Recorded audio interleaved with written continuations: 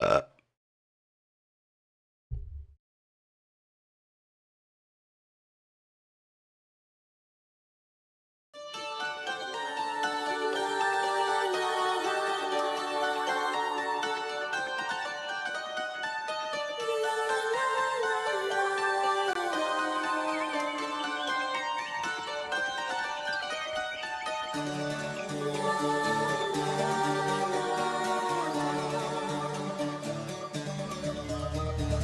Silver saplings from the prison bark.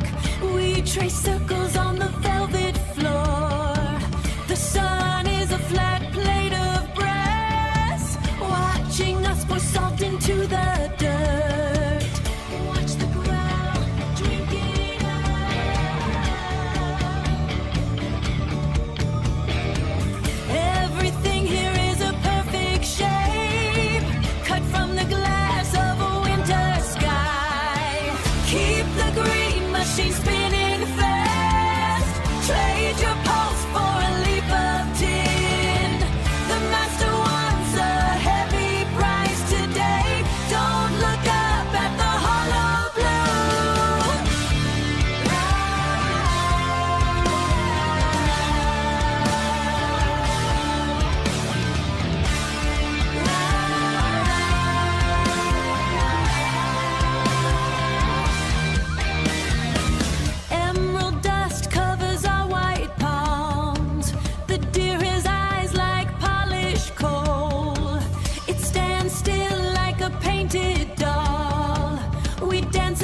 shapes begin to melt. Dissolve the skin, become the air. Into the pattern of the ancient moss, where the roots turn to silver wire. Keep the green machine spinning fast. Trade your pulse for a leaf of tin. The master wants a heavy price today. Don't look up at the hollow blue.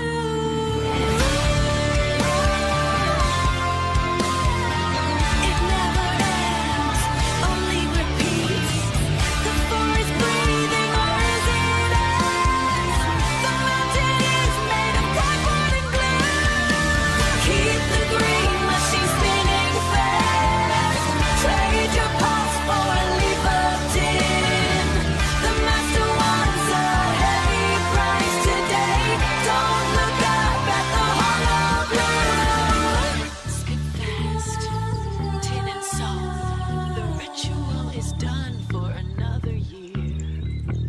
Wait for the rain.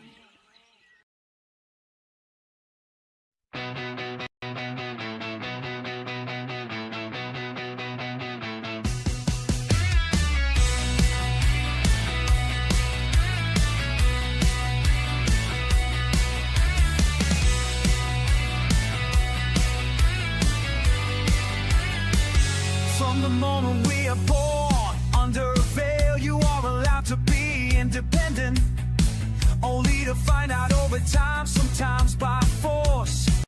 We are born to be a slave to the state, to never celebrate the British flag. Go fuck yourself, this is Britain. If you don't like the Brits, you know where to port yourself. You tell us all this whites about slavery while you're practicing it on us. Don't be hypocrites, you stupid cunts, 'cause we are supposed to be one race under God. We all are supposed to be God people, not just bending down to stupid royal family. I only believe in no masters above, no slave below. NPCs only get to like and dislike from what the government and television tells to do and go along with. If you don't like the Brits, you know where to port yourself. You tell us all this whites about slavery while you're practicing it on us. Don't be hypocrites, you stupid cunts, 'cause we are supposed to be one race under God.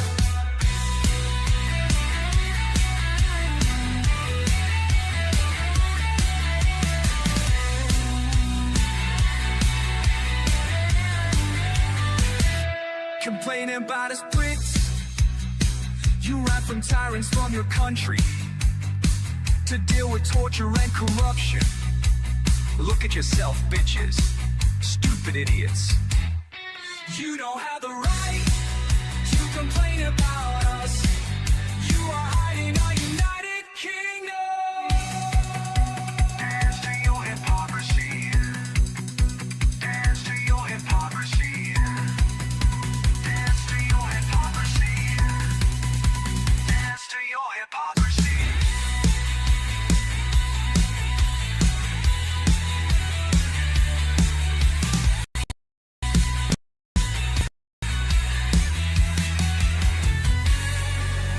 If you don't like the Brits, you know where to put yourself. You tell us all the whites about slavery while you practicing it on us. Don't be hypocrites, you stupid cunts, as we are supposed to be one race under God.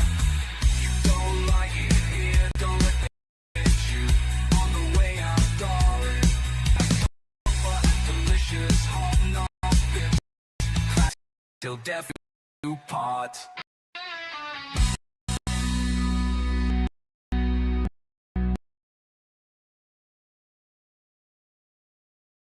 And hello there, guys, and welcome, and so forth. Well, having a lovely day and everything else. And I mean, when you see me look across and stuff like that, I'm always checking if the mic audio is coming through and stuff like that. And I'm always checking, make sure it's not hitting the red.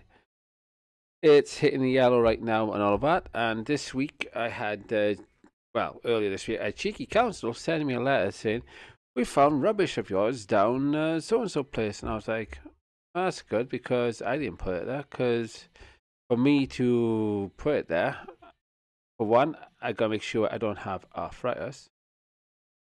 That noise. Oh, hey guys. Oops, it's this laptop playing the show. Anyway, and I said to them, I've been spied on all the time and so forth and all of that. So somebody would have seen me as well. And so basically, you're lying through your asses, because I'm on a walking stick. And also, could you please tell me the actual location and all that? You know what I mean? And guess what? They haven't responded. Funny that, they go on blaming people, but I like, could you please send me the evidence and all that? You know what I mean, could you please show me if my stuff is really down there, or is this just never authorities gaslighting on me? That's I want to know. But anyway, I'm going to be going and putting this show onto my WordPress. Just give me a couple of seconds and all of that. But yeah, it's been interesting. You know what I mean? I don't think the gaslighting and the torture and all that's going to stop from, from the authorities of South Wales. I don't think so. It's funny, I was in England. I had a whale of a time. I had a brilliant time down there. You know what I mean? Come back to here and yeah, end up getting abused again. Yeah, and I do know, the Masons and all that, they do like torturing people to the point, they hopefully see that person, well, kill themselves, and I'm like, I'm not giving them that satisfaction.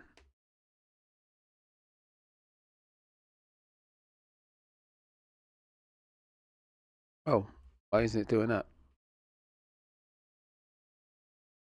Huh? Doing that? What's going on here?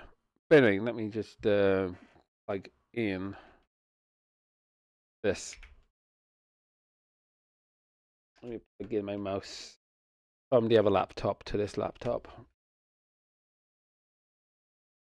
I don't know why it's doing that.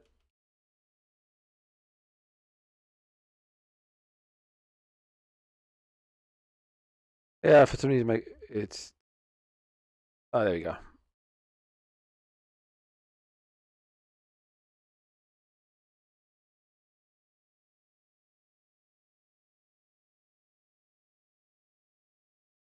No, I didn't grab it. I didn't grab the thing.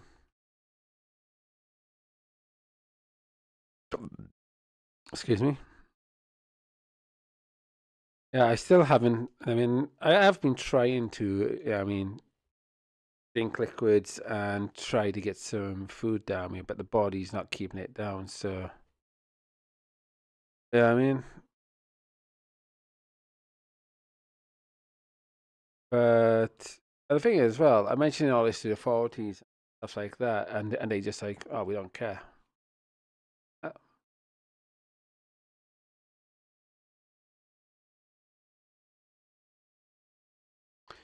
If I pass out on the what you call it, guys, on the live stream and everything, and die, the authorities and I mean, if I pass out, yeah, I mean, the authorities not going to come running. I mean, because they don't like people exposing the PDFs around you. Hmm. I mean, that the authorities brought in around about 216, 217. And one of the people I phoned from Gwalia, Steve Wetmore, I phoned up and I said, is it true that there's been 50 PDFs being brought across to South Wales? Yeah. And yeah, I mean, and the answer he gave was bizarre. I mean, in my books anyway. Most people would say a simple yes or no, you know what I mean? The answer he gave me was basically, how do you know? Not yes or no, just how do you know? In other words, it's like, how are the public knowing this? And I'm like, the thing is as well, when I got off the phone, you know, I mean, my mate Rob and also my neighbour upstairs, Elaine, were standing there. I mean, in the hallway, and I went out and I told him, well, just phone's Gwalia, Steve Wetmore, and all of that. And I basically asked the question, you know what I mean? And I guess what his answer was, uh, and they were like, what? It wasn't a yes or no, it was, how do you know? That's weird. And Rob said immediately, yeah, that is weird. You know what I mean? So, like I always say, you cannot trust authorities. Yeah, but you see them like Cartman and you must trust my authority. It was sort of a, you must trust my authority. Despite they doing bad shit. Fuck that. But anyway, what was I doing before the end of that song kicked in? But yeah, I mean, and they look at me like saying, "You must trust us." Out of loads of things I know of what's been going on behind the scenes with South Wales Authority, I'm like, you want me to trust you? You gotta stop being shady.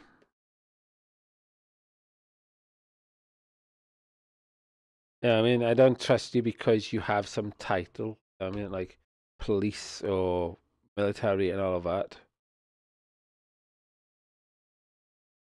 I'm not. I mean, I'm not gullible like that.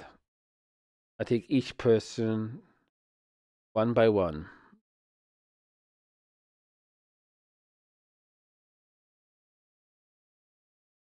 That's a problem as well when you got advertising and stuff like that. You know what I mean? Because, because, I mean, you have like one good experience with one person, let's say, with a company. They expect you to trust every single one. No. Basically, yeah, I mean, that one might be the only good one that's in the company. I mean, that's why you hear me say, because I don't treat the police like, oh, all of them are good or all of them are bad. Because that would be a stupid thing to do. But the problem is, yeah, I mean, what I've seen, not just in the police, but in many other fields, that too many people are letting evil shit be done. You know what I mean?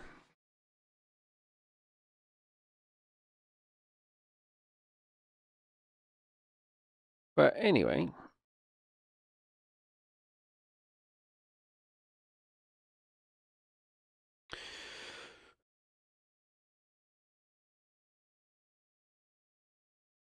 I could put that in there now instead of yeah. Like guys, I'm just doing like little things here. I mean, I'm like trying different things. But yesterday, guys, I'll be showing you something in a minute. That phone call off the Swansea housing yesterday and so forth, despite them and the authorities have been, well, getting at my PTSD and stuff like that, they've been attacking it. You know what I mean? They've been pushing hard to get me to, well, delete myself. Let's put it that way. And yesterday was their attempt again. Yeah, I mean, they know not to hide the number. They know it triggers me. So when I answer the phone, and they know I'm going to ask why did you hide it? And then they're like, oh, if I mean, if you don't like what we, and I'm like, what the hell? I mean, I'm dealing with children at housing options. I'm dealing with absolute children, despite, yeah, I mean, one of them's older than me, and yeah, I'm dealing with children. You know, I mean, it's absolutely pathetic, and that's why when I speak into those that don't go along, and this is what I find funny: those that don't watch TV, those that don't go along with the authorities and all that. I mean, you listen to how they speak, right? They sound very growing up. I mean, because I mean, they are because they're not relying on the establishment or nothing like that, and but yeah, it's friggin' annoying when you've got to deal with imbeciles. Yeah, I mean it's really annoying. Yeah, I mean, yeah, I mean, and when you have idiots that don't realize the money system is fraudulent on so many levels, once you see through it, and once you know there's not enough physical cash to go around. Yeah, I mean, and that's why you've got people fighting for it, and why you've got and that's why we've got people that are homeless and everything else and so on. Despite, yeah, I mean, yeah, I mean, you go up to somebody that doesn't know, they go, look, I can go onto my phone right here and see my bank account. It's there. I go, right then, go on in, get everybody to pull their money out right now and see who's got money left. Then come, prove me wrong. Try to prove me wrong. And they're like, no, I know it's there. No, try and prove me wrong. Go on. Despite the banks and all of that, and have said it. You know, we've had undercover agents that have gone into places like the Bank of England and all that, and so forth. And you hear people working there saying, "Yeah, there's not enough cash to go around." Uh, but yet, those that don't bother checking, they seem to know better. Oh. So basically, guys, yeah, I mean, these people that don't check or whatever, right? Maybe we should give them the workload, give them the jobs of, I mean, and see how well they get on. Because it's like these are the type of people you say, you know, if you went, it'd be stupid to do so, but if you went to them and said, hey, go and pick the gun up and fire it, and they haven't been taught, they haven't been shown, but they assume, oh, I can fire a gun, and then all of a sudden they end up dropping it, the gun goes off and it kills them. The only way that, I mean, that type of situation would work in their favor if they went, I'll get the gun to fire, and if they drop in the gun's fire, I'm like, okay, you technically in one way got the gun to fire, you know? But you're dead now because you haven't been trained, and now we got to bury your ass.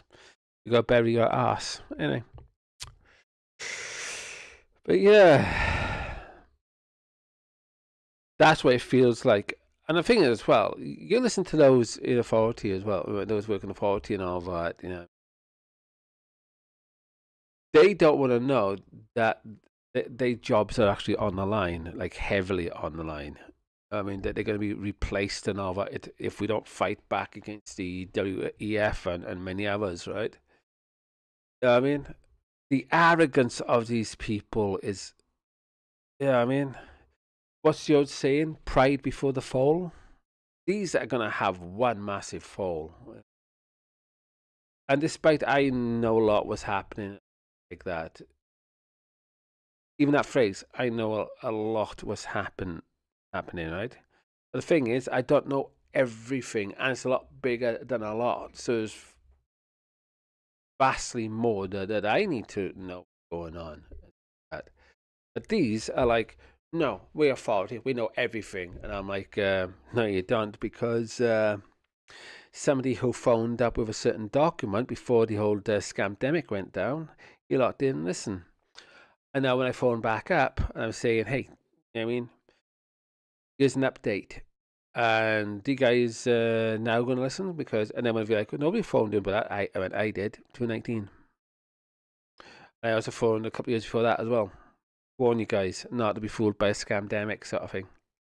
And there's also many people that have actually, in their own little way, warned us all that, yeah, you thought you knew better because we are the authority. You know what I mean? And that documentation I showed recently as well this week, with Helio mentioning, I mean, we need, I mean, some viral thing to go out and about, during Trump's office, and that was written in 2017. Well, he got it, didn't he? They're always telling us. I mean, they're always telling us, and yet many people are not listening. They just think they know better, and they think the TV tells them the truth all the time. Anyway, yeah, I'm taking the piss now. But yeah, it's like you get to the point where you just like, and the worst thing is as well. Yeah, I mean, on one level, we need these morons. I'm just saying that we need these morons on one level, all levels. But and so you're thinking, why do we need these morons? I'll tell you in a minute now once I've started this out.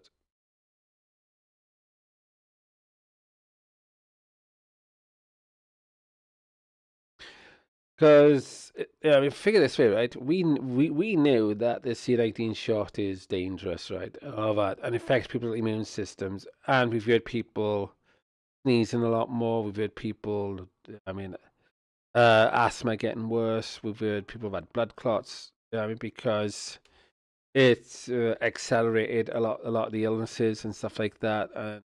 And we've seen autopsies now with those who took the shots and all that. The size of these tumors being pulled out, huge, and much more. So it's very fascinating on what I mean. I'm seeing. I mean, those who took the shots would be like, "I'm not an experiment." Here you are. You let yourself be experimented because that hadn't gone through its full process of testing and safety data. At least we know, thanks to stupid people. Thank you for being a test subject and a lot of you that died from it and so forth. You proved us right that it wasn't safe to take. I want to say thanks. You know what I mean? It's sad that you died, but you proved us right. You know what I mean? I'm only speaking facts. I'm only speaking the truth. You know what I mean? And I just want to say thank you. but now showing to the others, I mean, if they do a blood test and they look at the nanotechnology that's inside their blood, going around and screwing up the blood cells and everything else, that we were proven right. Because think about it, during that time, between, the end of 2019 sort of thing, and, to the point where they said, it's all over. It's not over. The shots haven't hit their peak yet, and how many people have dropped dead yet? It hasn't hit its peak. People are still dropping, but it's not being reported in the mainstream news, right? So basically, I sent one of my channels. It's not the one that's been going for years and years and years and years and years. That one's gone, dead, deleted. From loads of attacks. So I quickly set it up another one, and it's only about a year there. And there are some videos that probably get someone to council go, "Oh shit!" I'm like, "Yeah." So I sent that because they too busy ordering people about like nothing's happened, and I'm like, "No, you need to be held to account because you pushed this along without checking." The reason why I know that they didn't check, I phoned up and I asked a few people, from Swansea Council, did you check? Did you research and all that? They went, no. So you pushed something that you had no clue about, and yet you expect everybody to take it, and yet you had no information or nothing. You didn't bother to check it out for yourself. And they were like, no, but what with the experts? There's experts on both sides. The true person with intelligence would check all sides. But you didn't, did you? You just went, so you had a fancy word, expert, and went along with it. Whatever the mainstream and all that said. Are you an idiot? They didn't like that. As soon as I said, are you an idiot? Paul, you're going to need a phone back again by the looks of it. Okay. My phone back again. But yeah, these people are just fools. I gotta be honest. They just end of the day. Expecting us to take something, and yet they haven't done the research themselves. And even if they did research, we've still got to do the research. So it doesn't matter. They go, oh, the experts said this. No, you still go and check it for yourself. That's why you got a brain. To work things out for yourself. And maybe that's what the Foys don't like, is us working things out for ourselves. They probably just because I went to the same schools as maybe a lot of these people now in authority and all that, and establishment, and those behind the scenes going, right, these kids now, they go in, they come out, same information, they drones like everybody else. And there's a few of us going, we're still thinking for ourselves. Go fuck yourself. That's all schools are there for, and colleges and all that. Make sure you think like like everybody else, and you do not think for yourself.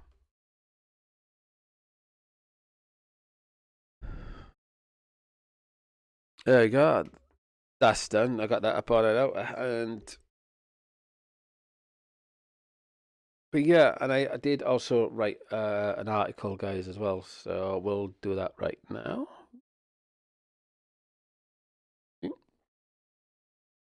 We'll call that up out to that.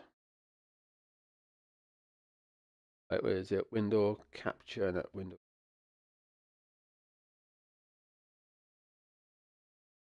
Is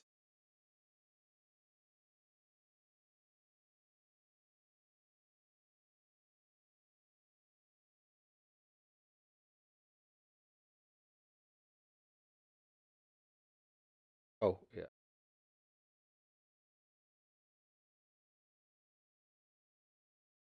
There you go.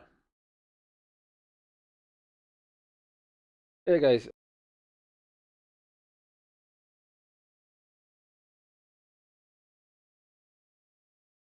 they are happy because they don't have to live in it. All right. At time of accommodation, when the eviction date is set, and we would like to plan that review, For this, we need your cooperation. I know Josie. But the thing is, yeah, I mean, I've told them because what they want to do, they want to put me back at Swansea Bay Hotel, where it's got loads of fucking stairs, and I was in tears when I got into my room, because of pain and all that. You know what I mean, I was crawling up those stairs at one point. And they want to put me back now, and I'm like, no, I'm not going back into a place where there's stairs, right? And they said, if you would like some support in the meantime, I can, with consent, make a refer to the crisis team for mental health. It's not that I need. They stupid. What? They flipping stupid. They don't get it. You know what I mean? It was the authorities and all that took away my home in the fucking first place. This is Penrell when I used to live in Portadown and all of that, right? And if that we support you and you will not be left on the streets. Yeah, gaslighting. I tell you the reason why that's gaslighting, guys. You know what I mean? I've actually spoke to people that have had the same messages like that, you know what I mean? The homeless people that are in Swansea right now, you know what I mean? When they bolted this place up and I was up in the Swansea Bay Hotel because I couldn't get back in this place, I was technically homeless then. I was speaking to like a lot of people that were homeless and stuff like that, and I was going to places, you know what I mean, to get some support, right? My mental health's fine. You know what I mean? Anybody who's going through stress or pressure and stuff like that and so forth, you know what I mean, and being bullied and all that, of course you're going to be agitated, you're going to be annoyed, right? This is what these thick gaslighting fuckers don't understand, right? If they were in this boat, just annoyed, pissed off and all that, it's not a mental health team you need, like TIN or anything like that. You need the problem fucking solved. That's the fucking point I've been trying to hammer home to these fucking retards. Right? That the problem needs to be solved. But what do authorities always fucking do? They make it fucking worse. You know what I mean? Because 2017, you know what I mean, after I stopped Richard Wright, you know what I mean, from getting in and being a bitch and all that and so forth, and from trying to kill me and all that, you know what I mean? Nobody got hurt or nothing like that. I thought, okay, right, I've saved my mate, I've saved me, and the fucking attacker. You know what I mean? All three of us, not harmed. Job done. But what did the bitch do? Yeah, he phoned the police and all of that. You know, despite he brought a weapon to the fucking door and all that. And I tried to grab fab spray and I accidentally. And I was in my own property as well. You know what I mean? And you know what I mean? So I thought, yeah, I'm going to need fab spray to spray in this bugger's face. You know what I mean? I didn't grab that, though, as my mate Rob knows, because I wasn't even looking what I was grabbing. You know, because the green door, Gwali's, you know, security door and all of that was broken, you know, and despite, yeah, I mean, I slot told Gwali many times it needs to be bloody fixed because myself is being attacked all the fucking time. Yeah, I mean, and you know, not for a week or 2 weeks, but for a year or two now. You know what I mean, at that point. And they like, oh, we'll be there whenever. Not giving two shits about the tenants. And there's also a member of staff, right, on the Gwalia reviews saying the place is horrible to work with. Basically, they don't give a shit about the people and they don't give a shit about the tenants. Well, all they care about is the money. And so my door is open and my neighbor / friend's door is open. And like I've got to make a judgment call, you know what I mean, in space of seconds, you know what I mean. Unlike councils, you know what I mean, that go in the offices and have planning meetings for like months and years and then spending billions of money, you know what I mean, off taxes and fuck all gets done, right? I had a split-second decision to make, you know what I mean, and I just thought, right, look at the thing. Hand back, tapping on the table, and all my knives, my arrows, my rulers, my fab spray, everything is all in the same material, same sheath material, right? I picked up whatever felt right, it felt like my fab spray, whacked it fully in the thing, right? I know what the assailant said. Yeah, I mean, once I found out, it was a knife in my finger, I went to go and spray. You can't spray knives, can you? I must have like an idiot going, spray. oh, okay. You know what I mean? Doors between us as well, you know what I mean, and everything. I mean, and my mate also, told the police, I had the door closed 3 times, and on the third time it stayed closed. And Paul came in, he looked shocked and all that. Yeah, because I was shocked because there was no fab spray there in my hand. And I mean, during the time, I was like, "Oh fuck, I'm going to do time in prison." And I mean, when I saw the police turn up, and then all of a sudden, like 2 years later, I thought, "Hold on a minute, what if I did have fab spray in my hand? Would the fucker would have come in and stabbed me?"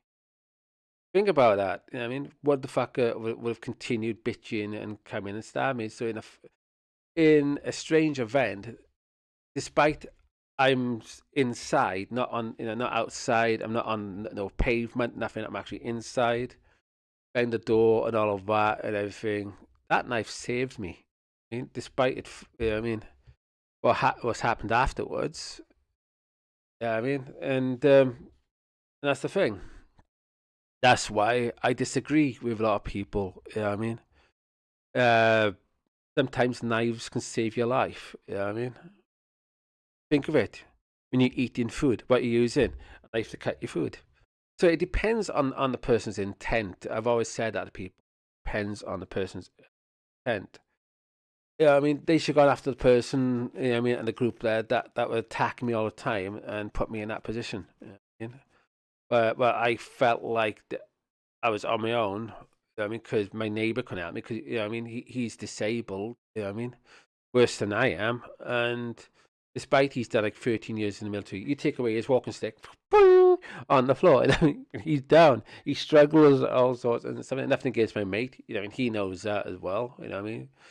But he said himself, you take away that walking stick. I mean, he's on his ass. I mean. So I was the only one that day out of me and my mate that could do the protection, and I mean, and Gwalia for a long time has been gunning for me because I mean I don't know why, but well, actually I do know now. I do know now after research. But back then I didn't know why. But now since I've researched into the fuckers, they were into a lot of creepy shit that the WEF is rolling out. Yeah, a lot of stuff that will harm the public and spy on the public and everything else. And another thing as well, I mean, I've said this before, Gwalia said to somebody who moved into, I mean, to one of their flats, not me. I mean, they dare not say it to me because I'm on my website and my shows. So they can't blame me for this because, I mean, I would have leaked it out in 2 seconds flat. But they told somebody else thinking I would not know and all of that, that they told this person, oh, you work and all of that, not like these stupid people and all of that and so forth. I was like, oh, slandering their tenants, are they? Very interesting. And they called the tenants thick and all of that. And I was like, right, okay. You know what I mean? And so that day, I mean, when I've mentioned this other thing before.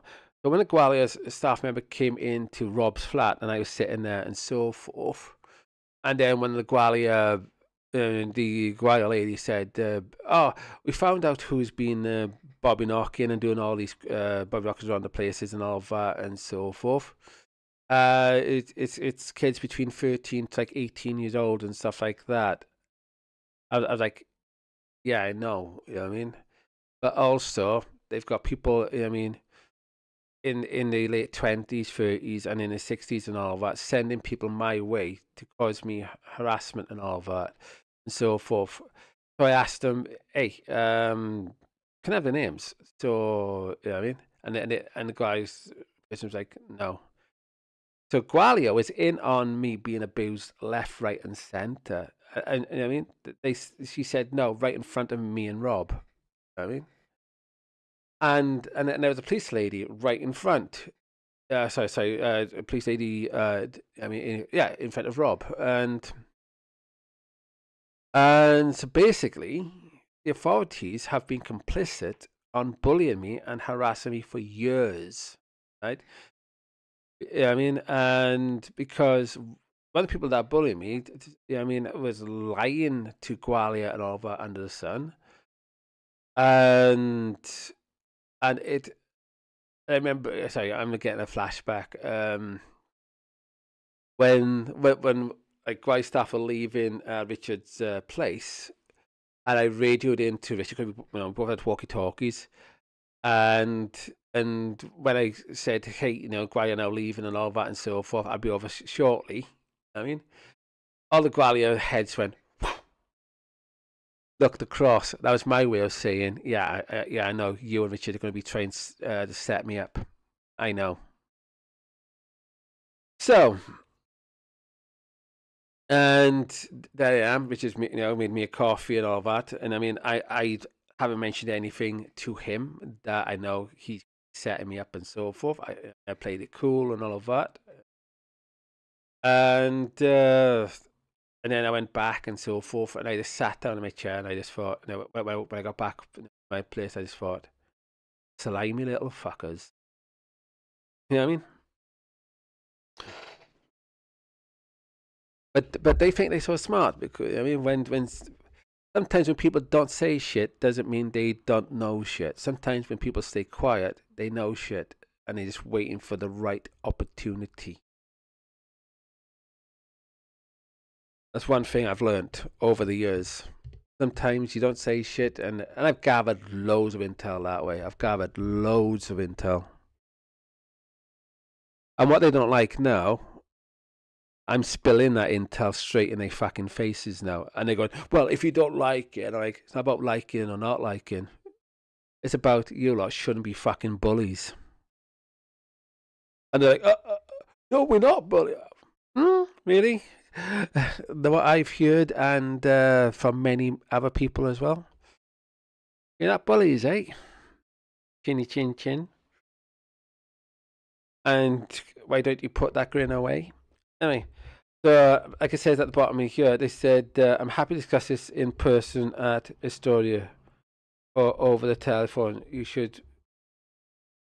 And this is what pisses me off, right? I've sent an image, right, on my bank account with zero fucking mind. This is what I mean. They try and get under my skin.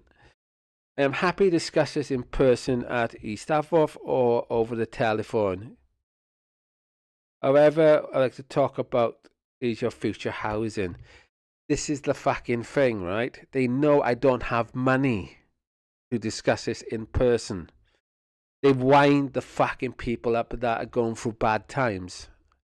You know what I mean? And yet, who the fucker who spent years warning people this was going to be coming, so we need to set something aside before it got this fucking bad?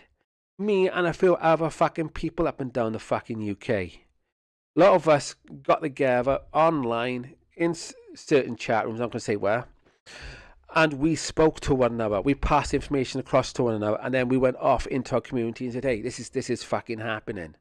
You need to do something before it fucking kicks off and gets right down to the real dark days. And people are going, nah, that won't happen. Yeah, before the banks started disappearing around here, right?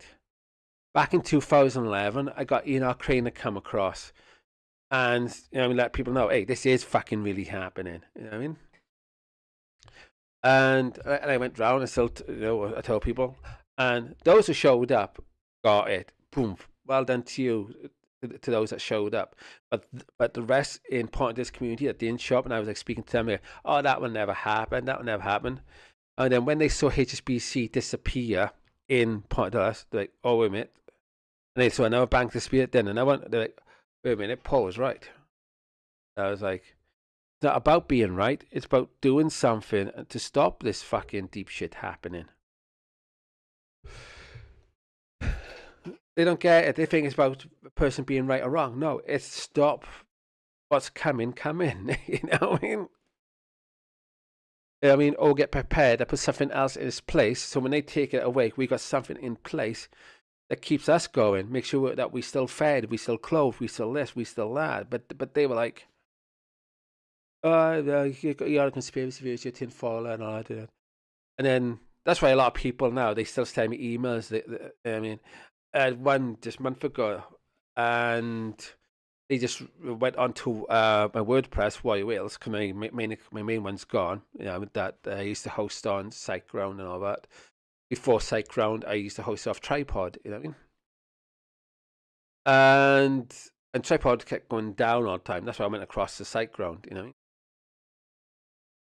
But they went on to iWales WordPress, and then they went and they noticed I posted something on there, and they jumped across then to Dead UK, and then they emailed me, and they basically saying, you know, the stuff you were saying on your shows, the stuff you were, you know, putting through your YouTubes, and what you put in your posters and all of that, it's worse than what you said. You know what I mean? And you always said in shows, I'm keeping it mild because a lot of you would run off hiding, I mean, that's why I used to say in my shows. It's a lot worse than what I'm actually saying. You know what I mean? And and they said, you know, what I mean, you never beat it around the bush. You never sort of like tried to hide anything and so forth. But you did, you know what I mean, made sure, you know what I mean, that we didn't, you know, end up in fear or nothing like that. You know what I mean, you always told jokes. You always did this. You always did that. And unlike the authorities around us and so forth, you respected our intelligence. I was like, yeah, because we need to think for ourselves. I mean, and and to have that email after, you know, I mean, despite having been in Pondus now for 5 or 6 years now, um, to have that email and to still have people emailing me shows there was a lot more people that was appreciative of me putting in the hard work for nothing. In other words, I wasn't getting paid to do it. I went round, and any money that, you know what I mean, that I did get, you know what I mean, you know, for my benefit money, it wasn't used on, you know, my money was not used on drugs or drink or anything like that. It was used to build something. That's what the money is actually there for. It's for you to build something. And that's what I use the money for, is to build something. I mean, and but yeah, I got penalised for trying to build something and warn, and I mean, and warn the people around, because I know the shit got worse and worse and worse. The families are going to be affected. The families are going to be on the fucking streets, and who's going to be laughing at them? The fucking government, people in Parliament, people at the World Economic Forum, people who attend the event 201, people who attend to all these different things. I mean, people like that. But yeah, I mean, all I can say that those at Rogers Court that attacked me and those from up the council in Pontus, you screwed it for everybody. That's all I'm saying. The people you go on attacking that knows what's really going on, you screwed it for the rest of them. That's all I'm saying. Because you're too busy going, oh, I don't care, I got my drugs, I got my drink, and this, that, and so forth. Things are going to get a heck of a lot worse. You think what was going on back then was worse, and also the scamdemic?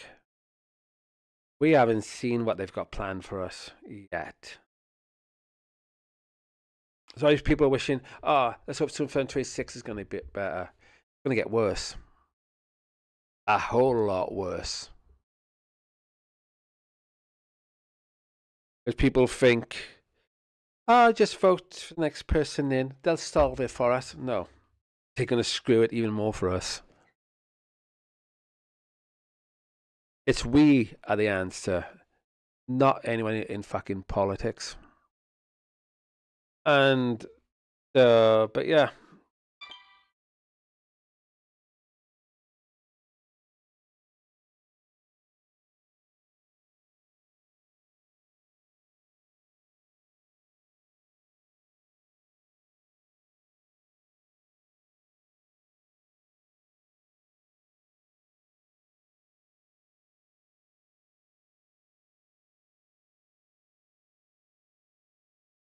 This would be a laugh though. Yeah, I mean,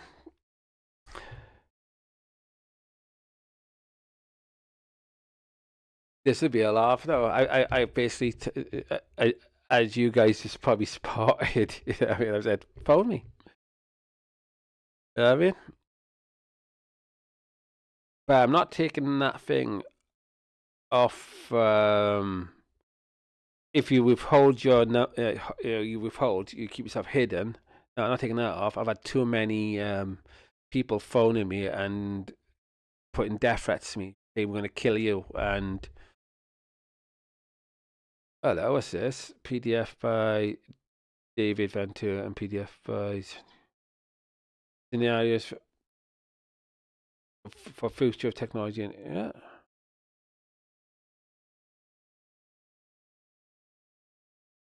yeah.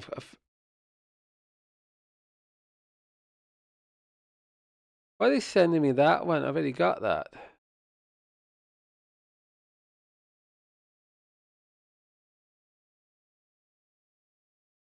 I've already got that, guys. I mean, I've been talking about this for flipping years. I've been talking about this since what, 2011 and 12? Says, you need to sign in. Because the funny thing is, guys, right? Oh, fuck, what have I done? The funny thing is on page 18, I think it's page 18, you got like the lockstep in it and stuff like that. Right, around there, around page 18. And they also telling us what they were going to do. But instead of saying bats, they said geese. So, something like that in that document. But a lot of the agenda was actually in that document. You know what I mean? And the thing is, guys, it wasn't bats as well. You know what I mean? People were having sniffles and colds now because of the radiation from 5G. That's the reason why a lot of people were having like sniffles and all of that. And what I did this morning, guys, this is gonna be funny though. You know what I mean? If they are keeping the numbers hidden, you know what I mean, thinking, oh, we agents, we don't have to tell the public what our numbers. No, you've got to show your numbers. You're supposed to be servants of us, not spying on us. I mean, I've even said, hey, come to my YouTube and jump on and stuff. They will not. They will not dare show their face. They will not do all that. They rather stay hidden. They don't mind harming people and all of that. You know what I mean, they don't mind doing all that type of shit. But yeah. So what I did, guys, that drug health thing and all of that, and yeah, I mean it. Let me just play it as well, right? Let me just play this for you guys as well. This is actually, if I remember correctly, a blood sample. Verification. It is just taking way too long. I was going to say fall off. This fishication is taking too long, but no. Hello. Oh, while we're waiting for that, guys, there's new tops as well over on warriorwales.myspreadshop.co.uk. And if you're living in South Wales, and the thing is, well, guys, I deliberately kept the UK off, right? Because my friend in Australia basically knows that there are people that are vulnerable in Australia being attacked. The same people in South Wales, Australia, are being attacked as well. So I thought, you know what? Keep the UK part off, and people in Australia can use it for their South Wales. So that police in Britain and Australia do attack the disabled. So I thought, you know what? Fuck it, I'll leave like that. So yeah, so I put South Wales police cover up a Mason attack. A Mason attacked on a disabled man. I've got to take black out, guys. Do not buy this color. Despite you can see roughly, and do not buy this color. I've still got to go in and sort it out, because I did click for it to be gone. You know what I mean? but for some reason it kept it there. Let me check this one as well. I think it didn't take the colors away. Hold on a minute. It was in review. So by going in review, one did it put all the colors back in? So I'm gonna have to go back in and sort that out later. But yeah, you can have it in this color. Okay. Have like that and so forth. You can have it in yellow, black and yellow. I mean, yeah, I mean, I do like that combination. I mean, so yeah. So yeah, I mean, and there's loads of other, I mean, stuff I've done as well. You know, what I mean, my stuff isn't about doing fancy drawings and all that because I'm still learning to draw with the graphic side. But if there's a message to be put on the top and it needs to get out there, oh, I'm putting it on. I'm putting it on products for people to buy and go, yeah, you bloody authorities. Yeah, I mean, I make heart around here. There's pain around here, but I mean, I'm not like one of these fucking left or right people. You know what I mean? Oh, I must run to the doctors. No, you know what I mean, I know all I gotta do is just manage the stress, and that pain will go away. You know what I mean? But first things first, I gotta get rid of the stress. You're watching now. She's staying there. I can't get through. Oh. Yeah, I mean, can you imagine if she phones Josie now? I mean, Josie, I can't get through to Paul. Well, I got through to him, and I had my phone number hidden. Oh, wait there. I think he's put the option back on that hidden numbers can't get through. Yeah. I gotta protect my mental health, as you lot keep fucking mentioning out there in Tiainen and the police and housing. I notice how they keep trying to say it's my mental health that's at fault, and yet I can sit and watch decapitations while drinking a cup of coffee like it's nothing. Yeah, I mean, when I say to them, and I'm like, I mean, I say to them, I mean, I shouldn't have to watch these videos and all that, you know what I mean? But because you lot are not dealing with the shit, you're not going after the causes. You know what I mean? You're not going after governments that fund these, you know what I mean, terrorist groups and all that and so forth. You're not going after the banking cartel behind that are funding all of this and so forth. Then people like me are going to end up researching it, you know, all of this to get out to the public, say, hey, we've got to stop this because the authorities ain't. The authorities are letting this continue. It's down to us to solve this. And I need to buy new dyslexic glasses as well, guys, because show you.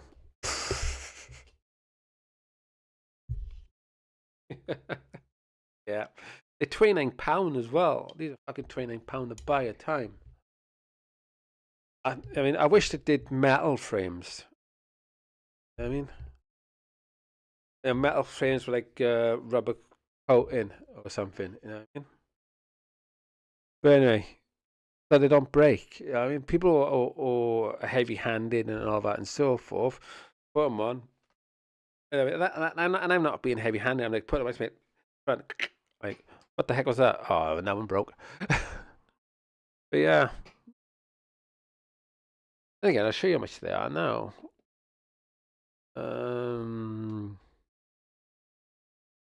What were they called again? Happy. They fucking broke, so I'm not happy. Happy dyslexic. G.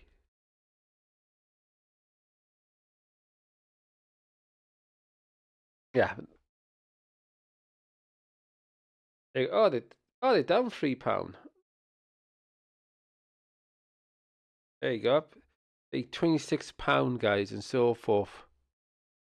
I mean, and they help with visual stress and stuff like that.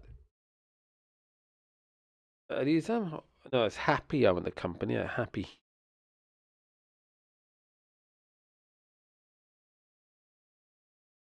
I mean, they for visual and all that as well, for stress. And what ones I get? Similar to that. Yeah, I mean, Happy. Oh, I did put Happy, didn't I? take it out and that in. Oh fuck.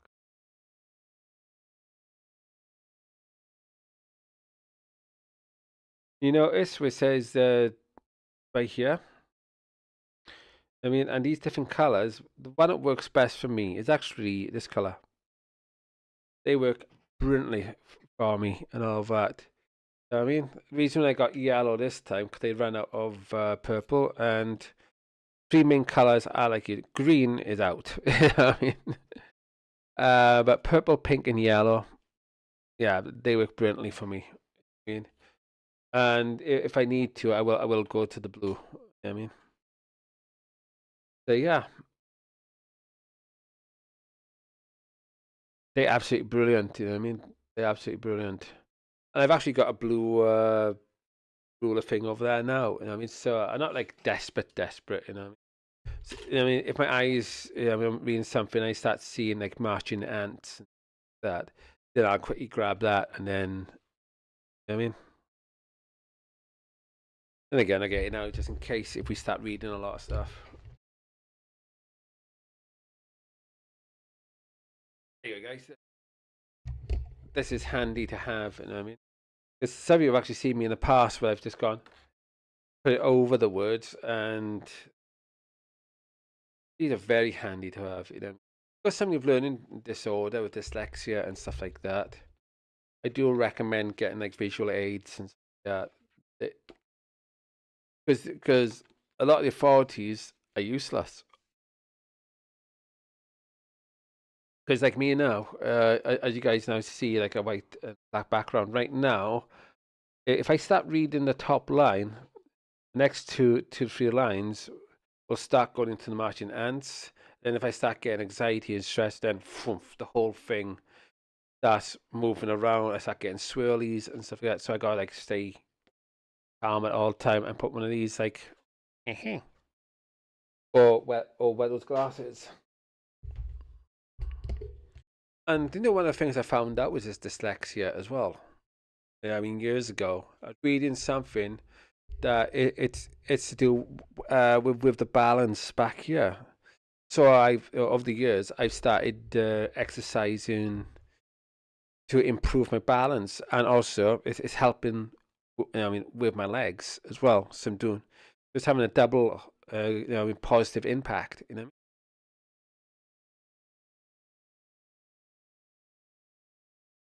And yet people think I make excuses. Wrong. If I made excuses, I would never have built a fucking computer. You know what I mean?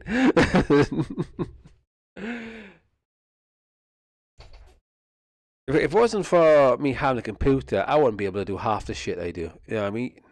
This is what these clowns don't fucking realize. You know what I mean? The computers is actually being a saving grace for me for what I can do. You know what I mean? I've created a lot of stuff. You know what I mean, using computers and stuff like that. You know what I mean?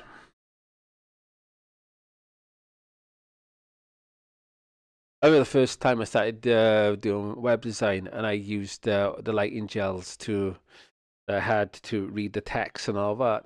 And then when I first saw the coding of web design, I was like, "That's almost how I you know what I mean, read it with my dyslexic mind." You know what I mean? I'm like, interesting. I gotta be honest though. You know what I mean? For a while, you know, I mean, computers got right, under my skin because I had so many people asking me, "Can you fix this for me? Can you fix that for me? What do I use?" And I was like, "Okay."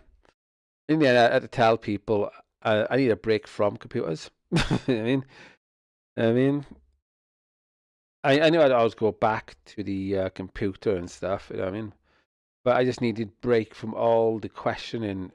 My anxiety was going through the roof and all that, and so forth, and and and what I noticed as well, every time I was going to the door, I was freezing up as well, because I knew as soon as I go through that door and I start walking around Pontadillas or wherever, I knew somebody would be coming up to me and going, I got this problem with my computer. Can you come over and help me? So I started staying in more, you know what I mean, and stuff like that, because I just wanted peace. You know what I mean? Because I had another friend who had the same problem because he built computers and all of that and so forth. And everything else. I said to him, no, when I have my computer and all that, I won't be asking you. So could you just like show me on how to build it and all that, so I know then how to fix the problem. And he was happy with that. He was like, certainly. You know what I mean? I mean, said. I mean, him. I've always said, you know, I mean, if you're going to have a computer, if you're going to have this and that, right? Learn how to fix it.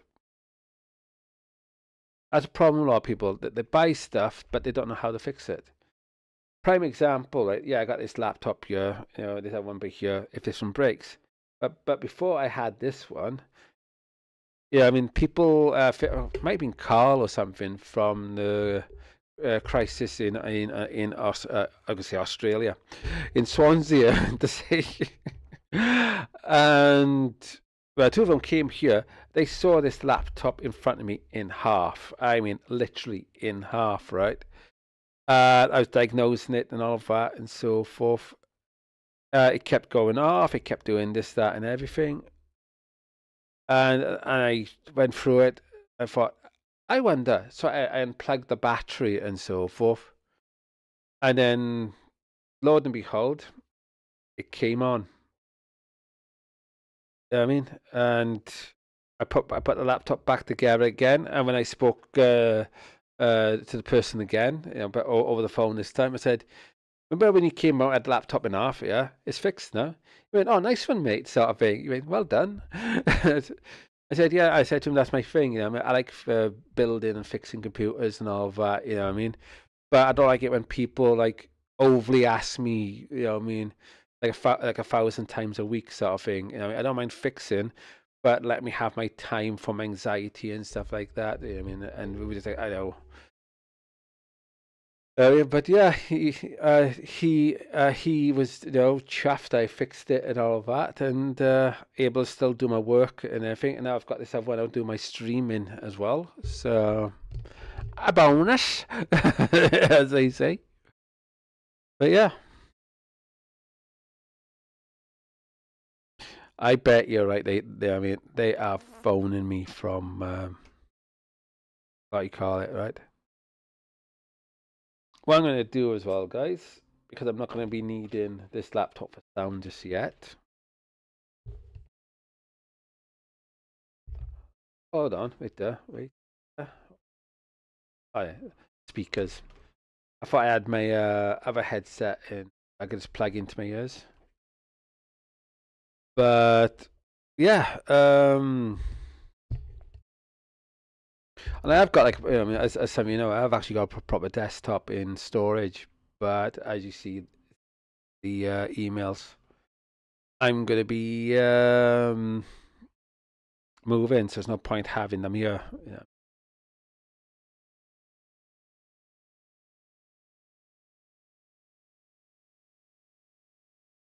And I bet you're right. They are absolutely peed off of me. I mean, I bet you're right. Because I know people are jealous of me. Well, yeah, I mean, they don't want me to do my shows. They don't want me to do my web designing. They don't want me to, you know, because the police are like mocking me for having products out there for you guys to buy. Really, I mean, I should do a top saying, "Police mock the public all the time," and then have a hashtag. They don't want us to succeed. I bet a lot, something like that. I make it shorter than that, of course, but that's just like off the cuff sort of thing. I know a lot of people would buy it. I mean, I know a lot of people.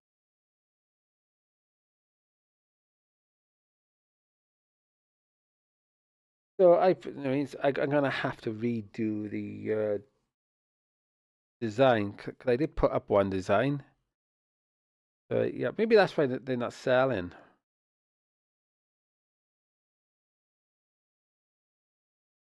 I mean, because it's one design I did of Iran, right? Thinking it's the lion. And yeah.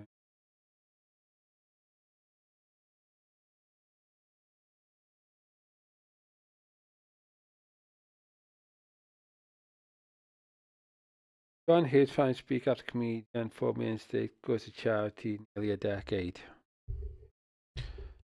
The thing is, I mean, we're only here for a short space of time, right? Why are we paying for things anyway? I mean, these are stupid things. We're here for a short space of time, and yet we're going. I mean, you got to pay money for food. How stupid is that way of thinking, guys?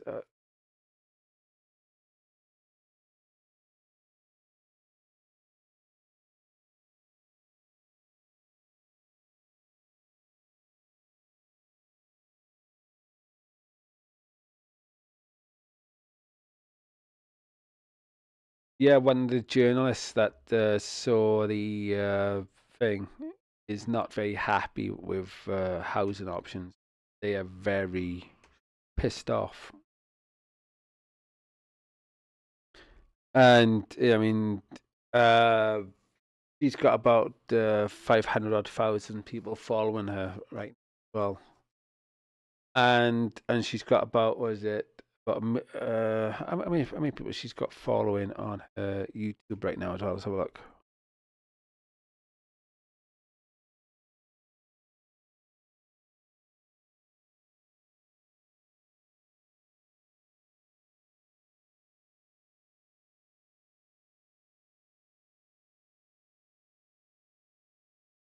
Oh, I thought she would have more than that. She's got, and again, she hasn't been using that a lot recently as well. She's been blocked out as well quite a few times. She's got 100,000 people following her there, so that's about 600,000 people. She's, I mean,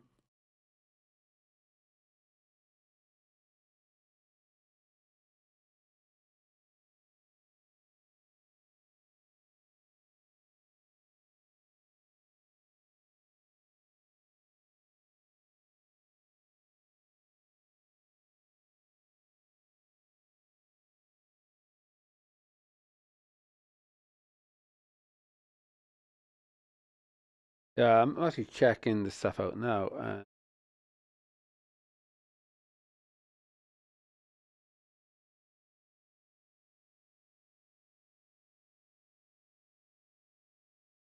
Thing is, though, yeah, I mean,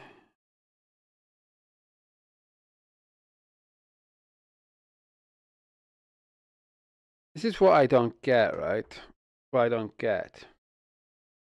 I have people around me, right, saying, "Oh, why don't you get a job and all of that and so forth?" Don't they realize I'm working? I'm actually working. Yeah, I mean, I'm putting articles out on my WordPress and stuff like that. I'm producing products. Yeah, I mean, I'm. I'm researching. Yeah, I mean, I'm sort of like going undercover. When you think about it, when you actually think about all the stuff I do, I'm doing like 6, 7 jobs, really, but I don't get paid. Think about that. And then people are saying to me, when do you get a job? I'm like, I am doing what you would call a job. I'm not getting paid. You dumbasses. I mean, but yeah, these people are dumb. Hold on, let me see if it comes through the heads.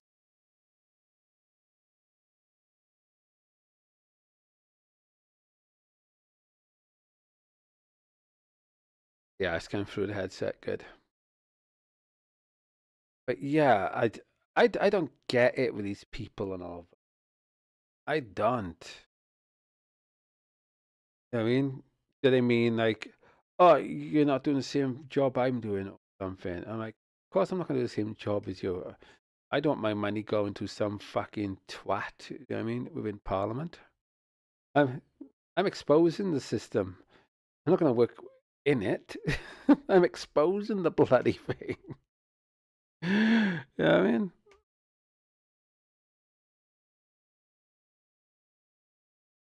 I don't think that they get that. You know what I mean?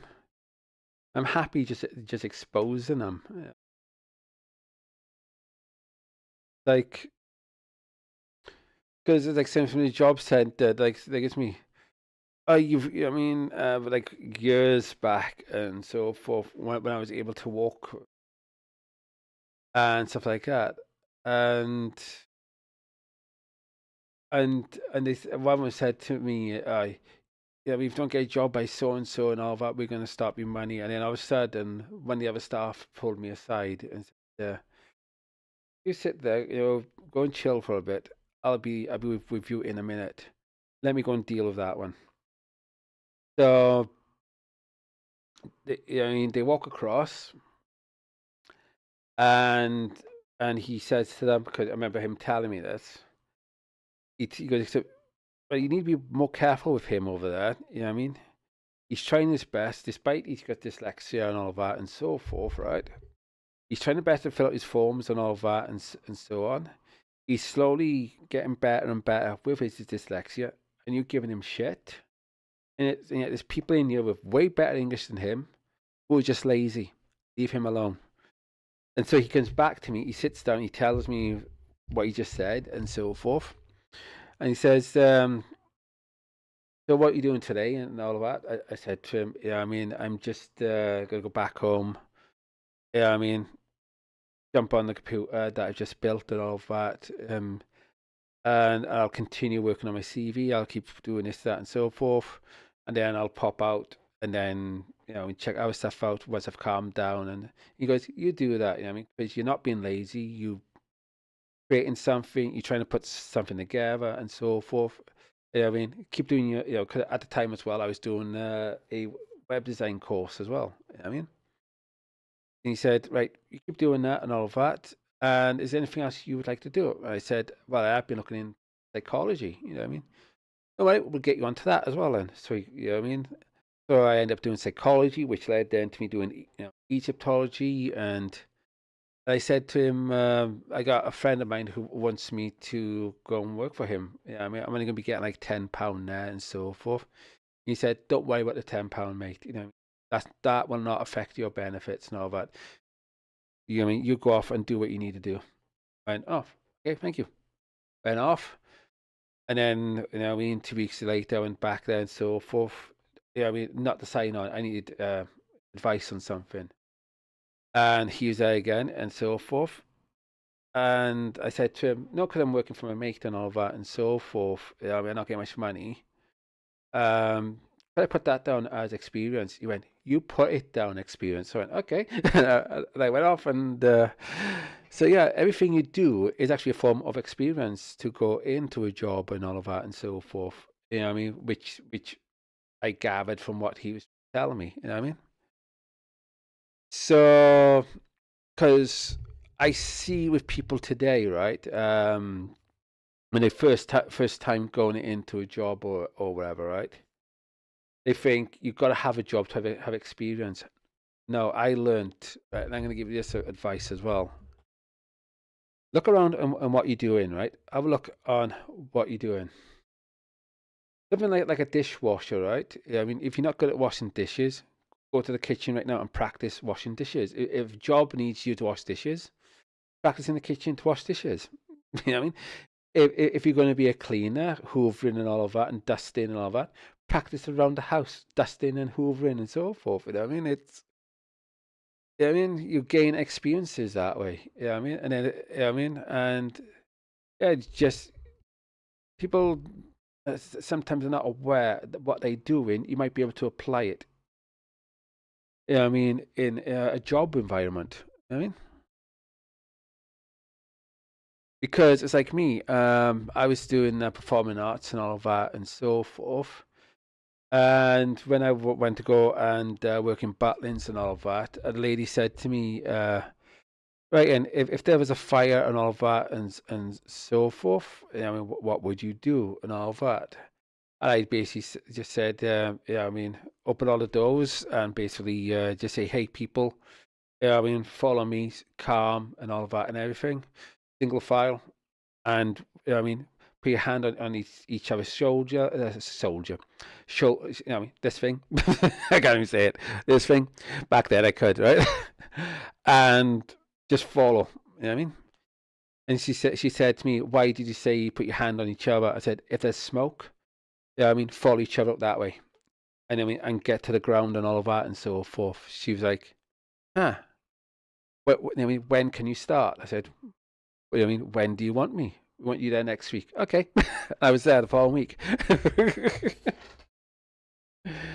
Yeah, I mean, you just got to use your brain. You know what I mean? That's why I say to people, you know, I mean, you've got a brain for intelligence, use it. The government doesn't want us to use our brains, you know what I mean, and so forth and everything else. You know what I mean, but yeah, I mean, it was funny. You know what I mean, and I got put on to so many areas in Batlins. It wasn't like, oh, you hope this year, kick off and go over there. No, it was like, right in. You're doing maid work. Yeah, I mean, one of the other side of things of Butlins needs somebody to go across and everything else. Paul or you or anybody else and so forth, would you like to go across? I'm like, yeah, I'll go across and help out. So in a cross ocean drive restaurant, helped out the kitchen work there, served the food and all of that and so on. And I accidentally smashed one plate, and I went, "Oh well, I've gone from a one-piece plate set to a 28-piece plate set." I shouted across to a number of staff, "Take that out of my paycheck," and they went, "No need." I went, "Yeah, take out my paycheck. I'm paying for this plate."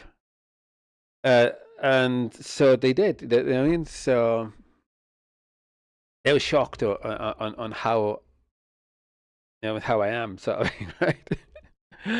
And so, and the thing is, well, yeah, I mean, the person that was waiting for his food, I mean, I quickly went back, quickly, you know, what I mean, got them their food, put it down, and went, "Sorry about that." They went, "Don't worry about it." You know what I mean?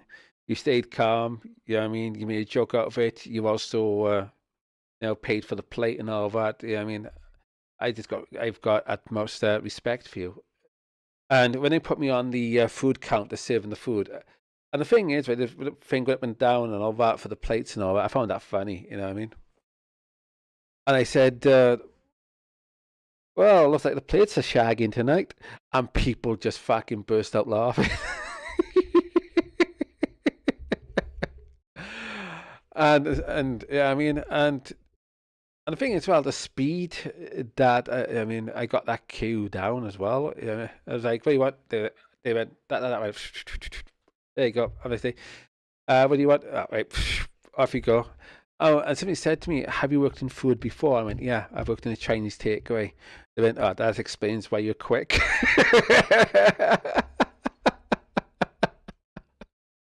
I was laughing. I mean, me personally, I couldn't stop laughing. But yeah. Right, let's have a look what's going on. And don't worry, guys. I mean, I'm doing a bit of research right now, but I can't show you on YouTube because yeah, I get censored and all of that. So, but I mean, I can see the chat and all of that. You know what I mean? If you guys out there send messages and so forth. Oh, hold on, hold on.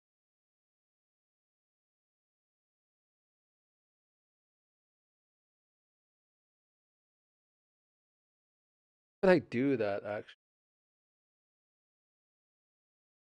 I'm sure I got them, but yeah. You're there trying the phone left, right, and center.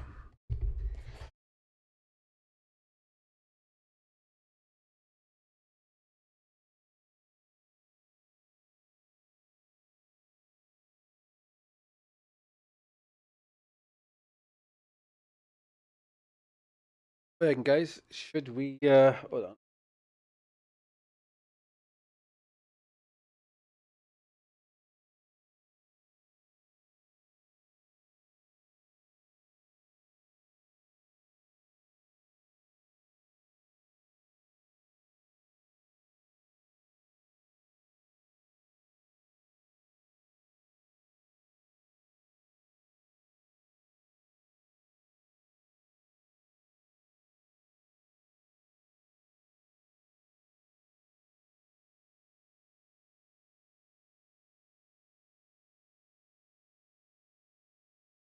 I might unblock them. Well, I might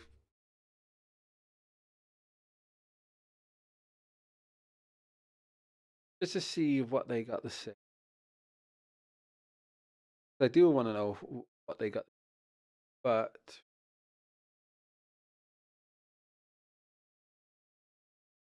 I'm gonna try and drink as well again. If I can follow prop stuff like that as well. I think we should do that as well. See if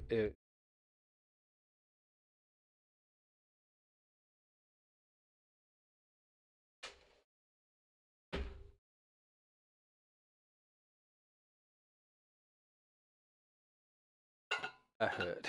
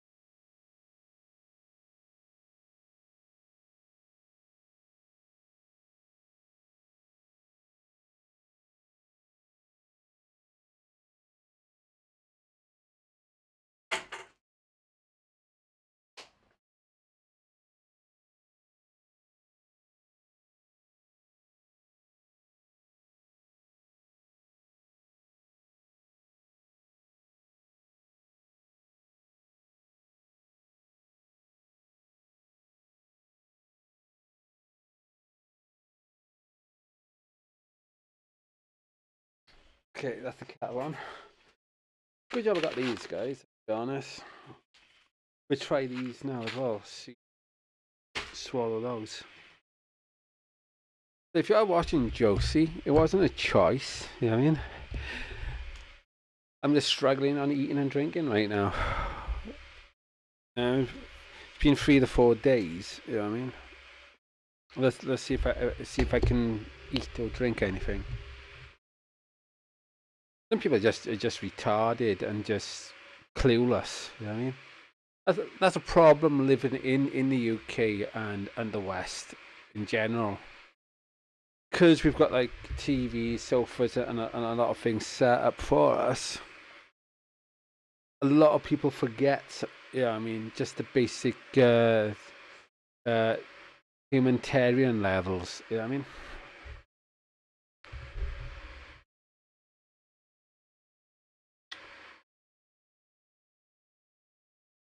Of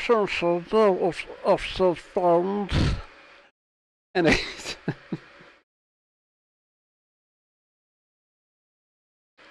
I don't mind putting some thing on. What I'll do, I'll go into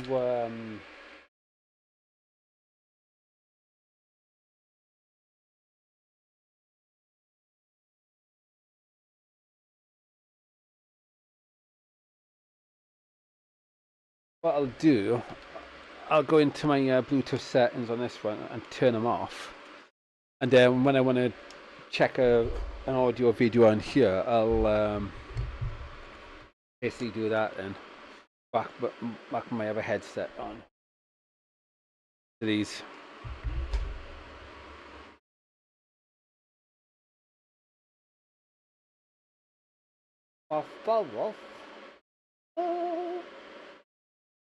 You know, since I watched that Paul Zennon thing and all that, you know what I mean? When the puppets' voices I love. Duck. What? Duck. Why duck? That thing. If you guys have seen that, yeah, I mean, it's funny as fuck. But anyway. Err. Err. Yeah, browse the option. YouTube, yeah. Jetpacks had them. There you go. Nice. Across. Oh, you guys did. Oh, you guys didn't see the email because hey, they did. There's only option. And I changed over the flowery and anything. What did you? Can't remember. Anyway, uh, check this out, guys.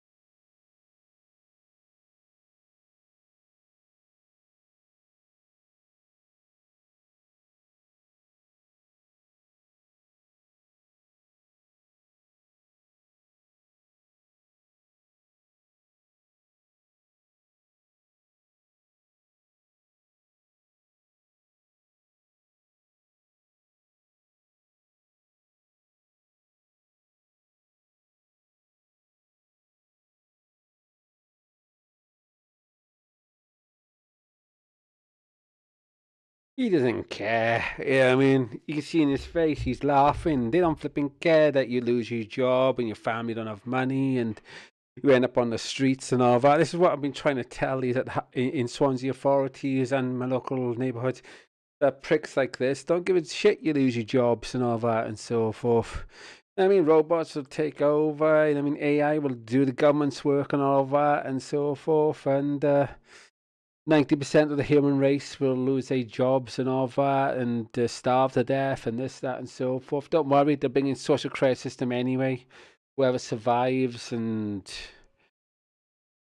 you just keep renting away and if you say anything bad about the government or so forth, then you go from a green status down to a red status, and then you can't fly, you can't eat, you can't have a home. You know what I mean?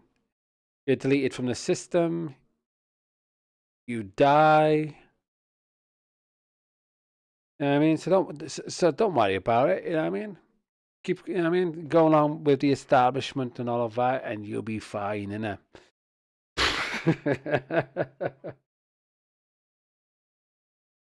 You know what I mean?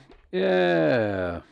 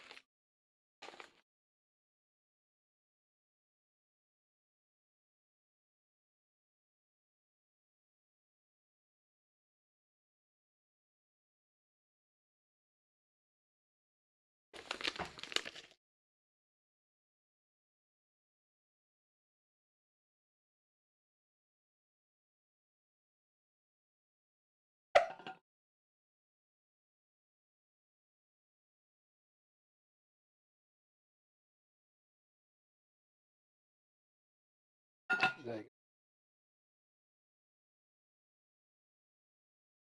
go.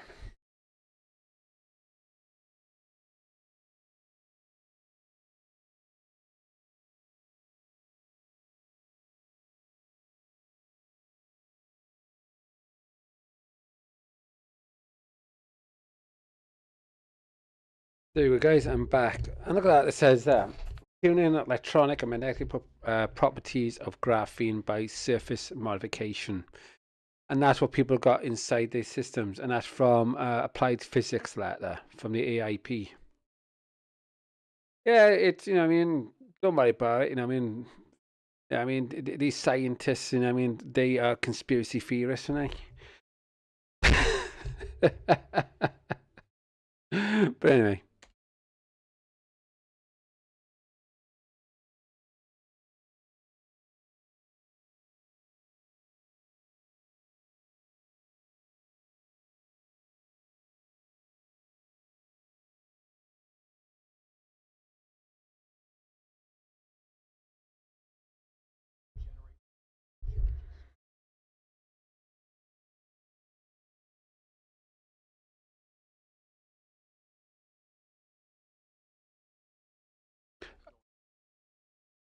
And the funny thing is, guys, as well, when I was looking into the medical masks and stuff like that with my microscope, and I don't mean like a £20 microscope that I see a lot of people use during the scamdemic and all that. I mean like a proper £200 one and up, you know what I mean?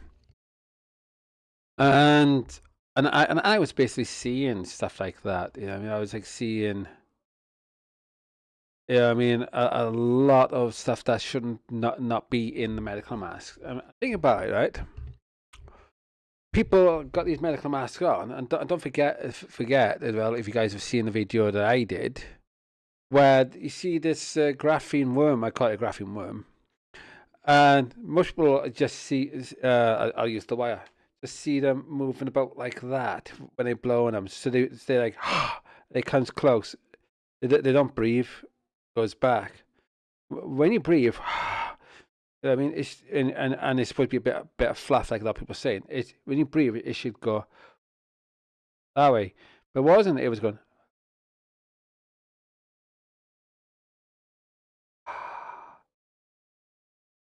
You know what I mean? But then when I did my tests, yeah, I mean, the true science isn't going trust the science, right? True science is actually getting your hands on and basically conducting it yourself. You know what I mean? And you basically, yeah, I mean, for me, I did it in like a controlled way of doing it. So the microscope, like on the desk, I plugged into my computer and all of that because I bought one that you can put a USB. You know what I mean? Took one of the lenses out and bought a lens that goes into the microscope, and then you plug the USB lead in, and then you can connect the other end then into your computer. I mean, so I pay £20 for a microscope and then an extra £30 for this special lens. So then people then could see what I'm seeing. You know what I mean? And I did this on Twitch. You know what I mean? And people coming in and out, and they go, "Wait a minute, that's in the." I went, "Yeah, that's in the what you call it, and all of that." And then the bit you guys get to see in the video, you know what I mean? Because I did like over about 3 hour Twitch live stream and all of that, right? And so the like a few minutes you get to see, you see me breathing on this graphene worm and all of that, and it moves. It's like that, but tilts towards me like I'm coming to get you. There's hot moisture air, and then I breathe again, and he jumps up, and you see me do that. I mean, I'm like that in the video. You know what I mean? Yeah. So whatever is activating these graphene worms and all that, and so for this nanotechnology and so forth. You know what I mean? I mean, to me, I think it's like the heat, the moisture. You know, like activating the heat, moisture, and all of that, and so forth. But the point I'm gonna get is, you got these masks on so close, and then when you like breathe out and your mouth's open, these things jump in and all of that. And I showed this to couple of carers that came here that would look after my mum, helping me out and so forth and all that, help the family out in general, sort of thing. And some of them were like, wait, what? That's I went, yeah. And they asked me, how did you get this? I said, I'm scientifically minded. I'd like to know what's really going on. I ask the questions, I gather the data, I do this sort of thing. I'm not one of these people that are morons that go, test the science. I do the science. You know what I mean? And they're like, oh. I said science can be like, what I mean, on a very low level, or it could be on a very sophisticated, high mathematical level, depending on what you're doing. You know what I mean? And they're like, oh, okay. So yeah. Not all science is somebody in a white lab coat. You know what I mean? That's just like, look, look, this is part of the job I do and all that. And plus, yeah, I mean, those white coats actually help to keep your clothes, clean. I mean, but yeah, but it does make it look official, doesn't it? But yeah.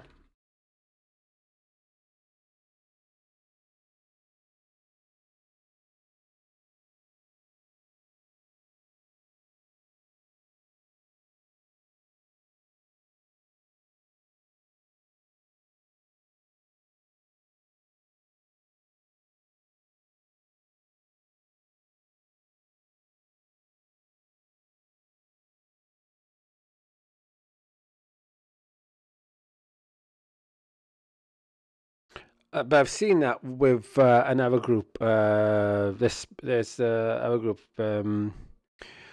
They do their own investigation and their own videos, and it's a Spanish medical team. And basically, this Spanish medical team shows, I mean, the blood on another level and how it stacks and stuff like that. You know what I mean, so when you see I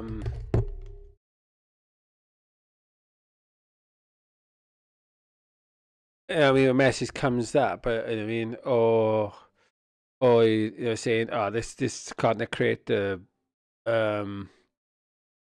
basically, I mean, went against the community rules of the platform. You ask the question: was they exposing the harms of certain things that the platform and the third parties don't want the public to know? You know what I mean, I'm one of these people that will always ask the questions. You know what I mean, because I need to know. Basically, I need to know what's going on and so forth.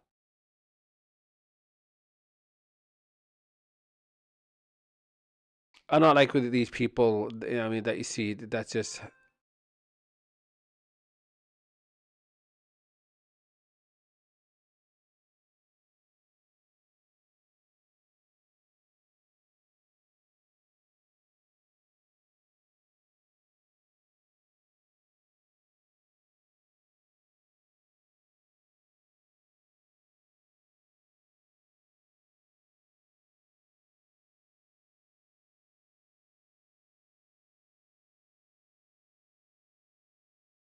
support for victims and witnesses of crimes. What to expect as a victim or witness of a crime? What happens after you report a crime? Victims' right to review scheme, given witness or victims go to court. What happens after trial? Victim. I will never step into a Masonic court. I mean, if I don't have to step in, I will not.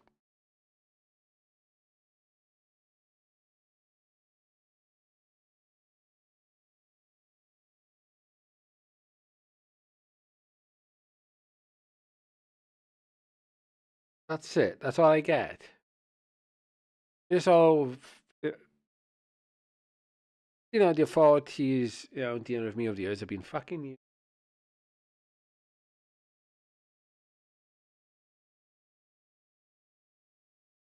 Have a text. That's it. That's it. I mean, they might as well stay home and have a wank. You know what I mean? You know what I mean? You know what I mean? You know what I mean? They might as well stay home, wank away, and just go, oh, da da da da da.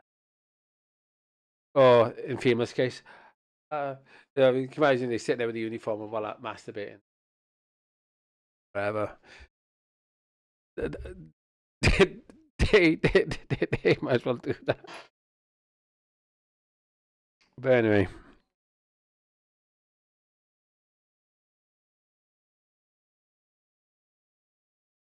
this, this is what I've been trying to tell the authorities as well. This. But anyway, moment of truth, guys. Moment of truth.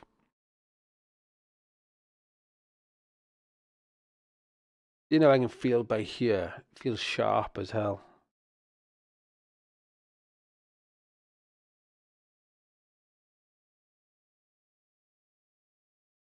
My stomach's going, no, I don't want it. We got to. We've gone 3 or 4 days without having anything.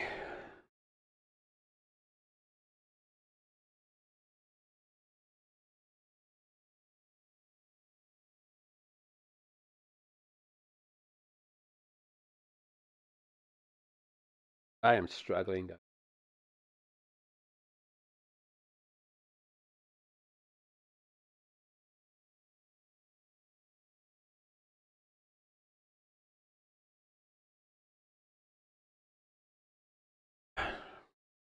Try again after. Anyway.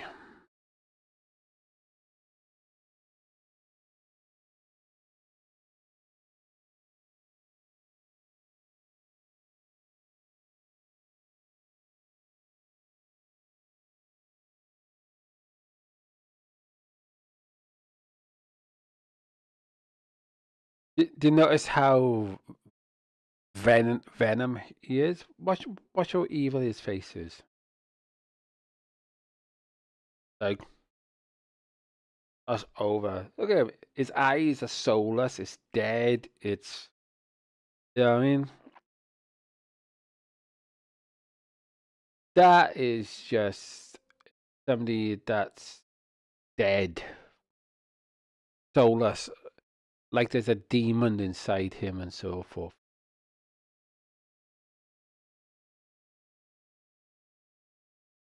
Look at that. Dead, cold eyes. Like a serial killer. Look at that. And these are the type of people that those who took the shots listen to. Let's try again. I do need to get something inside.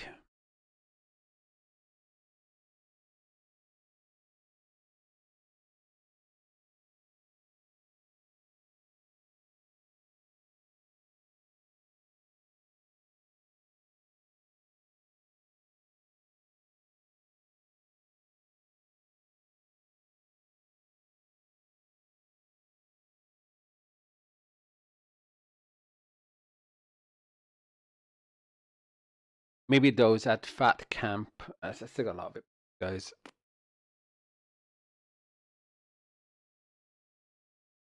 Maybe those at fat camp needs what I got for what I've had for the last 3 or 4 days. They'd definitely lose weight.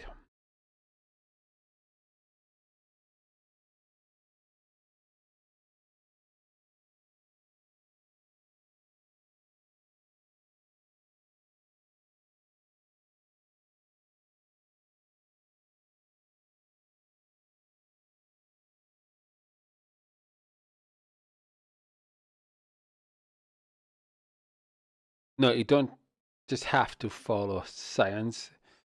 That's basically saying science is right in everything. When there's scientists, I mean, they don't just go along. There's so many debates in science. There's corrections in science. And like just go along with science is like saying, you know what I mean? Oh, you must go along with a mechanic. I mean, yeah, a mechanic knows a lot of things about cars and all that and so forth, let's say. I mean, but yeah, I mean, and I'm not dissing mechanics because I mean, if what I bring up next, if you're one of the mechanics that knows this other stuff I'm gonna bring up, then yeah, I mean, then you know you actually know that stuff. But if you don't, you don't. You know. What I'm saying is, if a mechanic said, right, everybody must jump off a cliff and all of that, would you? No. So what he's saying is, don't use your own free thinking or free will and all of that and so forth. We are going to be your slave masters now. That's what he's saying.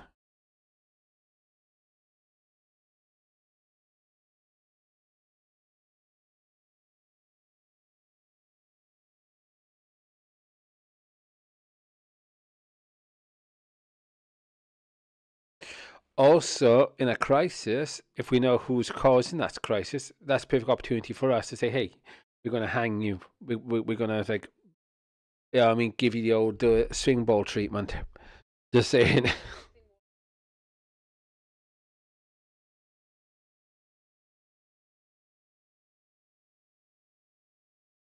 Did you hear him saying about the shot? It's going to make things, more manageable. In other words, whoever took it, a lot of you would have died off.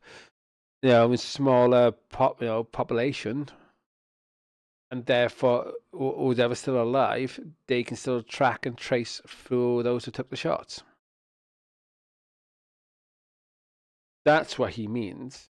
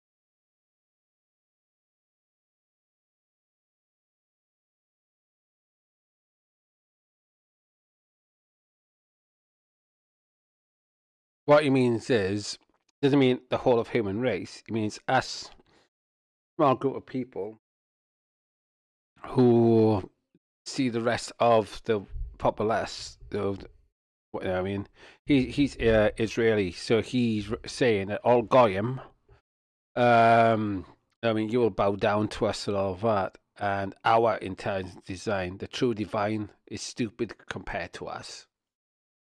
You know what I mean that sort of thing.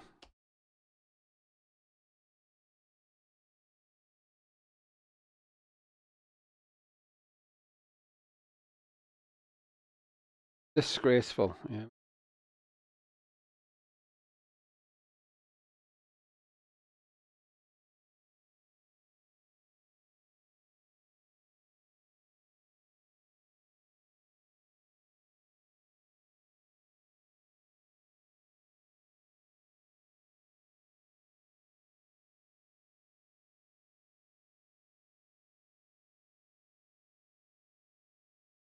I put these videos at the times too.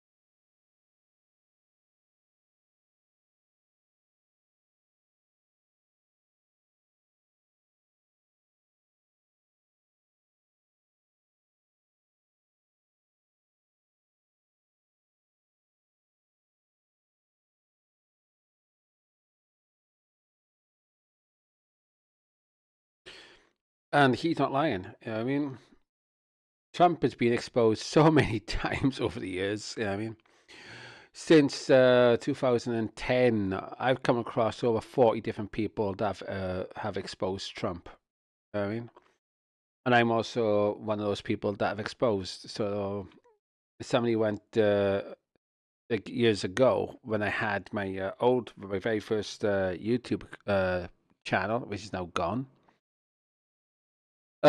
Basically, you would have gone to accident. You would have heard me mentioning, "Hey, go and check out Annie Logical and all that." Me, her, and multiple other people. I mean, we are exposing Trump right now. That is way before he got elected. Way before. And you've also got Shaking Head Productions as well, and many others that have been left, right, and centre.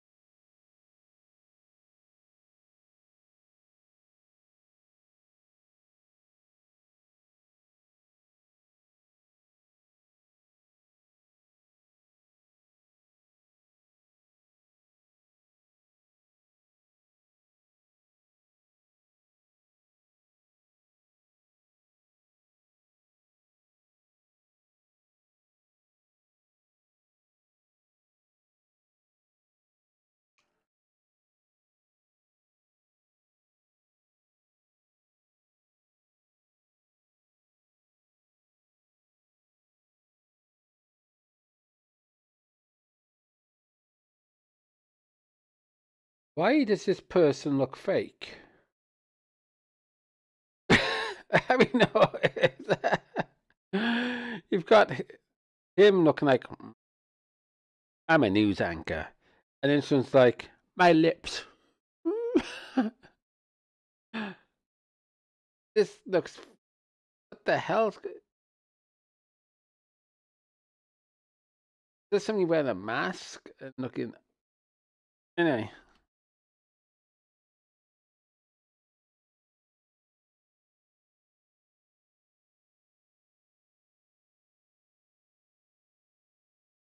Oh, excuse me.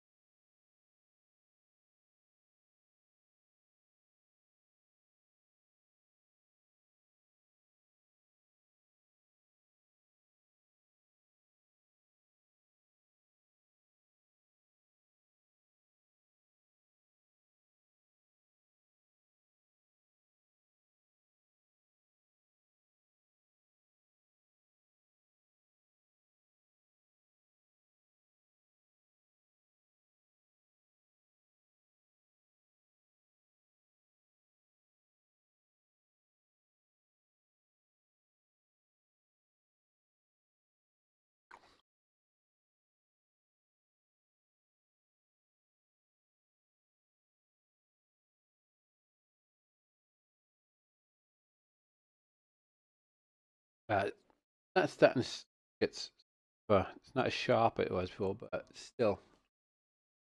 But yeah, this is what I would say to people: do not vote. You don't know who you're voting for. You don't know what you're voting in. Do not consent to it.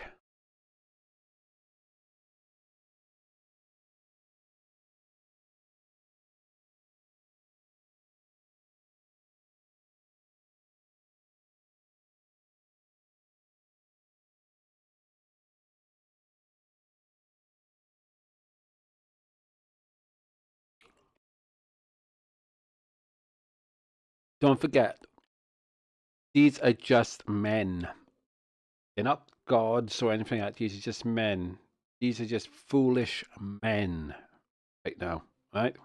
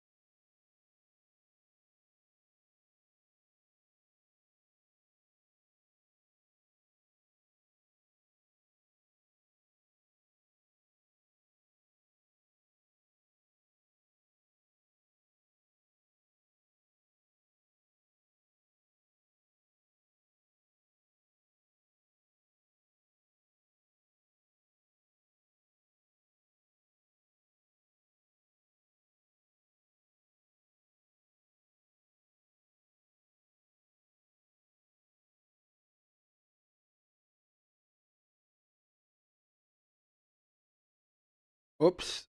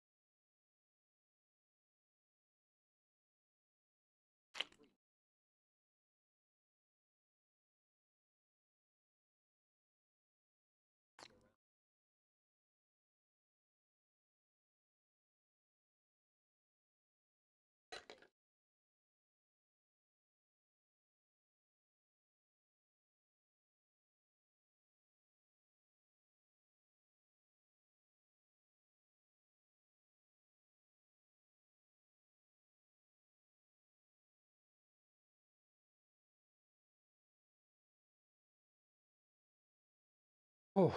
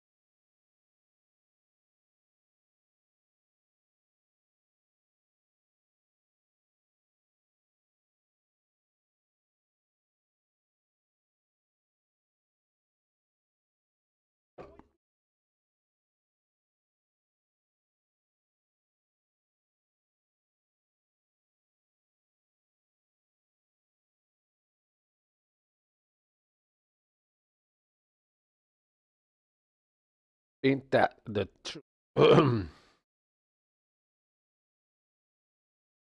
He's definitely a snake, that's for sure, and he's lying to the people. He even speaks like a snake. If you listen to him carefully when he's speaking, he's like, "Ah, you know the things are true," and all of that. You know what I mean? The guy is an absolute snake. And many of us warned as well. I mean, not to trust. I mean, unfortunately, a lot of you voted him in. Well, he didn't get voted in.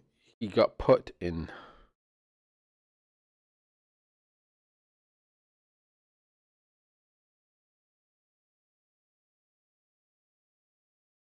Hold on, what's this?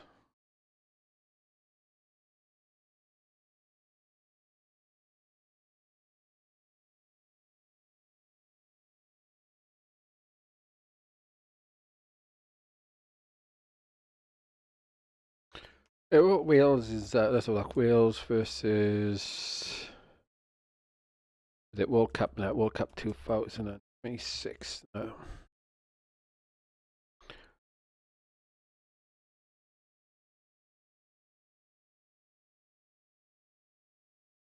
You know, I hate Bing. Bing is rubbish.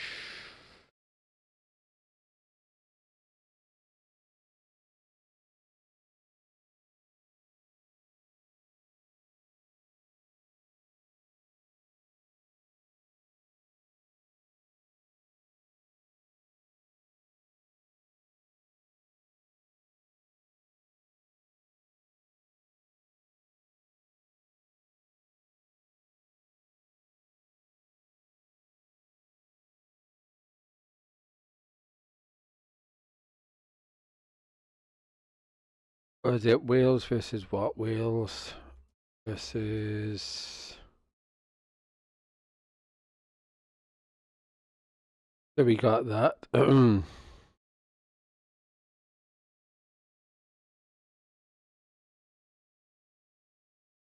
Qualifiers.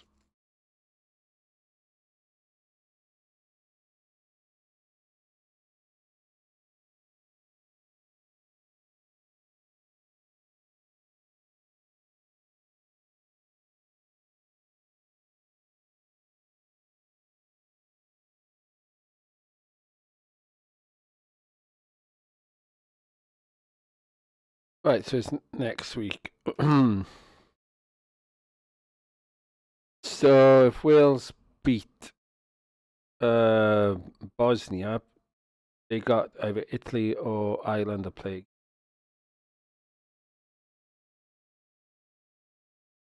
Northern Ireland, I should say. Because you got, that was it, Northern Ireland and Republic of Ireland. Remember the thing as well, Republic of Ireland, Charlton.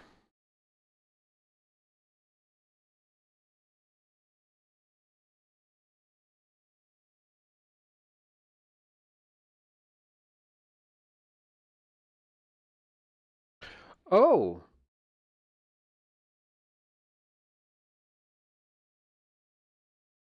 yeah, I mean, if I was Wales, I mean, so forth. I mean, you're going to be playing all the three teams anyway, before the World Cup anyway. So you might as well go out there and just have, enjoy yourself. You know what I mean?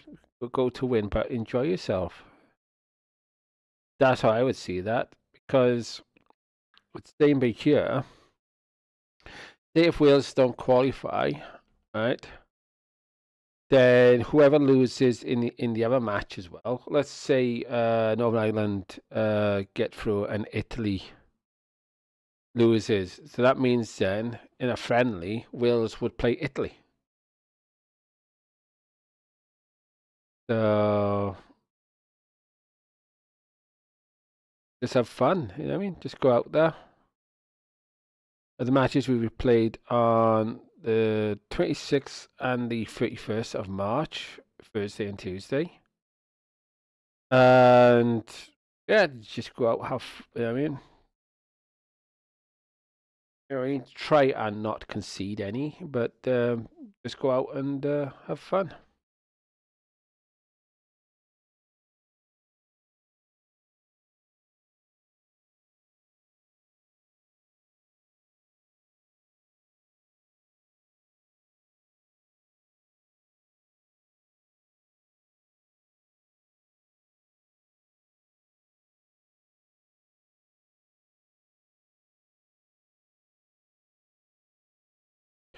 Thing is, as well, I noticed Maram has been checking out some of my thumbnails. I bet she's thinking like, oh, I mean, he could do some of my thumbnails. But once I get my proper stuff, I mean, to do proper editing, I mean, I will, take more time. I got more time on my hands. I will, I mean, take more time on the thumbnails as well. But I mean, the 40s, I mean, are not gonna like that thumbnail. I mean, with like a graveyard, flames burning. Yeah, I mean, a smiley face going and then you get the Welsh flag. I mean, over a grave, sort of, not Welsh flag, British flag over a grave. You know what I mean? So yeah, so that's pretty cool. And I mean, so I mean, I'm heavily focused in this war. You know what I mean? Because they're coming to kill the public. So a lot of us are focused on. Hello, they're not still on about that. The battle at Snake Island. All it was Nightmare winning. I mean, in a shoving contest. If Nightmare had properly uh went down, if went down in a boxing fight, Nightmare would have absolutely you know me.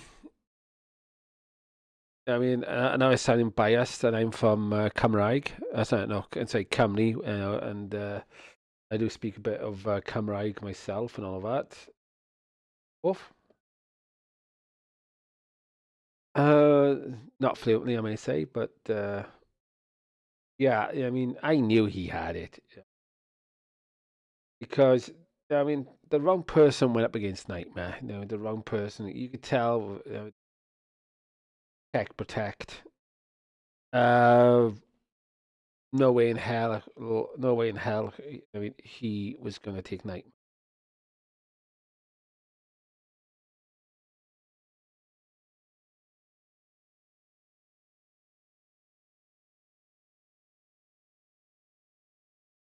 So yeah, what's this shit all about? That's bugging the hell out of me.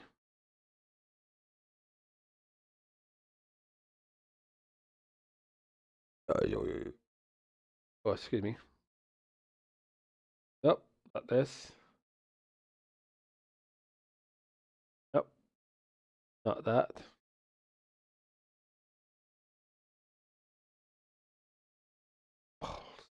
Balls, balls, balls.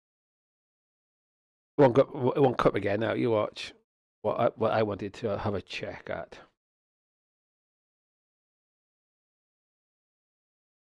Have I got it on me up? Yeah, I have.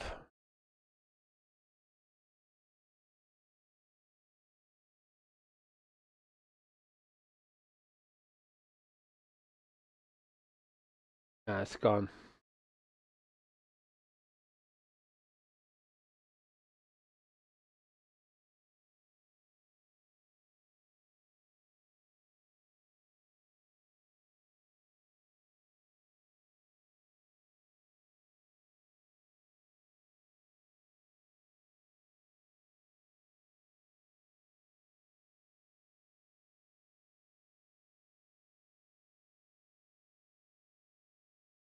Gone, gone. Oh no. Oh yeah, yeah, yeah, yeah, yeah, yeah.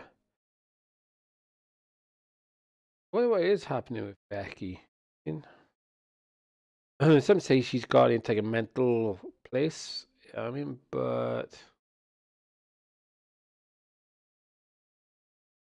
I had a laugh earlier, guys. I was in Low Coal Fire, a lovely channel.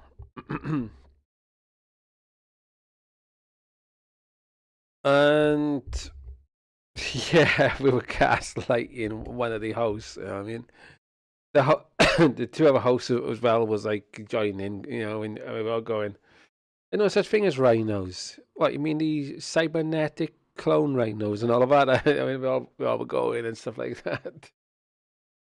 Oh, no, no, no. Those ain't rhinos. Those are hippos with fake horns on and all that. Yeah, I mean, we had a blast. We had a blast. We had a ha ha ha. Anyway, that's all. What you guys are saying as well.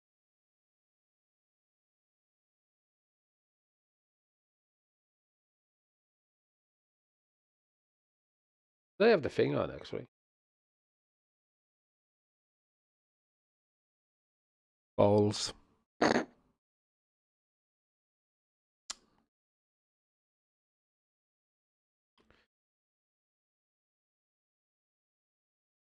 There's subtitles come up, guys. Did I have subtitles on when I was showing you Richie from Boston and stuff?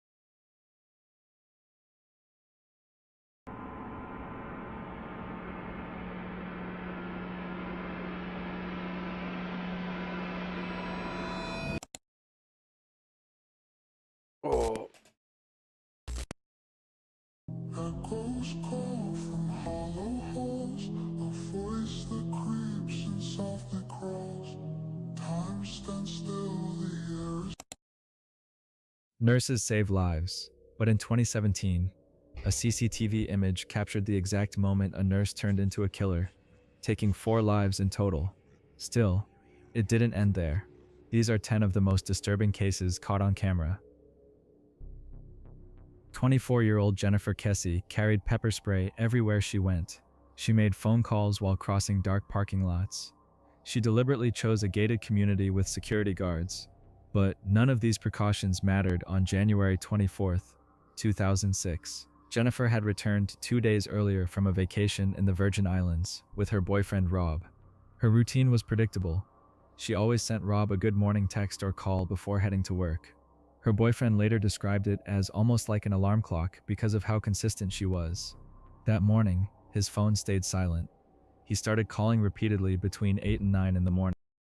Yeah, that's the thing, that guys. When you got somebody that's that consistently saying, "Hey, how are you?" and all that and so forth, at a certain time, and then suddenly you don't get it. Yeah, that is kind of worrying. Every call went straight to voicemail. By mid-morning, Jennifer's employer contacted her parents. Their daughter had not come to work, completely out of character for someone who had just received a major promotion. Her parents contacted the building manager at the Mosaic at Millennia Condominiums and asked him to check her apartment. The door was locked from the outside. Jennifer Kessie's parents asked the condominium manager to use a spare key to access her residence. The manager reported that everything appeared to be in order inside the condo, but her vehicle was not in her parking space. Her purse, phone, and keys were all missing. Then, a startling realization came to light. Jennifer had concerns about her living situation. The Mosaic was still under construction. Workers moved freely through the complex, some living in empty units. According to the family's private investigator, 10 men were staying in the apartment directly across from Jennifer's. She had told several people these workers made her uncomfortable, directing inappropriate comments at her and other women. Management claimed they could do nothing. 2 days later, police located Jennifer's black 2004 Chevy Malibu at Huntington on the Green, a different condo complex roughly a mile away. A resident recognized the car from news reports. Surveillance cameras captured the vehicle arriving around 1 in the afternoon on January 24th. The person driving was clearly not Jennifer. The driver sat inside for approximately 30 seconds, likely wiping down surfaces. After exiting, the person walked past fence posts. The camera system only captured images every 2 to 3 seconds. The fence posts perfectly obscured the person's face in every single frame. Search dogs traced a scent from the car back to the Mosaic. Witnesses reported seeing her car that morning swerving out of the parking lot like she was fighting to control it. The vehicle yielded almost nothing forensically. DNA results came back inconclusive. No blood was found. Investigators noticed an unusual pattern in the dust on the hood, possibly indicating a struggle. A woman later identified the figure as someone named Chino, a maintenance worker who had done repairs in Jennifer's condo before her vacation. He was in jail on statutory charges when investigators found him. He denied involvement, passed a polygraph test, and maintained his innocence. However, Chino stood 5'9", significantly taller than the figure captured on camera. In 2018, Jennifer's parents sued the Orlando Police Department and won access to 16,000 pages of documents. They discovered something overlooked. Shortly after Jennifer's disappearance, a witness reported seeing someone dump a 6 to 8 foot rolled carpet into a lake near the Mosaic. The workers across from Jennifer's were installing carpet the day she vanished. A dive team searched the lake in November 2019, but found nothing. Jennifer's father stood in court in 2016 when a judge declared his daughter legally dead. He described it as the hardest thing he had ever done in his life. The case remains open. Before we continue, I just want to say Jeepers. That was mental. If we start with that, then how bad is this going to get, Nick? thank you. Nightmare Feelings crossed over 187,000 subscribers. I was thinking that just now, guys. I was like, what's the name of this channel again?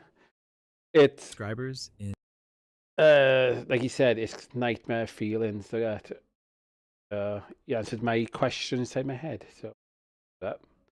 So yeah, guys. I mean, so far I'm enjoying this video. If you are too as well. Also, while we're here,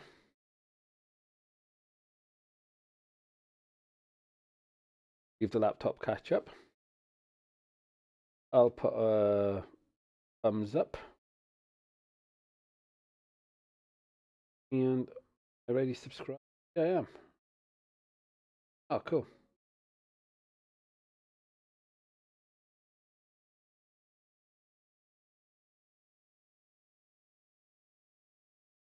Now let's do this. in 2025, and that's all because of you. Every single view, like, and share means the world to me. From the bottom of my heart, thank you. This year, we're setting our sights on 250,000 before April 2026. So if you enjoy these videos and haven't subscribed yet, now's the perfect time. Hit that button. Oh yeah, that's the thing, guys. I mean, I need to set a goal as well. My goal this year is for everyone to join me on arresting Swansea authorities. Right? Let's all of us start arresting people in authorities. Join the community. Let's grow this together. Now back to the video. Michael DiPolito met Dahlia on an online dating site and fell hard for her. Within months, he divorced his wife and married Dahlia. What happened next would become one of the most watched police stings in internet history. Within 6 months, she was able to take all of Michael DiPolito's money and even get his home deeded over to her. The total transferred was $240,000. But having everything apparently was not enough. Court records show Dahlia approached her ex-boyfriend Mohammed Shahadi for help. She needed someone who could terminate her husband. Mohammed was a part-time actor and convenience store owner. When she asked if he could find someone to get the job done, he realized he was dealing with someone potentially dangerous. He went straight to the Boynton Beach Police Department. Detectives equipped Mohammed with a wire and a pinhole camera hidden in his car. They sent him to meet Dahlia with a story about finding a hitman. The undercover recording captured her response. Mohammed told her the gunman needed money up front. She left the car briefly. See, I mean, guys, I mean, you see all these blokes, I mean, like, oh, she's beautiful, she's this, she's lovely, and all of that. Well, in her head, she'd be thinking, I'm going to shoot you, I'm going to kill you, I'm going to do this, I'm going to do that. She could be thinking that. I'm going to have you chopped, diced, sliced, and with a bit of spice. You know what I mean? But anyway. When she returned, police called Mohammed on speakerphone while he remained in the vehicle. Investigators had her verbally soliciting murder and handing over cash. But they pushed further. They sent undercover officer Y.D. Jean, posing as the hitman, to finalize arrangements. Dahlia even offered a bonus if Michael was shot in public, while withdrawing $10,000 from the bank. She was essentially telling the hitman to help himself to the cash after killing her husband. The officer had a different plan. He wanted access to the house. Dahlia hesitated, concerned about letting a stranger inside, but she agreed. Before leaving that morning, she packed $80,000 worth of jewelry into her bag and headed to the gym. Meanwhile, police had to inform Michael. He was home recovering from liposuction surgery. He was in utter disbelief, but still he complied. Police staged a complete crime scene outside the house as if Michael was already dead. They even invited a crew from the television show Cops to document everything. An officer called Dahlia. It was a lure to get her back home. Everything sounded natural. Dahlia arrived within minutes. Her reaction was dramatic, but not for long. As her concern shifted, she worried more about her dogs than her supposedly dead husband. Dahlia was later brought into the police for some interrogation. It was there she was hit with the truth. Yet, in all of it, she maintained her innocence. In fact, it became her mantra. At trial, Dahlia claimed the entire incident was staged for a reality television show. She insisted she, Mohammed, and even Michael were creating content to pitch to producers. Michael testified directly about this claim. When asked if he ever tried out for a reality show, he said no. Did he have aspirations to be on one? No. Did he write a script? No. The jury convicted her, and she received 20 years. But her attorneys appealed, arguing the viral video may have prejudiced jurors. A judge granted a new trial. She was convicted again, this time receiving 16 years. On August 28, 2003, 46-year-old Brian Wells walked into a PNC bank on Peach Street in Erie, Pennsylvania, with a bomb locked around his neck. Security cameras captured everything. Earlier that day, a call came into Mamma Mia's Pizza during lunch rush. The owner couldn't understand the caller, so he handed the phone to Brian. The order was 2 large sausage and pepperoni pizzas delivered to Peach Street. Brian left and didn't return. 2 hours later, he appeared on news broadcasts. Surveillance footage showed him inside the bank, unusually. Yeah, I mean, me just think about the earlier one with that female. Yeah, I mean, you see a lot of these toxic feminists out there. Oh, men are evil, men do all of this, men do all of that, and yet we just had a female be an absolute evil piece of shit. You know? Calm despite the metal collar device around his neck. Witnesses said he enjoyed a lollipop during the robbery and swung his shotgun cane around like Charlie Chaplin. He demanded $250,000, but left with only $8,702. 15 minutes later, in an Eyeglass World parking lot, he was found by police handcuffed. The device around his neck was beeping. A bomb squad was called. Brian pleaded for help, insisting he was a victim. He told officers that 4 men strapped the collar bomb to him at gunpoint near a transmission tower. They gave him instructions for a bank robbery and a scavenger hunt. If he wanted the bomb removed, he had to follow their clues. 3 minutes before the bomb squad arrived, the device detonated. Brian died instantly. Inside his car, police found a letter detailing the scavenger hunt. Police later followed the complete instructions and determined something critical. It was not humanly possible to finish in the allotted time. The collar was programmed to explode after 55 minutes. There was never a remote detonator. The investigation led to Marjorie Dial Armstrong.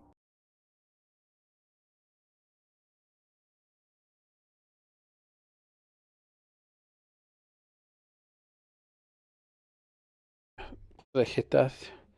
Yeah, I mean, we know there are movies out there with that. I mean, with the shot collar and all of that and so forth, and you know what I mean, and bomb explosive collars and all that. But to actually see one in a report that was in the news and stuff like that, damn. A woman with a disturbing pattern. In the 80s, she was charged with murdering her boyfriend Robert Thomas, but acquitted after claiming self-defense despite shooting him 6 times. Her husband Richard Armstrong died from what officials called a cerebral hemorrhage after allegedly hitting his head on a coffee table. Less than a month after Brian's death, Bill Rothstein called police to report a dead man in his freezer. The dead man was James Roden, Marjorie's latest partner. According to Bill, Marjorie murdered James in a dispute over money, then paid him $2,000 to help dispose of the body. Several months later, imprisoned Marjorie told officers she knew details about the pizza bomb heist. She admitted providing the egg timers used on the bomb, but named Bill Rothstein as the mastermind. Bill had died of cancer in 2004, conveniently unable to dispute her claims. Bill was a handyman who could build anything. He called Mamma Mia's and ordered the pizza delivery. His roommate Floyd Stockton Jr. allegedly put the collar on Brian. Kenneth Barnes, a drug dealer and TV repairman, filled in more details. He claimed the 3 discussed illegal money-making schemes. Marjorie suggested Kenneth kill her father, so she could collect inheritance money. When Kenneth demanded payment upfront and Marjorie had no money, she proposed robbing a bank without setting foot inside. In 2010, Marjorie was convicted and received life plus 30 years. She died in 2017 of breast cancer. Kenneth received 22 years in exchange for testimony and died of cancer in 2019. The truth died with them. Whether Brian was a willing participant or an innocent victim remains unknown. But one fact is certain: he was never going to survive. The scavenger hunt was impossible to complete in time. 21-year-old Lily James spent the morning of October 25, 2023 with her parents in Sanssouci, New South Wales, before leaving for her coaching shift at St. Andrew's Cathedral School. She never came home. Lily was a water polo coach at the prestigious private school. She had graduated from the University of Technology Sydney with a sports business degree and loved working with students. 5 weeks earlier, she had started a casual relationship with Paul Thyssen, a 22-year-old colleague who worked as a cricket and hockey coach. According to Lily's friends, she wanted nothing serious. After 5 weeks, Lily ended things. Rumors suggested Paul may have been controlling. On the surface, Paul appeared to accept the breakup, but days later, Lily vanished. When her parents couldn't reach her, they filed a missing person report. Hours later, police received an anonymous call directing them to the school gymnasium bathroom. Simultaneously, Jamie, her father, received a text from Lily's phone. "Come to school, trouble." Jamie immediately recognized something was wrong. The message was vague and not how Lily normally communicated. He drove to the school and found police cars and crime scene tape everywhere. This was how police described the scene when they got there. And the actual scene itself was quite confronting for the police who turned up. Inside the gymnasium bathroom, investigators had discovered a woman's body with severe facial injuries. She had been badly beaten. A family friend identified the victim as Lily James. CCTV footage from the school captured Lily's final moments. At around 7 in the evening on October 25th, cameras showed Lily walking toward the gymnasium bathroom. Shortly after, a man followed her inside. An hour passed. Then the man emerged alone. Lily never came out. Investigators identified the man as Paul Thyssen. Police tracked Paul through additional surveillance footage. At 8:47 in the evening, cameras captured Paul parking a rental Lexus near Diamond Bay Reserve. At 9:04, he exited carrying a bag. 8 minutes later, he returned empty-handed and sat in the car until 9:49 before driving away. Investigators searched the area and found a trash bin containing a hammer, AirPods, and a backpack. The hammer was the murder weapon. Detectives discovered Paul had purchased the hammer from a hardware store days after Lily broke up with him. He had also rented the Lexus specifically to drive to work on October 25th. Despite already owning a car, Paul's Lexus was recovered at a nearby parking lot, but Paul remained missing. On October 28th at around 1 in the morning, construction workers spotted something in the water near the Gap, a location infamous in Sydney. The Gap is just 5 minutes from Diamond Bay Reserve. Recovery operations began at 9 in the morning. Strong winds and rough waves complicated retrieval. By noon, using jet skis, authorities recovered a body. Dental records confirmed it was Paul Thyssen. Police believe Paul arrived at the Gap around 10 in the evening on October 25th. He contacted police around 11 to report what he had done, then jumped to his death. An ex-girlfriend later came forward with disturbing information. She described Paul as obsessive and controlling. When she tried breaking up with him, Paul punched a tree in rage. When she asked why, he responded, "Because I can't punch the one thing that I want to." He later stalked her and was caught peering through her windows until her father chased him away. Jamie refuses to say Paul's name, calling him only an evil monster. Lily's funeral was held on November 17th, 2023, attended by hundreds wearing bright floral clothes to symbolize her vibrant spirit. Lily's parents now advocate for better relationship safety awareness. Peta, recently diagnosed with melanoma in both lungs, faces uncertainty about her own. Do you know, guys, I checked my email and stuff like that, but there's no response from Housing Options and all of that.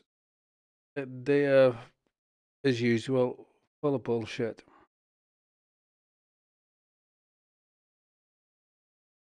Yet again, they are nothing but bullshitters.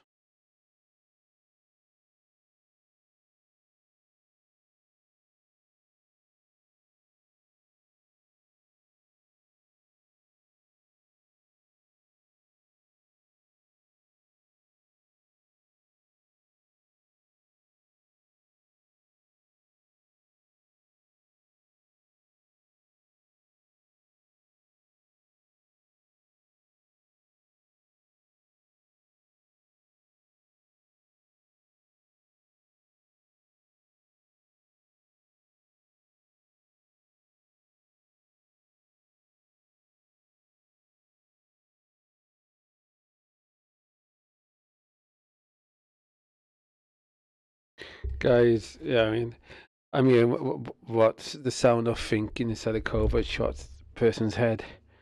Anyway, Future while grieving her daughter. The family lives with the pain of knowing Lily lost her life because of one person's fragile ego and emotional instability. On the evening of July 13th, 2019, security cameras at a Fort Nelson gas station in British Columbia captured 23-year-old Lucas Fowler and his girlfriend China Deese.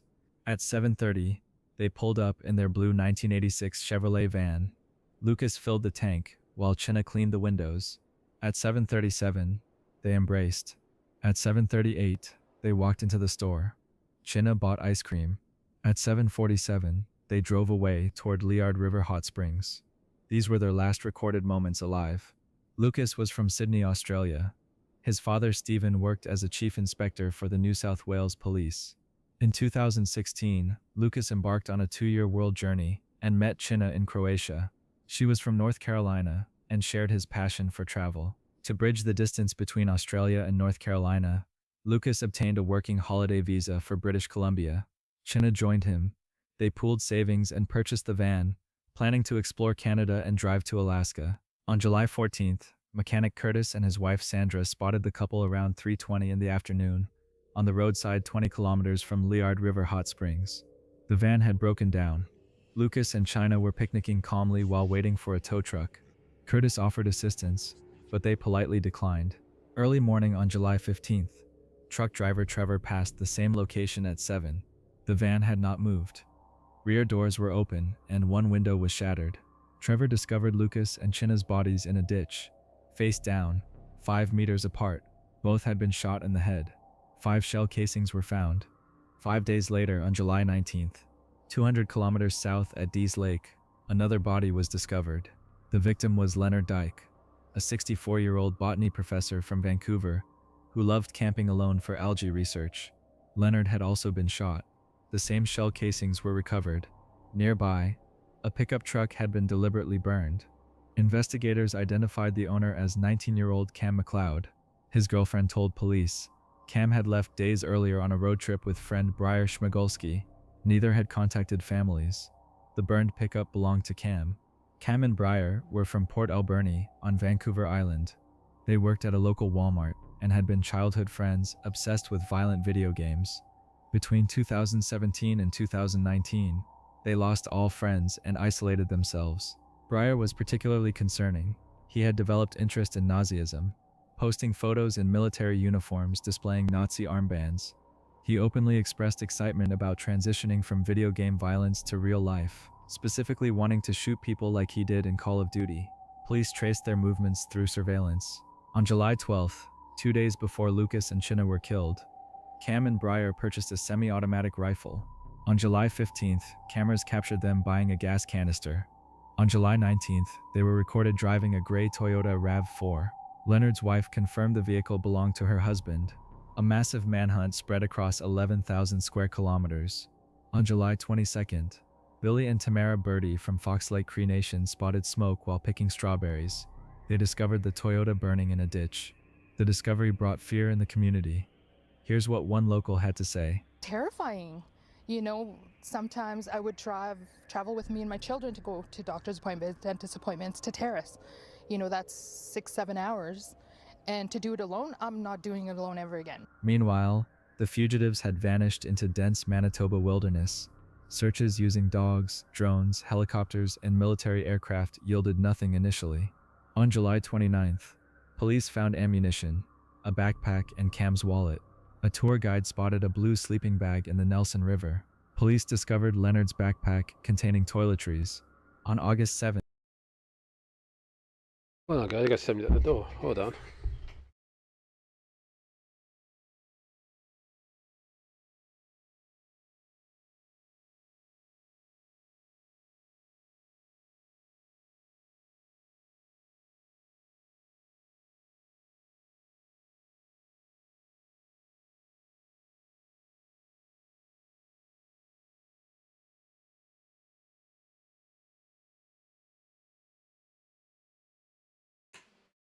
Somebody just knocked my door.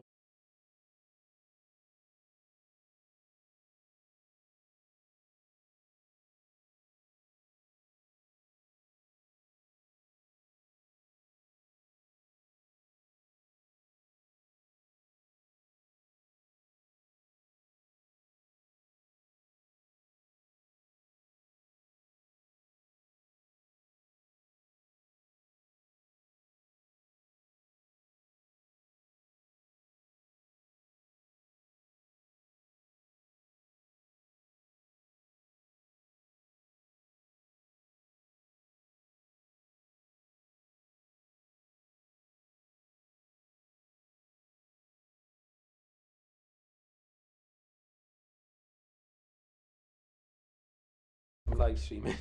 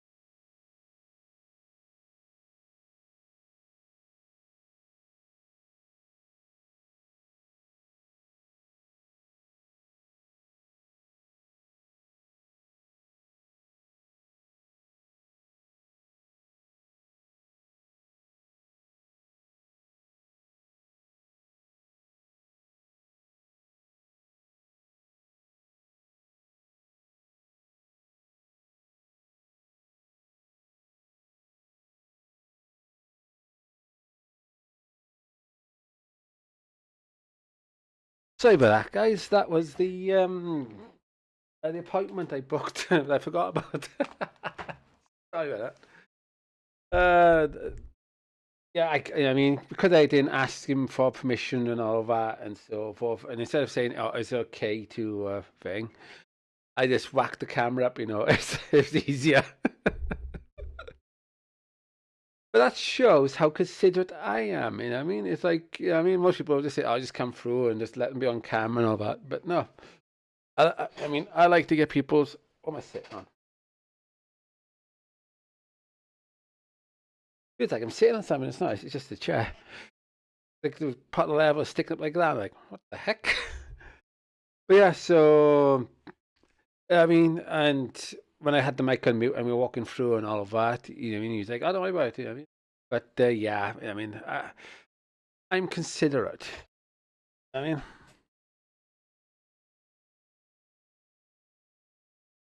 hmm if it was the police, yeah, the camera stays down, just in case. I mean, but I've known him quite a few, I mean, I've known him for a while now. He comes and does the thing on a regular. But yeah,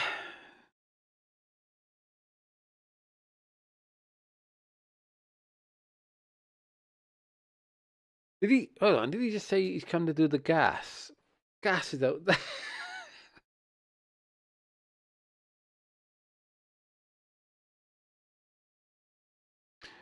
Because I know he's out for the gas and electric. Are you done the gas beforehand, and then and he's doing electric?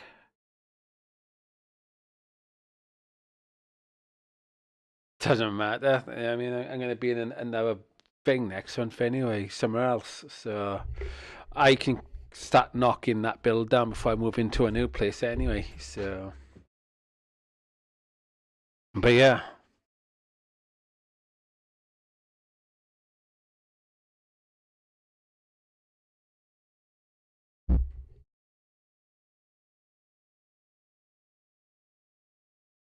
And I got my own stove cooker as well. I got all that sort of stuff as well. So, but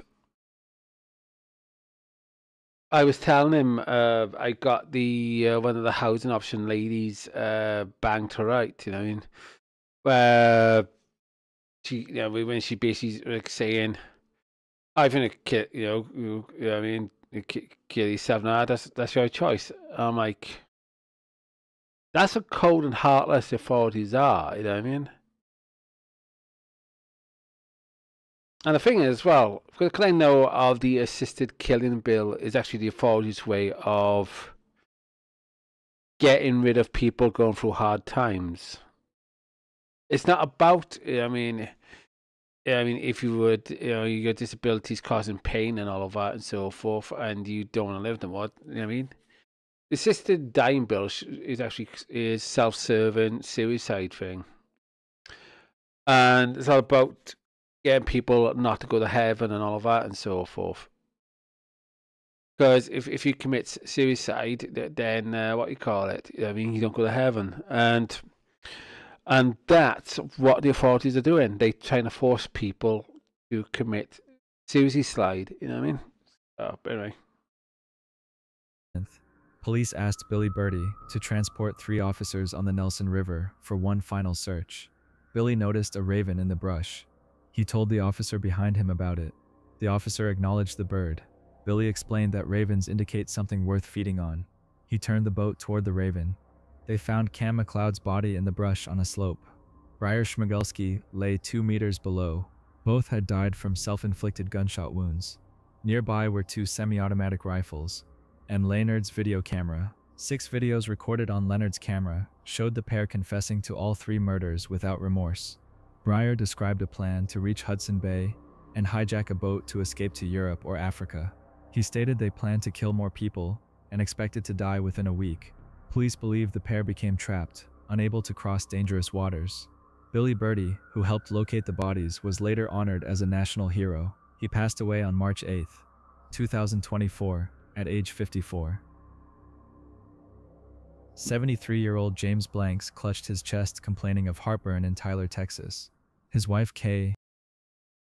That's why I'm into symbolism and stuff like that. And when he mentioned about the raven stuff and all that, that's why symbology and everything else is very important. Insisted he see a doctor. At Christus Mother Frances Hospital, doctors determined James needed cardiovascular surgery. The surgery went well. Through the night, James recovered until he suffered an unexplained stroke. A nurse informed Kay that James did not make it. 7 months later, 68-year-old Ronald Clark underwent cardiovascular surgery at the same hospital. The procedure went well, but another unexplained neurological event occurred. Ronald passed away. Again, 47-year-old Christopher Greenaway came for routine coronary bypass surgery. After surgery, he recovered well. The nurse took a lunch break. When she returned, code blue rang out. A CT scan showed air in his brain. Air bubbles in an artery can travel to the brain and cause a stroke. Christopher died 2 days later. This was the 3rd similar death in 8 months. Hospital staff installed cameras. The events continued. In January 2018, 58-year-old Joseph Kalina was admitted for emergency heart surgery. During night shift, alarms went off. An MRI showed massive strokes. Hospital executives checked surveillance footage. 5 minutes before Joseph's alarm, a nurse walked into the room briefly, then stood at the staff station. The nurse was Will Davis. Footage showed Will walking from a supply room with a syringe visible. Less than 2 minutes later, Joseph had his event.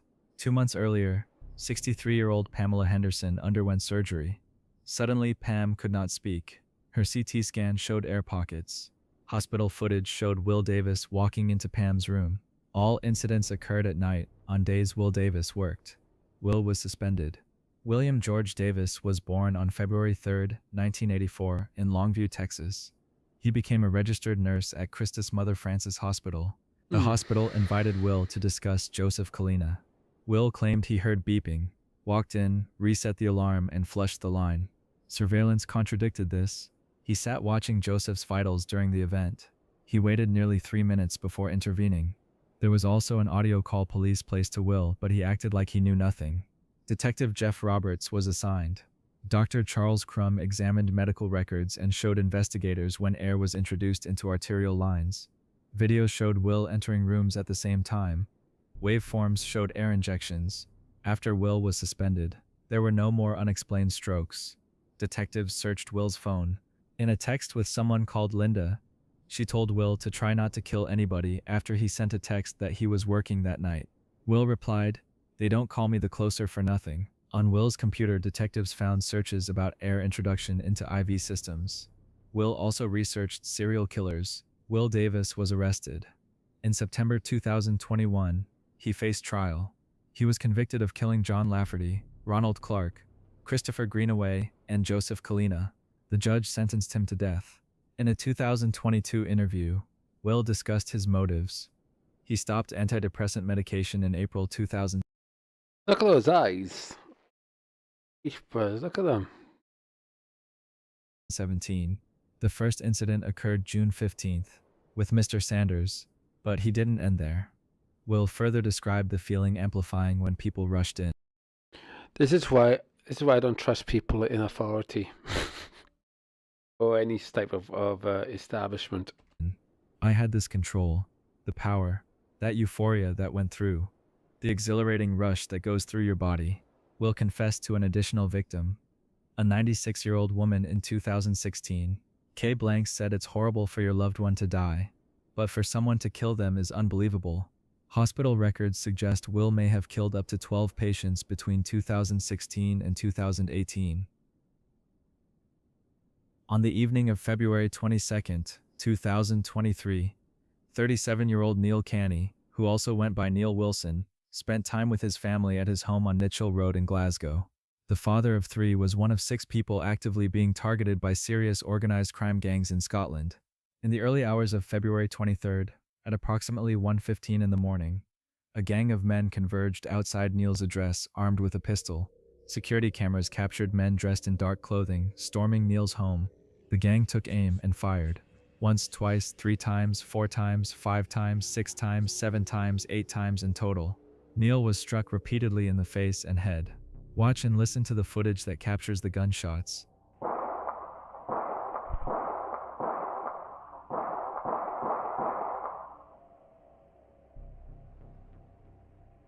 By the time police and the Scotland Ambulance Service arrived, Neil was gravely injured. He was rushed to Queen Elizabeth University Hospital, but was declared dead soon after. 7 individuals were arrested in connection with the murder. Kieran Marin, Jack Benson, Brendan Ballock, Kieran Hendry, Michael Munro, Dale Russell, and Martin McCusker were said to have acted as part of a dangerous gang, hell-bent on killing multiple people to fuel their own greed and take over Glasgow through organized crime operations involving drug supply. Police investigations revealed the gang had also targeted other individuals, including a young mother. Police believe the gang dispersed quickly after the shooting. The trigger men climbed onto an electric scooter and made a rapid escape from the Nitchell estate. Surveillance footage proved crucial in identifying suspects and tracking their movements. The 7 men are due to stand trial in June, where they will contest the murder charge. Multiple attempted murders totaling 6 counts, possession of Class A substances with intent to supply, and being part of a serious organized crime gang. There are roughly 14 serious charges in total. None of the 7 men entered a plea when they attended court.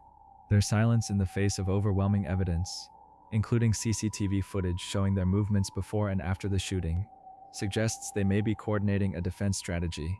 The case represents a significant escalation in organized crime violence in Glasgow. Executing someone at their home in front of potential family members crosses a line that even hardened criminals typically avoid. These are the words of a family member of the late James Scurlock. The reason for those heartbreaking words was because of what happened on May 30th, 2020. 22-year-old James Scurlock joined thousands flooding downtown Omaha to protest George Floyd's death. Around 11 in the evening, Scurlock and other protesters gathered in the Old Market area near 12th and Harney Street. However, earlier that evening, protesters vandalized buildings, including smashing windows. Video footage shows white demonstrators breaking windows at the Hive Bar, owned by 38-year-old Jake Gardner, at least 30 minutes before the fatal confrontation. Gardner, an ex-Marine, had an expired concealed carry permit. Witness Michael Fuller watched events unfold. He saw Gardner's elderly father approach a group of young people and push one of them. An unidentified man pushed Gardner's father back to the ground. The older man quickly rose. Fuller then noticed Jake Gardner walk up to 2 young black men and accuse them of pushing his father and smashing his bar windows. Fuller knew from witnessing the vandalism that it had been done at least 30 minutes earlier by white demonstrators. Fuller told investigators he thought it was weird. Gardner went up to those 2, noting Gardner passed by at least half a dozen other mostly white people before confronting the 2 black men. One of the men Gardner confronted was James Scurlock. Fuller positioned himself between Gardner and the two young men, trying to defuse mounting tensions. Video footage captured Gardner lifting his shirt to reveal a handgun tucked in his waistband. A verbal altercation erupted. Gardner positioned himself in the midst of protesters, withdrew the handgun, and held it at his side. 19-year-old Elena Melendez saw the weapon. She later explained, "As soon as I hear there's a gun, I run over. I grabbed him from behind and pulled him to the ground, and as soon as I pulled him to the ground, people gathered around us, and he had his hand positioned in a way and just shot." Gardner fired 2 shots into the air, which he later described to police as warning shots. His 2 attackers fled. Surveillance footage then shows Scurlock leaping from the curb onto Gardner's back as he was getting up with the weapon. After both struggled for around 20 seconds, Gardner fired a 3rd shot over his own shoulder, striking Scurlock in his clavicle. Scurlock was taken to Nebraska Medicine where he died. Gardner was held in police custody while an investigation was conducted. Within 36 hours, Douglas County Attorney Don Klein announced that criminal charges would not be filed. Klein determined Gardner acted in self-defense. Klein stated, "Mr. Gardner, as we know now, has said, I did what I did to defend myself, and we find that we can't disprove that from evidence we have." Gardner was released without being booked into jail. The decision sparked immediate backlash and fueled more protests, including outside Klein's house. Scurlock's family attorney Justin Wayne argued the decision was a rush to judgment. Under pressure from community leaders, Klein agreed to call for a grand jury, while maintaining he believed he made the right decision. Activists formed the Justice for James movement. Lead organizer Jackeen Fox started daily protests outside Klein's West Omaha neighborhood for 36 straight days, symbolizing the quick 36 hours between Scurlock's death and Klein's no-charge decision. Special prosecutor Frederick Franklin was appointed and a grand jury convened. After reviewing new evidence including Gardner's Facebook messages and cell phone content, the grand jury returned an indictment on September 15, 2020. Franklin stated that evidence comes primarily from Jake Gardner himself. Gardner faced charges of manslaughter, use of a deadly weapon to commit a felony, attempted first-degree assault, and terroristic threats. 4 days later, on September 20th, Gardner was scheduled to return to Omaha to face charges. Instead, he died by suicide outside a medical center in Hillsboro, Oregon, where he had moved after the incident. His attorney Stuart Dorner stated, "The grand jury indictment was a shock to him. He was really shook up." Melendez, who tackled Gardner that night, said she would do it again. "I was not scared to lose my life that night. I was fully indebted to losing my life and fully aware I could have lost my life that night." Scurlock's sister Rajiana expressed the family's ongoing pain. The family continues to demand justice and accountability from Omaha police and city officials. On February 22, 2024, 22-year-old Laken Riley sent a text to her mother at 8:55. "Good morning. About to go for a run if you're free to talk." She left her apartment in workout clothes. Laken was a nursing student at Augusta University's Athens campus who loved running. She had taken every precaution, sharing her location with roommates. At 9:03, Laken called her mother Allison Phillips, but got no answer. She started listening to music. Trail cameras recorded her at 9:05, running with her iPhone in her left hand. She ran out of view at 9:06. At 9:11, Just give you guys a heads up. I think my friend might ask me to jump on. I mean, because she was feeling rough yesterday, she felt a bit out of it and all that. So she might say no, she might say yes, but just give you guys a heads up. Okay, I might have to stop the live stream and ask her. No, she's waiting. Right, she's waiting for a call from a lawyer. Right. Oh, I won't say what that's about. I mean, it's nothing bad. I mean, it's just to do with when you sell a house, share the money out between families, sort of thing. But yeah, well, we'll keep going because I'm enjoying these stories that are going on. Yeah. Laken activated emergency SOS on her iPhone, calling 911. I want to say nightmare feelings. These are absolutely some cracking stories you found. What happened. The call lasted 1 minute and 8 seconds.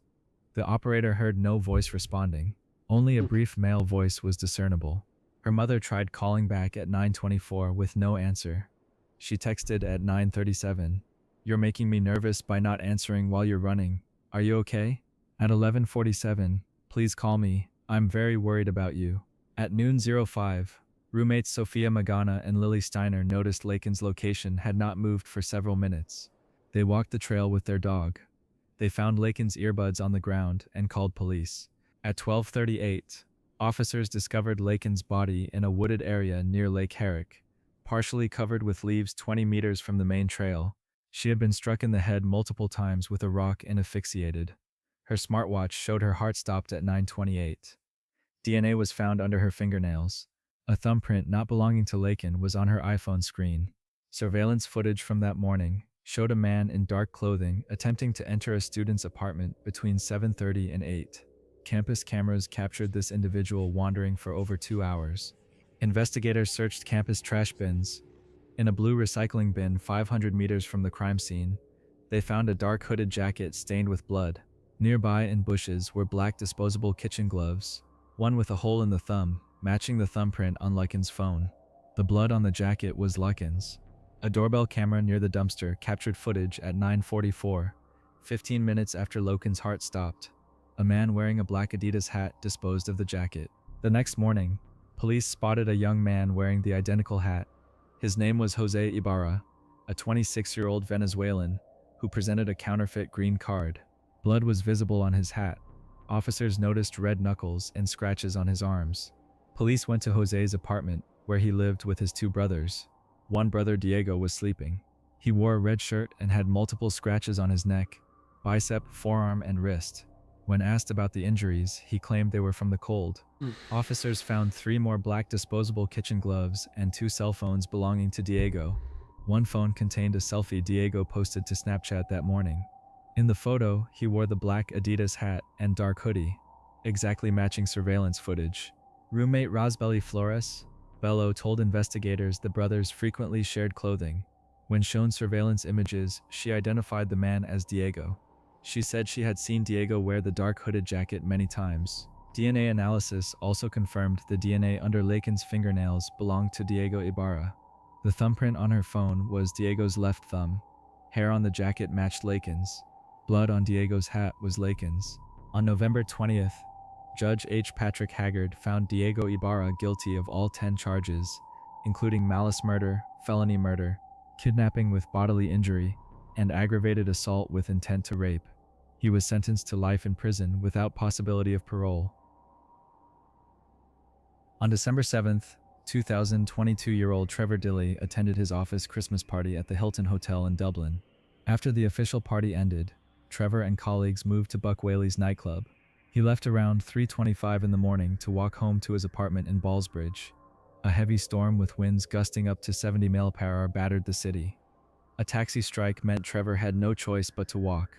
About 10 minutes into his walk, Trevor arrived at his workplace, the Bank of Ireland Asset Management Building.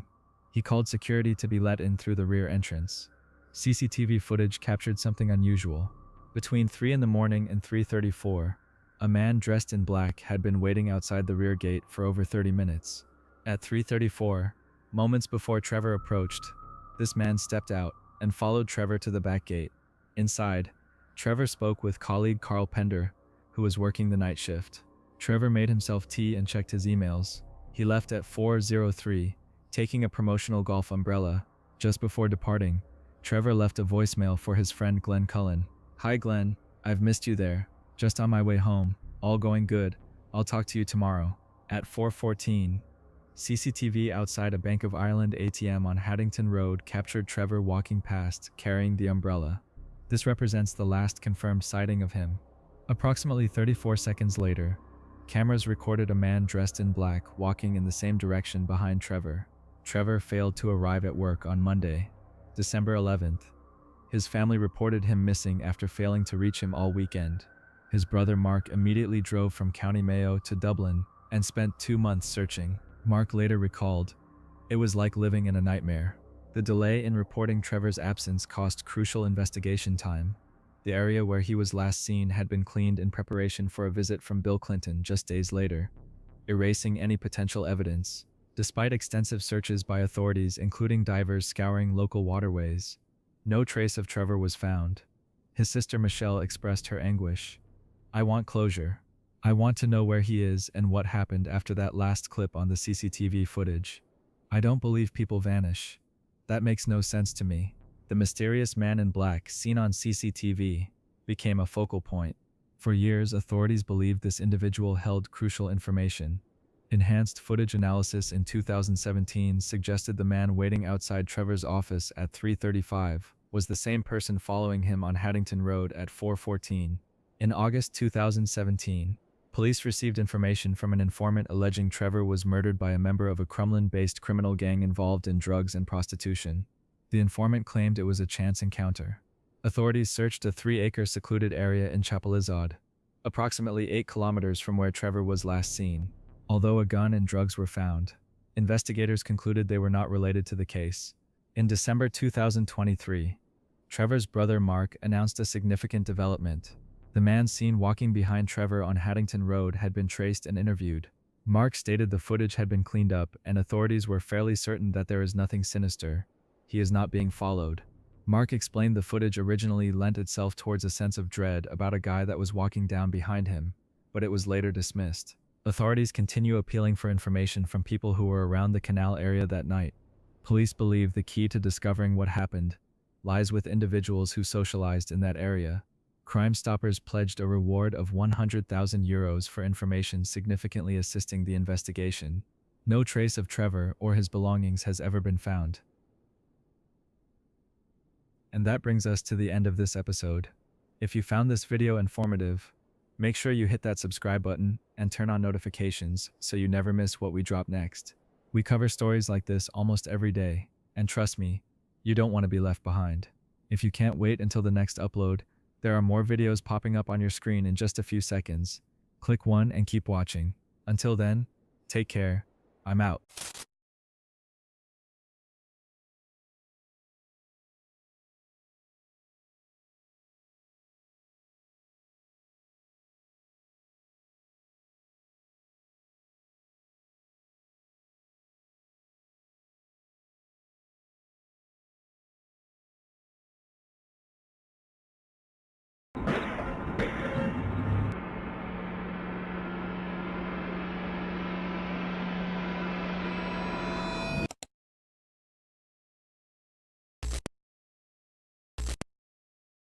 Echoes call from hollow halls, a voice that creeps and softly crawls.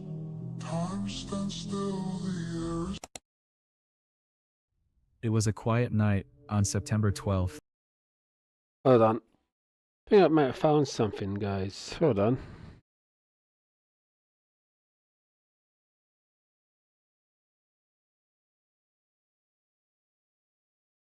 I might have found a place.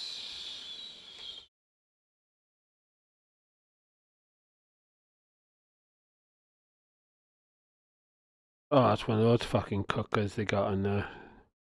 I probably ended up burning the place down. Thought I said it was unfurnished, and yet it's got that cooker.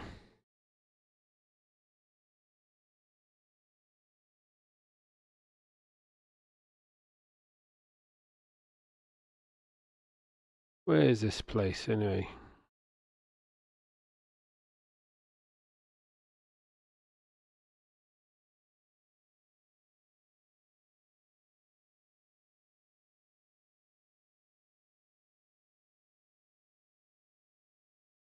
I probably said it was half a mile away. That, from my location. That's not half a mile away from my location.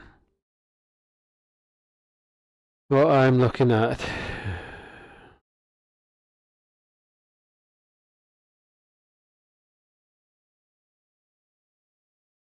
Because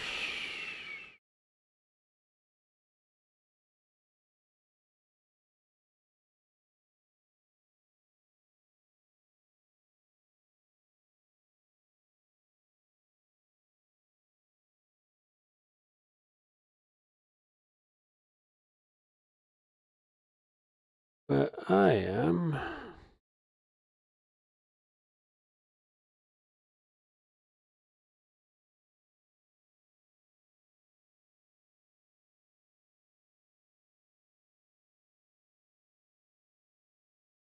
That is really about 3 miles away.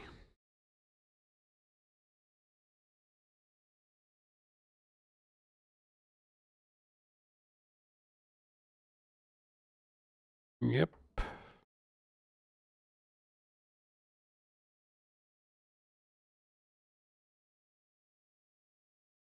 You know, no wonder I mean, I'm not really healing as quick as I want to. It's the distance I've been walking with these bad legs. Damn.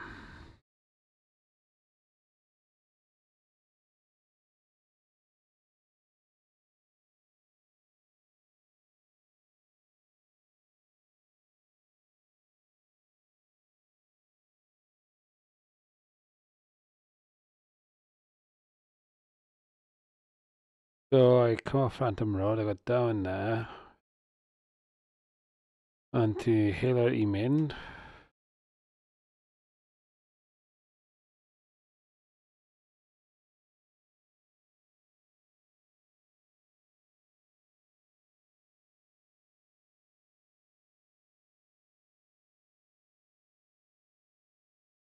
Shit. So hold on.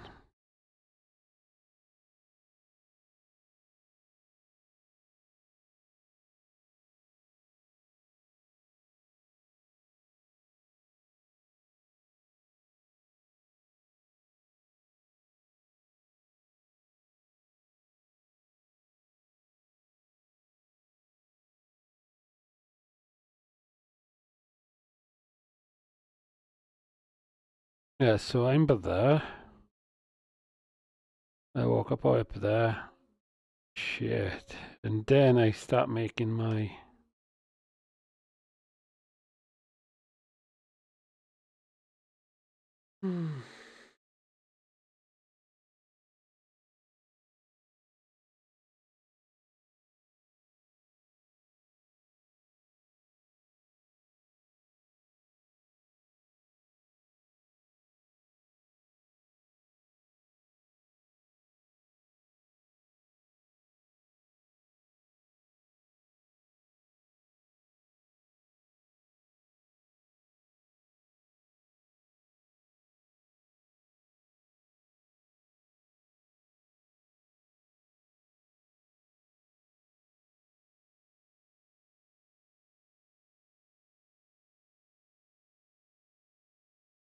But anyway, let's see.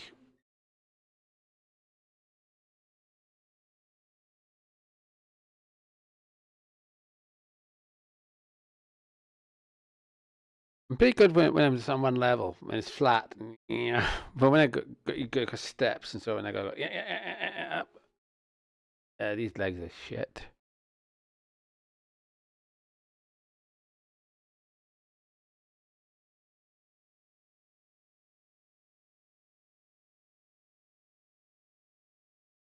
Because I struggle at storage as well. That's why I need to get a place quick, so I'm not dealing with storage and all that as well.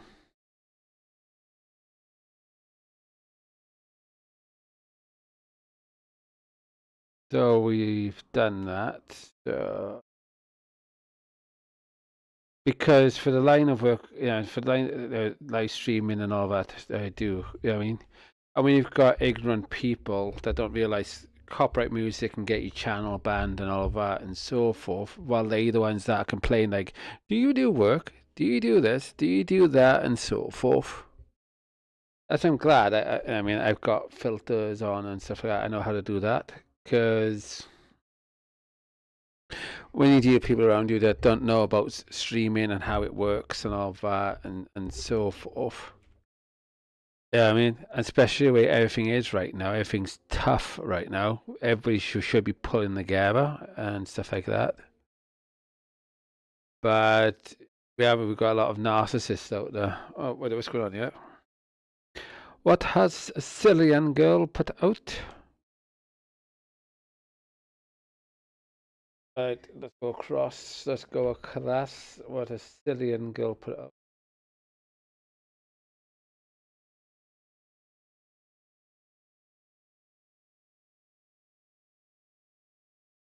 So the 10 minutes ago. Israeli weapons factory was just torched in the Czech Republic. We need people to confirm that, by the way. If you're in the area and so forth, we need to know if that's true or not.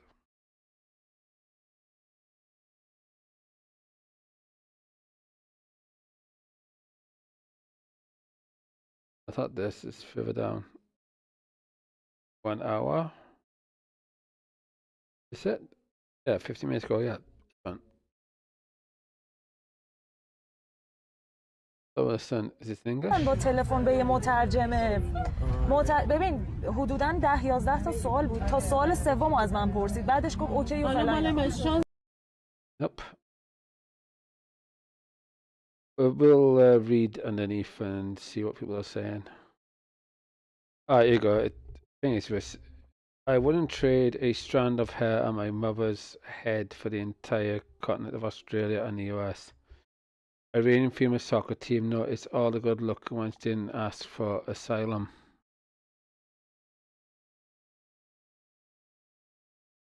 Hmm.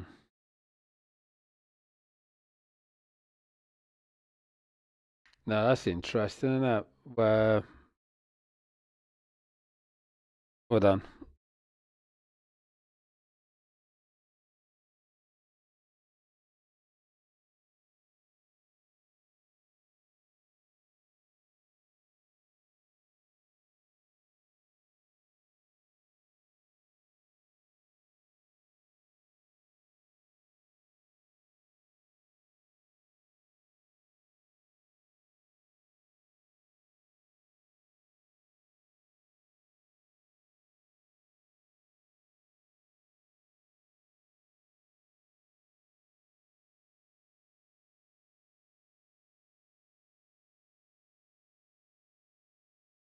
These comments, where were you when in 2002 they beat and killed a woman for showing a little bit of hair? These Mullah Natchez killed 32,000 civilians on January 8th and 9th and raped many women in prison. You know what type of threats they've done on the family and so forth.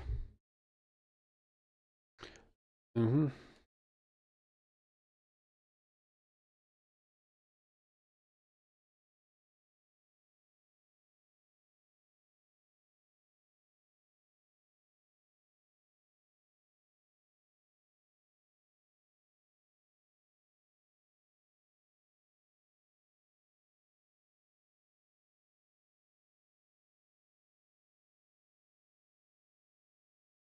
The situation looks exactly like Soviet sports team comes and some are offered asylum, then KGB could take some family hostages, some Kasparov types, and still defect no matter what, etc.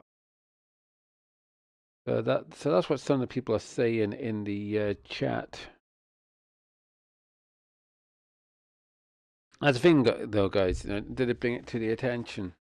I mean, like me, I mean, a lot of what's been happening with me to the foes attention, and they just like, nah, shut off. We're gonna do it our way. Fuck you. And I'm like, hold on, mate. I'm the one who's getting attacked. So you telling me to go fuck myself?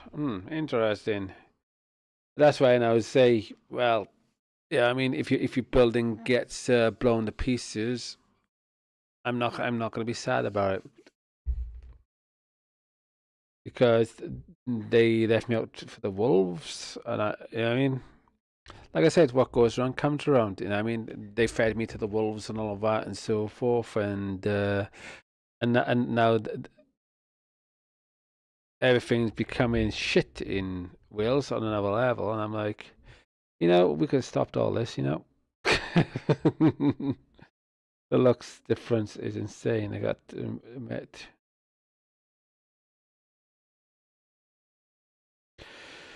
I'm attacking you for misogyny. Please forget about the 160 schoolgirls US killed as opening statement. Israel directive for the war. Okay. I was thinking to myself the same. Easy now, but you did trade.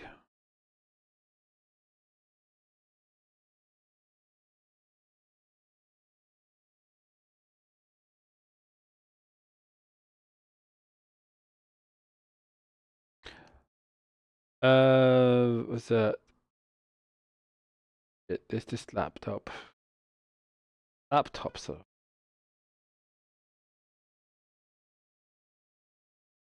What's that? Where'd that come up for?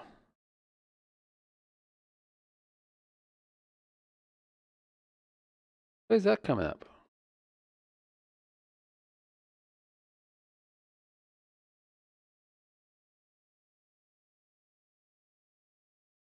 That was weird. Sorry, guys, if you didn't see that. The laptop was doing a weird thing. But anyway. Only 70 children were killed by US missiles using intelligence 10 years out of date. In a war started without congressional authorities after the civilian harm mitigation teams were cut by 90% before the first strike.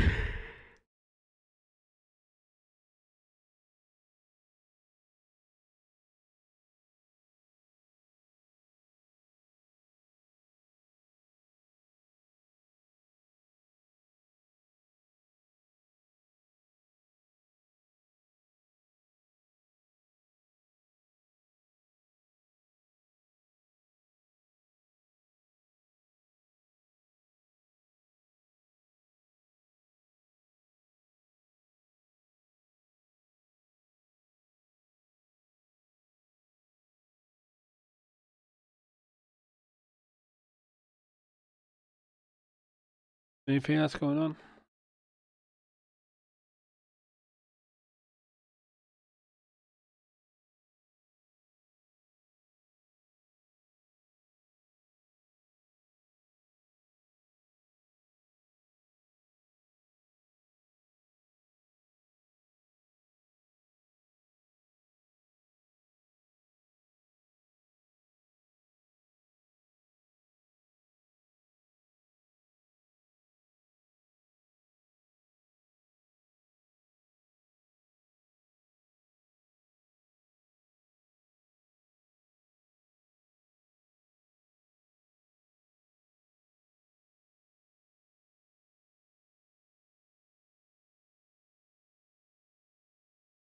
Wait, what?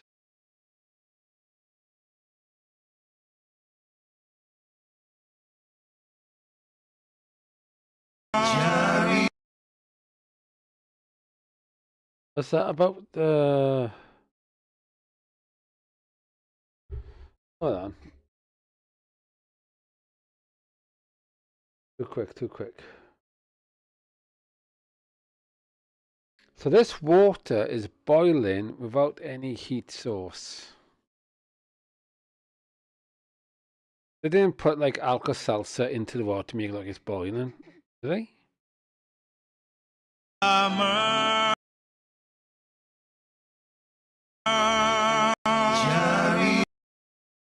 Oh, copyright. Copyright? Hold on.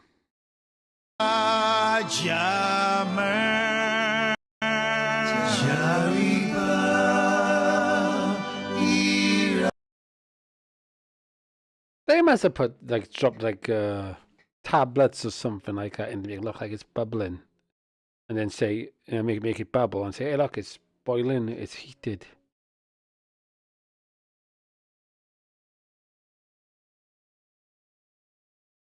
Hmm.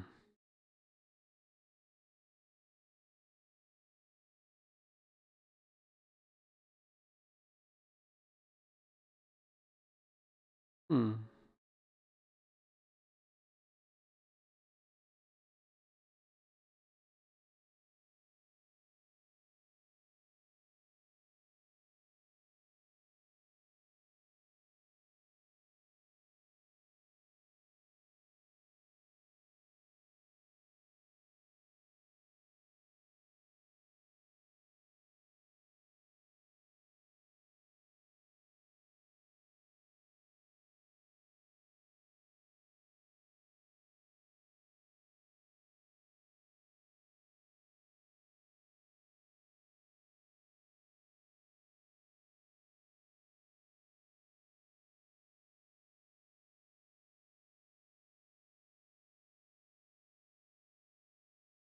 So that was kind of cool.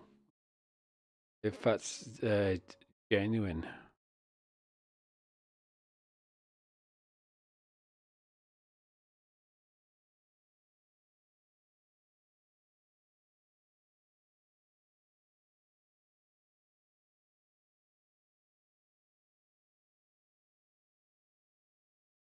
Right, let's see what she's got to say.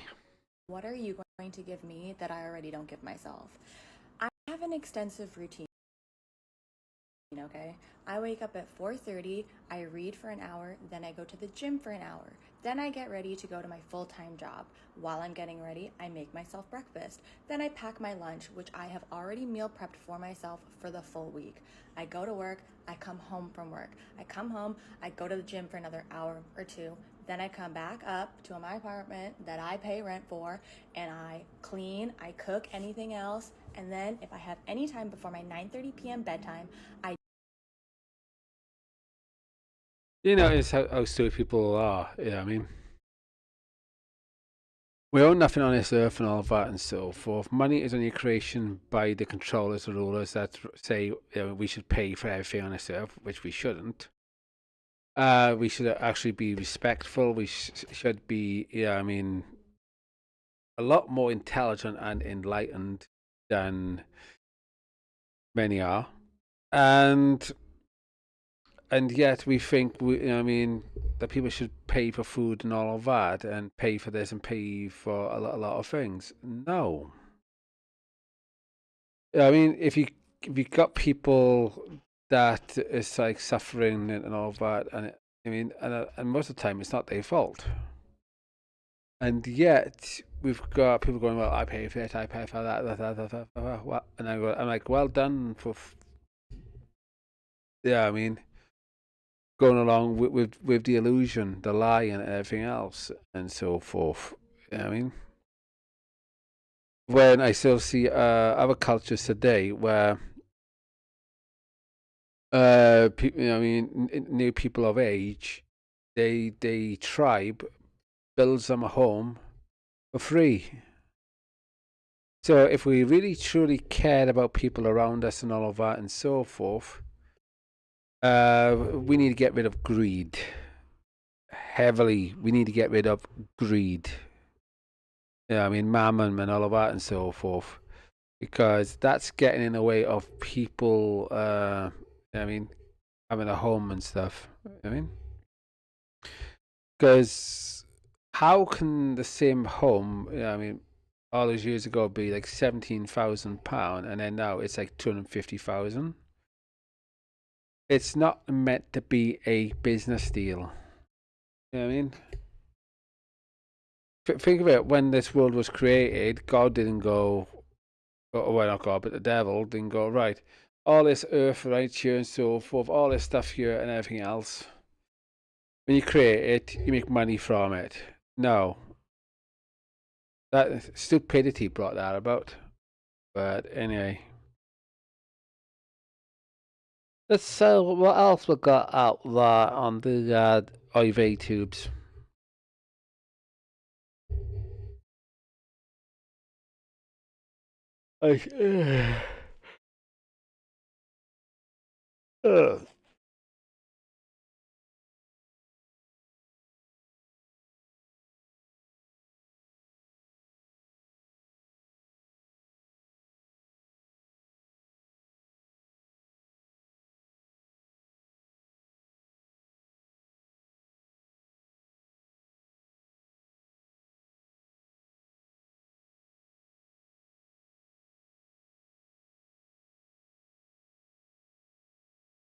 I am not looking into that.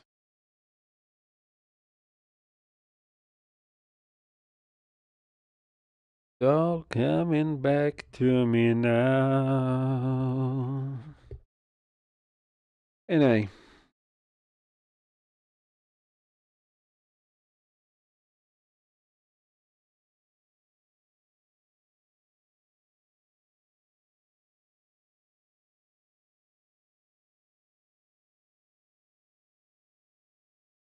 Guys, yeah, I mean, next door is not listening to this show, but they gotta laugh. When Mum was alive and so forth, I never heard this music, right? But since my mum died, I've been playing the music she's playing now, and it's like she's trying to get my attention. maybe yeah, I mean, maybe both of us should get together and just gag. I don't know. But anyway.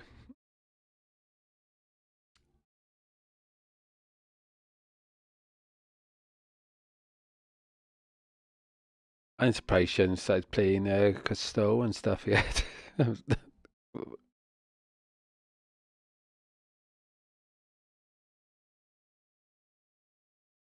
Here's some top 5. I haven't seen your stuff in a while. Let's check you out.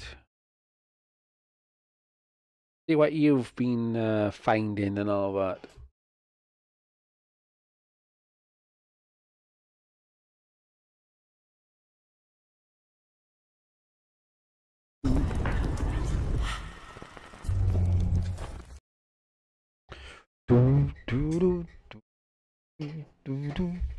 Let's see.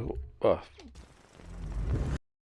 Yeah, guys, if you like any of the clips in this video and all of that and so forth, pop across to BSM top 5 and check her out.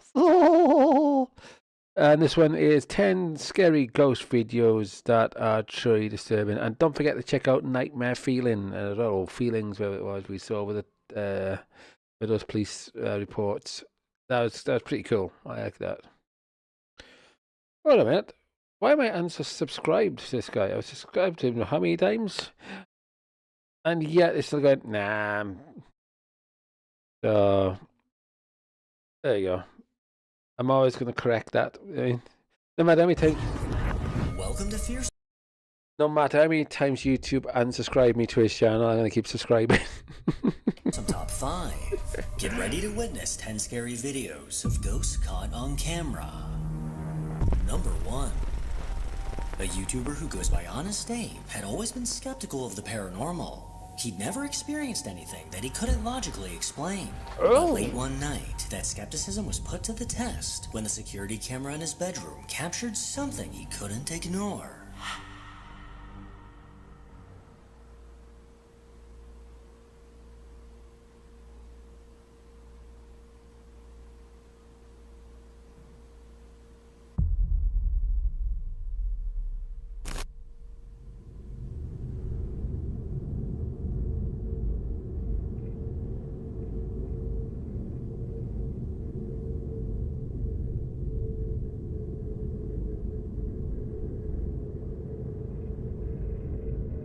In the open doorway, a small dark shape appeared to move back and forth. At moments, it looked like the top of a head slowly going up and down, as if someone or something was crouched out in the hallway. Abe insists that he has no kids and no pets, and when this was recorded, he says the house was completely empty. Since capturing this footage, he can't shake the feeling that he's no longer alone in his own home. Number 2. Late one evening, just after pulling into our driveway. Hold on, guys. I just received an email, right? I need to zoom in on this because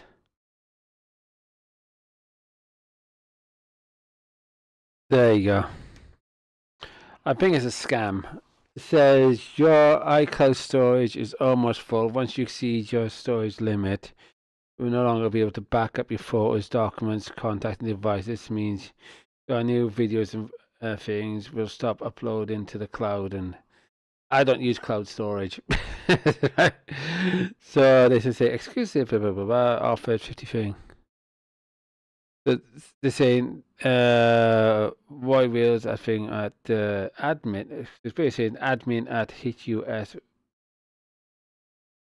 Nah, bullshit. Yeah, I mean, I don't use any of those. They can go and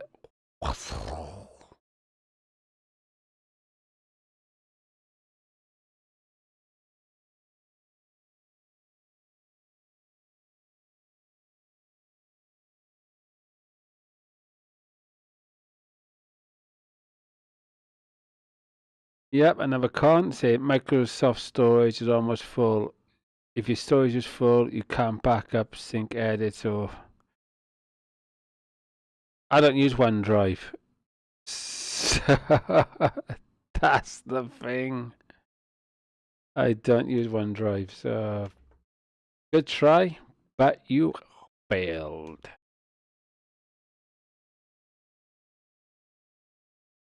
And the thing is, well, why is Microsoft emails end up in junk? You know what I mean? Because Hotmail is Microsoft, so that should have gone straight into my normal inbox. Just saying. A woman named Tammy stepped out of her car and immediately noticed something strange across the street. Something that she couldn't quite make out. The way it moved was incredibly bizarre, like nothing she's ever seen before. And lucky for us, her security camera captured the entire encounter.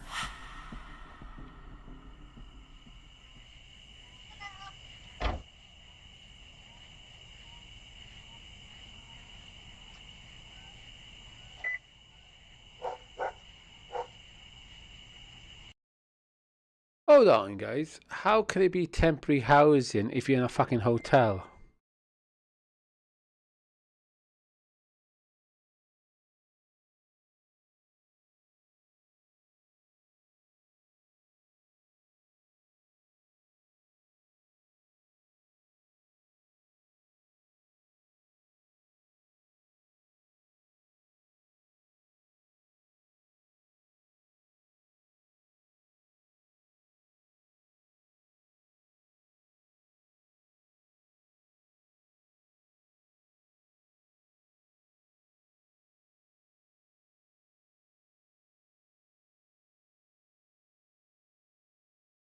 Guys, I don't think housing's going to call, so I'm going to bring my phone this way.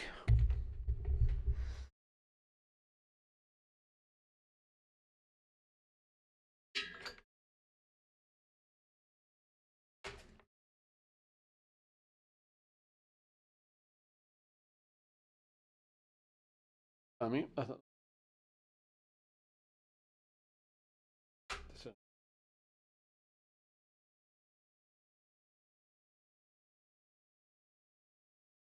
Oh, I thought my arm was bleeding.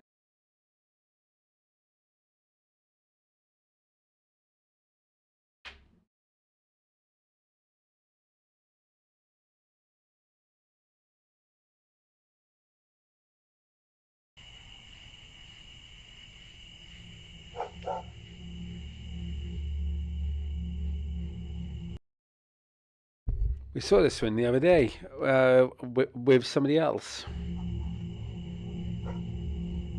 You know, I mean, like the thing with the light on the background, the dog turns into a human and back again.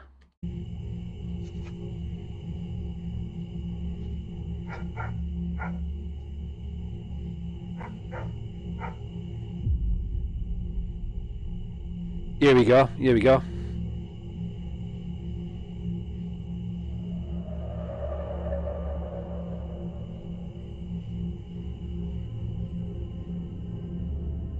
The glow of a light across the street caught her eye, and as she stared closer, she realized the light wasn't just floating, it seemed to be attached to a figure.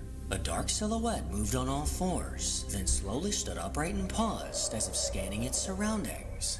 Moments later, it casually walked down the sidewalk, before abruptly dropping back onto all fours and crawling out of view. Tammy still can't explain what she saw that night, but she either had a very close encounter with a strange creature, or one of her neighbors has some very interesting late-night hobbies. Number 3. On TikTok, an account called DocsHouse23 is run by a woman who believes her home may be haunted. She often gets the unsettling feeling that someone or something is there with her. At times, she even catches glimpses of movement out of the corner of her eye. Then one night, her living room camera captured something truly bizarre.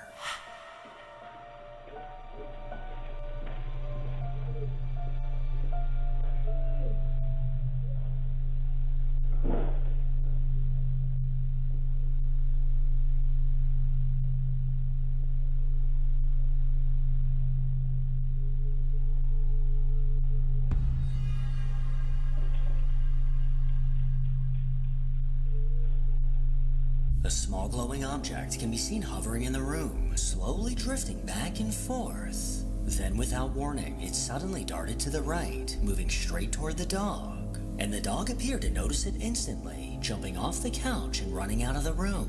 But this faint glowing anomaly was nothing compared to what was captured in her backyard.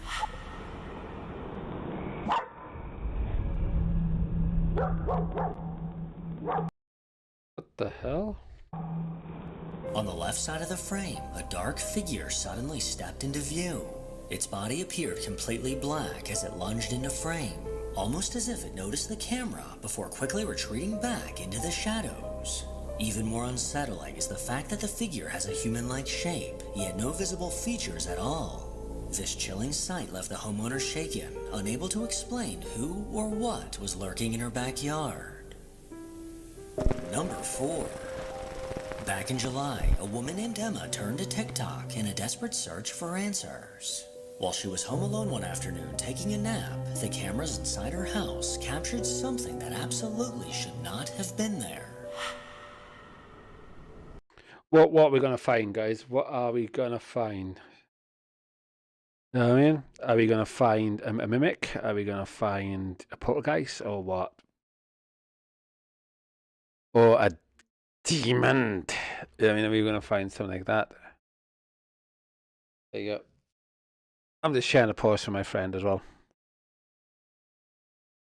So yeah. There we go. That's got posted. Oh, what's this? Nobody should be attacking anybody.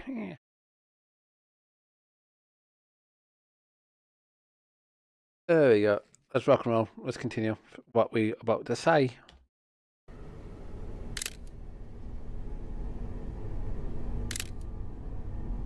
Hello.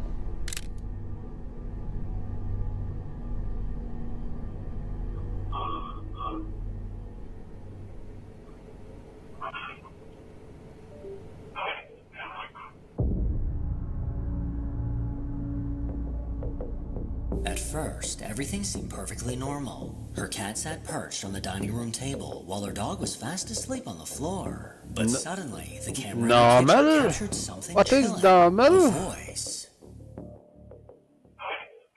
Pop out chat. Get rid of that. Thank you.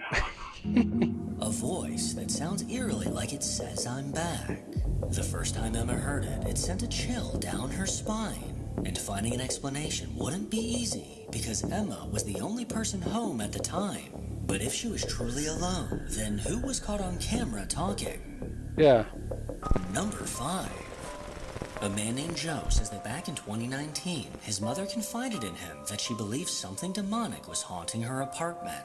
For obvious reasons, he didn't believe her and brushed it off. But that quickly changed when she sent him a video of what she'd been dealing with. For a bit of context, Joe's mom was lying in bed recording toward the kitchen when something truly terrifying suddenly appeared.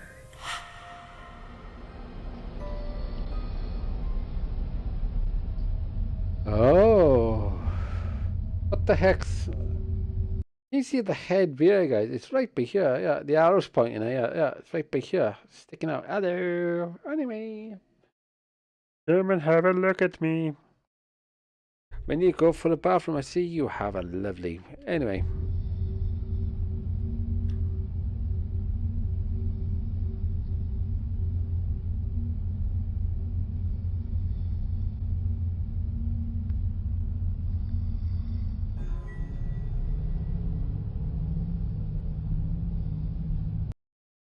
Funny that, and a spirits and next to spirits. We got an alcoholic ghost.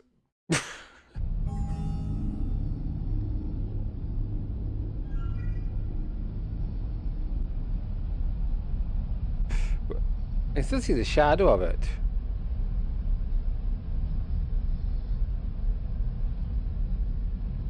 There you go. Come on, pour me a drink. I'm hanging around here for one.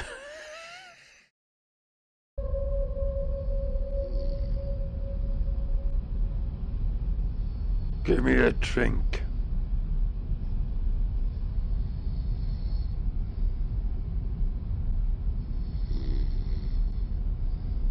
Sounds like it's sleepwalking, doesn't it? Like, I see Although you. the room is dark, it's not hard to see the eerie shape moving on the ceiling. As she aimed her phone towards the kitchen, this black anomaly slowly began to reveal itself more and more. From what we can see, it looks like someone was on the ceiling upside down, and this is its head. At different points in the video, this head wouldn't be showing at all. Then it appeared to be peeking out from around a corner. Then finally completely in view, seeming to stare directly at her. Now this video is clearly very dark, with the quality of a potato, so it's hard to say for sure what was caught. But let me know what you think. Number 6. On a TikTok account called Globalist Slayer USA, a man shared a video that he says he simply can't explain. Global Slayer. I think I know. We all know that's about. At around 4 a.m., the camera in his backyard captured something on satellite. Nice. Something he's still searching for answers to.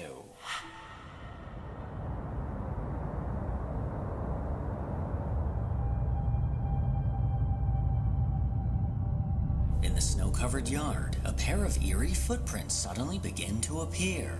These strange tracks slowly imprint themselves into the snow. But there's just one problem. No one is there to make them.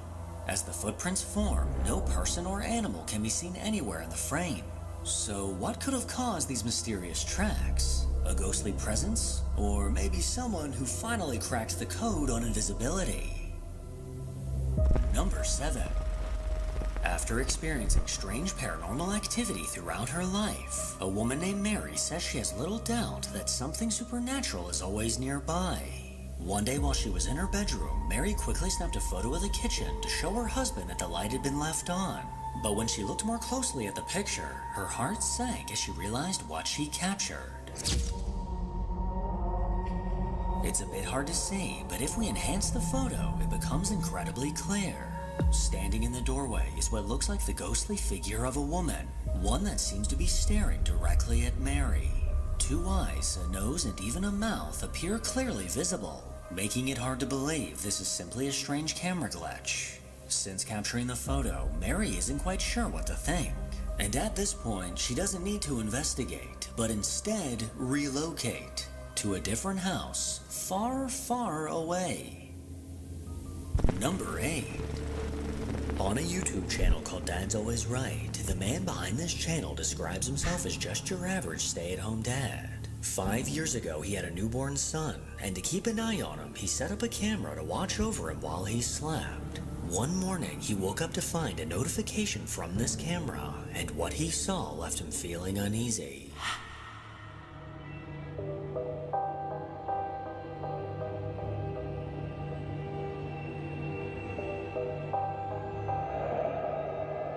Do it.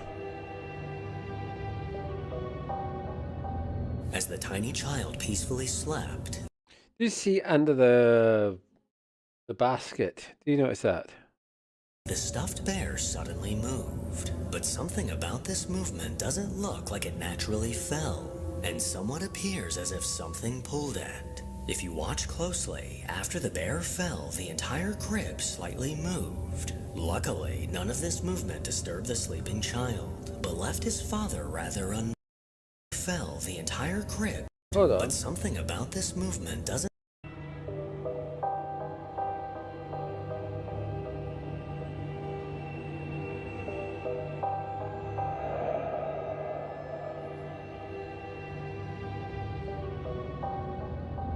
As the tiny child peacefully Hold on. slept, Hold on. Was that a bug or an orb?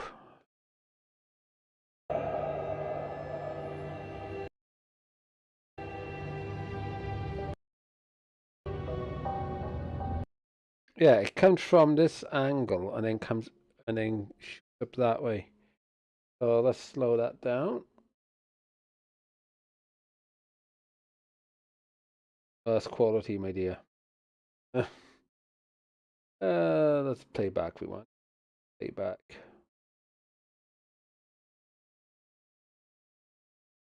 There we go.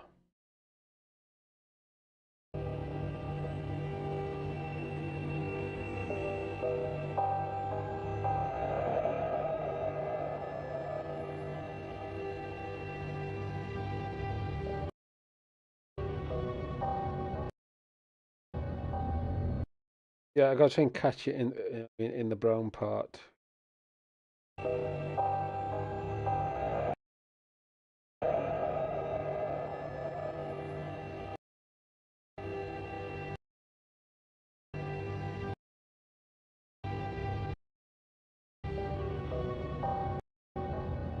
Oh, I had it then, and then I let it go. He let it go. He let it go. There. Yeah, it's between 11:04 and 11:05. As the tiny Sorry, kid. Oh, mighty do pips. Hang back. Go really slow.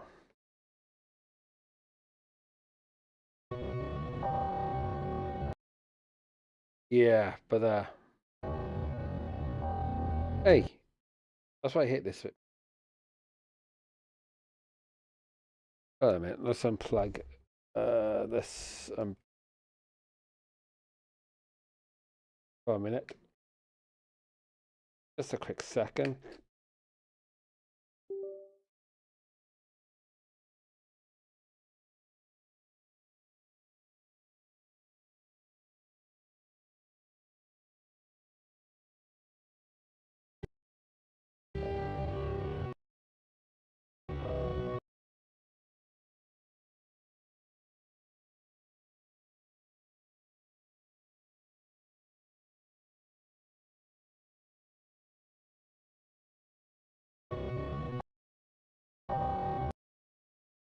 There you go, guys. Down below, like a little blur as it's coming through.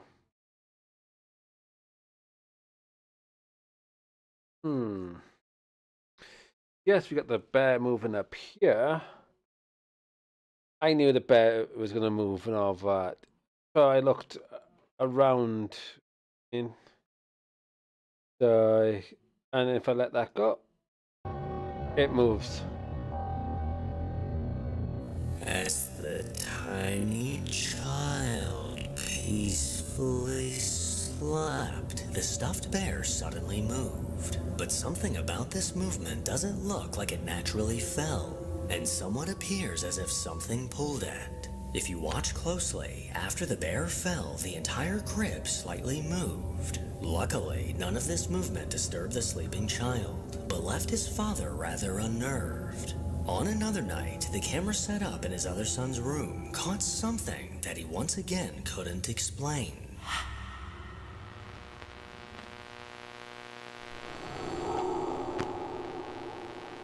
A strange white anomaly was caught flying through the room. This misty form suddenly appeared and flew right past the camera before vanishing entirely. This bizarre anomaly doesn't look like a bug and has led this man to think that something paranormal may be going on. Well, the next thing that was caught on camera definitely solidified that thought.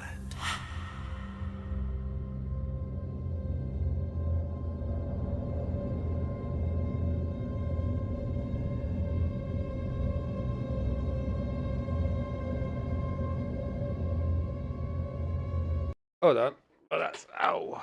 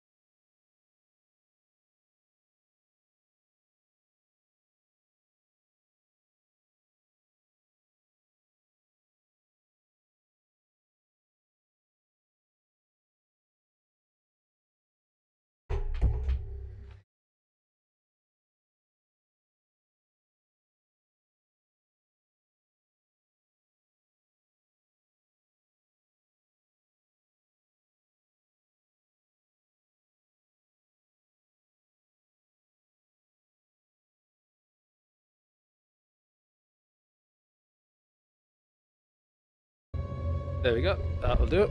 There you go.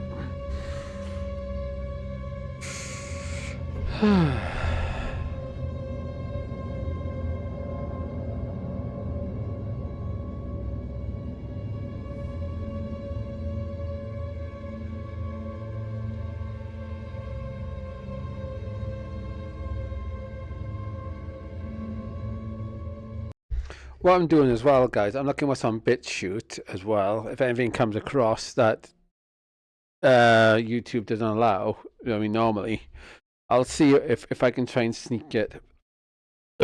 Pardon me. Sorry about that.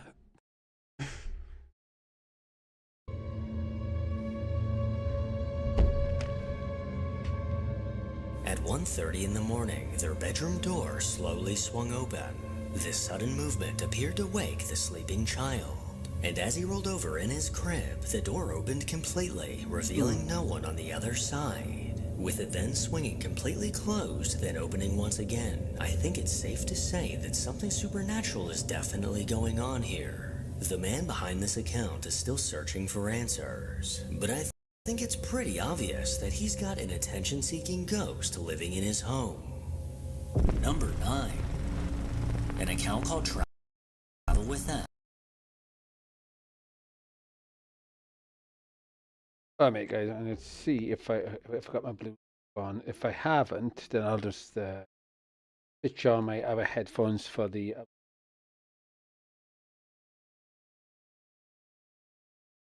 There we go.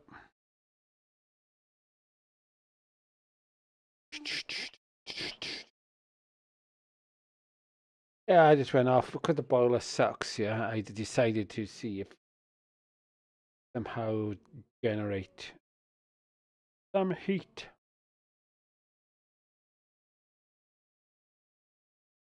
Yeah, the Bluetooth was on. There you go. If I do this.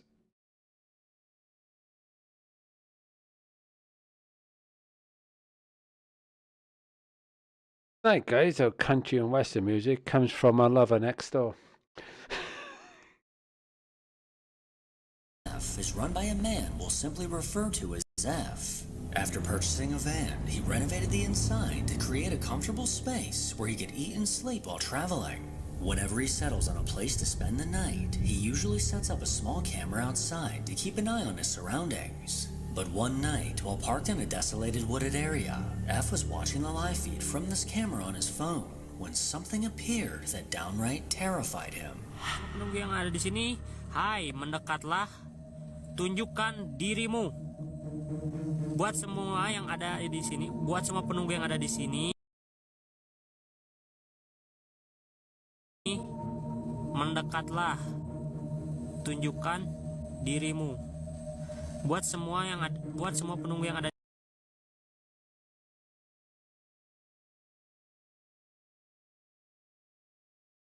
You see that, guys? He ran across. Damn. Tunjukkan dirimu. Buat semua penunggu yang ada di sini, mendekatlah. Tunjukkan dirimu. Buat semua penunggu yang ada di sini, tiba-tiba nggak bisa gerak. Buat semua penunggu yang ada di sini, gerak sendiri. Nge-lag ini kenapa ya? Buat semua penunggu yang ada di sini, tolong mendekat. Hello. Somebody standing there. As he rotated the camera around, it was clear that no one was outside the van. But when the camera slowly turned back, a bone-chilling sight came into view. The outline of a woman standing in the distance. Dressed entirely in white, with long black hair, the sudden appearance of this woman made his stomach drop. She ominously stood there, silently staring toward the van, far too close for comfort. And I think it's safe to say that F had the same reaction that we all would. Number 10. Someone you may remember seeing on this channel before is YouTube user DinoNugget741. Over the last few years, he's carefully documented the haunting in his home, showcasing the dark presence he's been forced to live with. His uploads have been sporadic, as he never knew when this activity would spike, or if he'd be able to catch it on camera.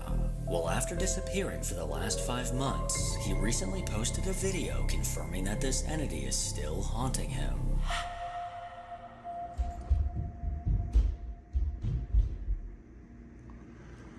See that, man? Those damn noises again.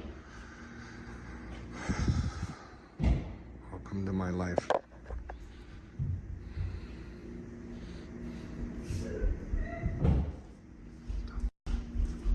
Hello?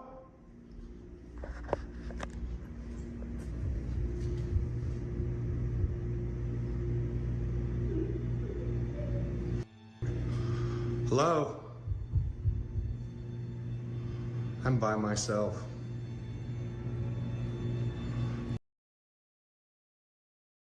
Guess what? So am I. Anyway.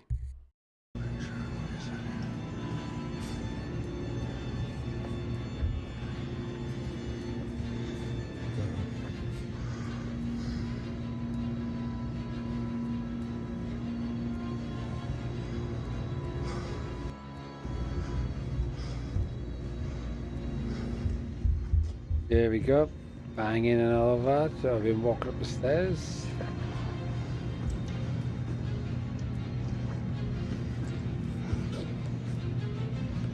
But will it be a black shadow thing, guys? That's what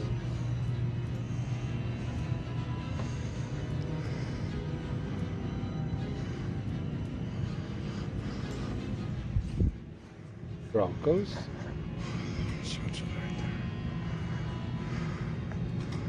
Hello? Hello.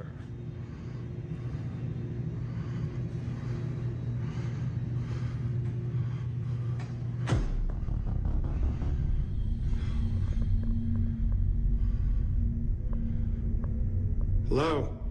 Hello. Somebody fucking around in there.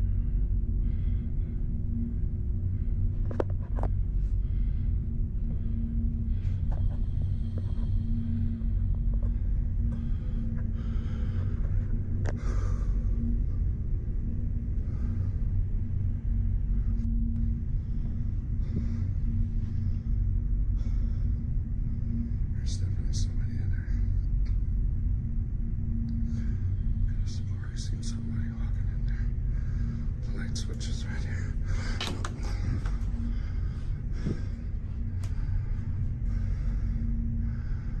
I'm coming in.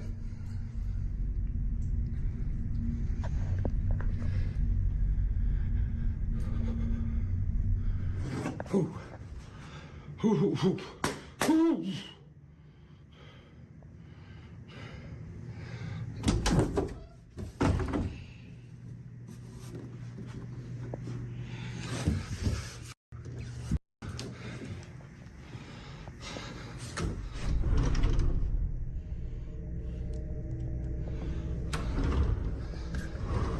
Could have swore I saw somebody in there.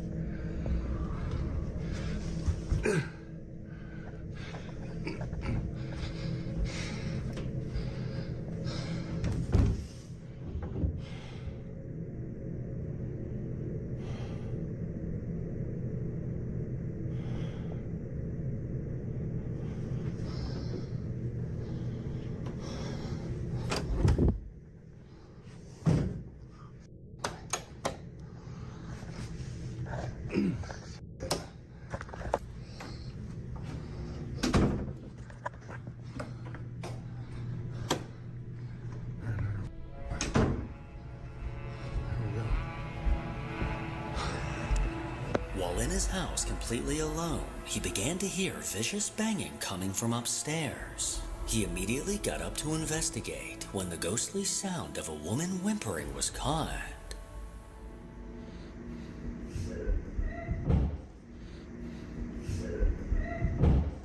This eerie banging continued as he made his way upstairs. That sound, guys. That sound of it going. Sort of thing. That's funny as fuck.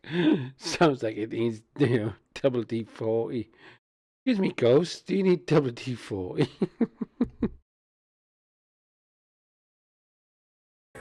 And as he turned towards the left, he witnessed a door close on its own. Then within the light coming from under the door, something dark can clearly be seen moving inside the room.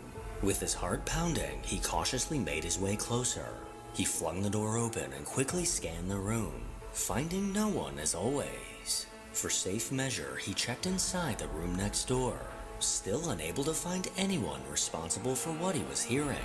These alarming events have left him desperate for answers as he tries to get rid of this malevolent spirit. Make sure to follow me on Instagram to hear more from your boy.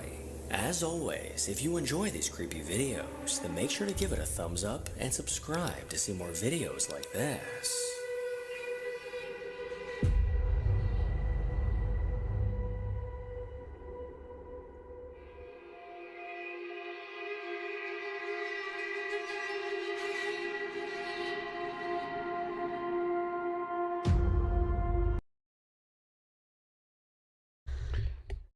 Guys, I gotta be honest. I'm favoring BitChute over YouTube quite a bit, as some of you have noticed. But I want to check something with YouTube first. I think they've got this option. Check.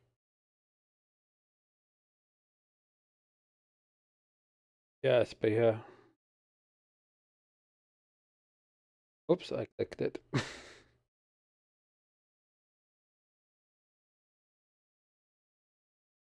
But yeah, I mean, no, I don't need the video. Premium download video free plus. You can only do it with premium, but with BitChute, you don't need to do it with premium. You can do it for free. So I mean, but yeah, I'm multitasking right now, guys. I'm watching the scary videos. Well, that's the title of it: 10 scary ghost videos that are truly disturbing. And on top of that, I'm listening to Netanyahu appears live in press conference, but the host is saying, well, if he's alive, why have so many AI videos of him then? To say that he's alive. You know what I mean? But anyway, let's do some more ghosties while I'm doing this.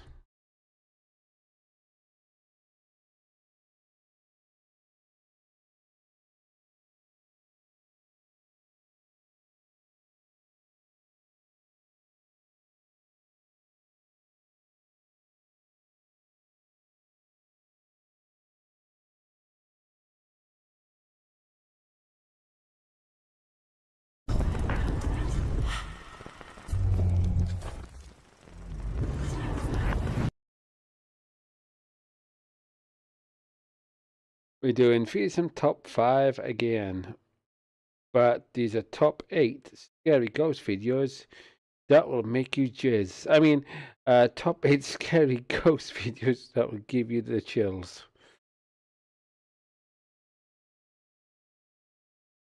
Welcome to Fearsome Top 5. Today we're taking a look at 8 scary ghost videos caught while camping. Number 1. On the Creepy Outdoors YouTube channel, a man named John often sets out to explore creepy locations in Canada in the middle of the night. These locations are often surrounded by rumors of hauntings and paranormal activity. With a camera in one hand and a flashlight in the other, he ventures into these unsettling wooded areas completely alone. As he lets his curiosity guide him, he keeps his eyes peeled for anything out of the ordinary. Well, during one of these explorations, he experienced something that has haunted him ever since. On a chilly night in October, he began his adventure into a dark forest. He spent some time alone, enjoying the warmth of his campfire before beginning his journey into the depths of the woods. He trudged through what appeared to be a never-ending sea of dead trees, seeing nothing out of the ordinary the entire time. But as he continued, he soon realized that he wasn't as alone as he thought.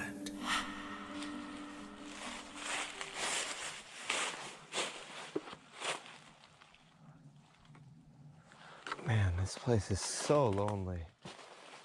Imagine just being lost out here. It feels like this would never end.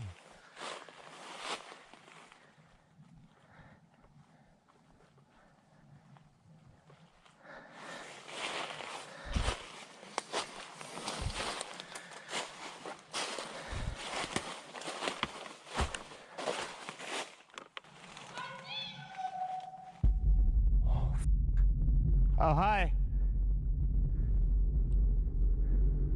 What the hell? I need to get out of here. Oh, boy.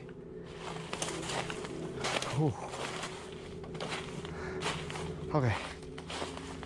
That was f***ing creepy. I need to get out of here. Ooh.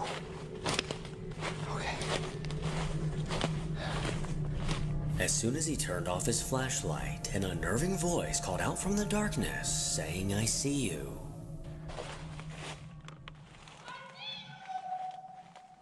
Oh, oh, hi.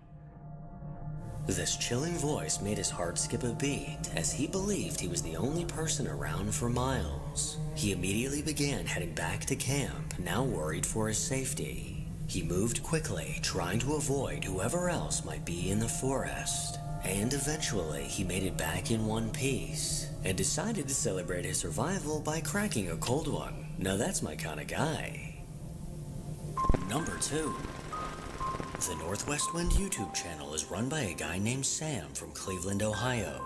Since 2016, he's consistently uploaded videos of his stealth camping adventures. Well, in January of 2024, Sam decided to camp in the woods in Cleveland, but little did he know what he would later experience. After parking his truck at a nearby dog park and gathering his gear, he ventured into the woods in search of an ideal camping spot. He trudged through the snow-covered ground, only to stumble upon a tent that appeared to be torn to pieces. Despite this ominous sign, he went on to set up his tent and What we're doing in a minute, guys, as well, we'll look at the, I mean, some of the clips, well, some of the parts from some of the videos I'm multitasking on this laptop as well after. I'm uploading them now to Rumble. That's what I'm doing right now. So I'm going to give it time to process and stuff like that, and then we'll do some stuff from the Rumble side as well. cook himself dinner. But as the daylight faded, Sam spotted someone in the distance. I don't know why, I'm just spooked. I haven't been saying that, but I've been spooked since I got here. I keep feeling like somebody's watching me. And then seeing that person. I know it's a public park, but still. Clearly a little on edge, Sam couldn't shake the feeling that he was being watched. He decided to stick it out and crawled inside of his tent to get some sleep. But that's when things took an unsettling turn. There's somebody, hang on. I don't know if they could see it or not through the tent. I don't think so. I'm leaning right up against the light, but somebody's walking around out there very close to the tent.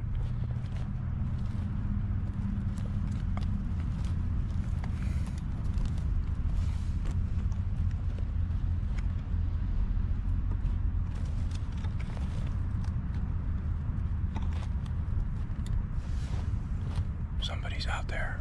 I don't know if they're coming this way or just walking around out there. I can't tell. Somebody's definitely walking around out there, though. Hang on. I don't want to leave the light on in case they could see in here.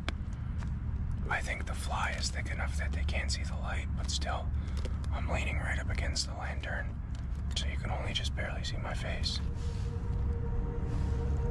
Sam sat in total darkness, intently listening to the footsteps moving around him. And as the sound of these footsteps got closer, Sam began to call out, hoping to get a response. Listen.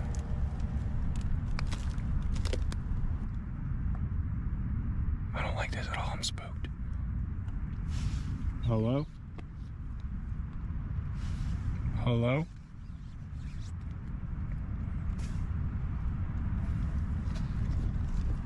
They're really close. They're like 10 feet away.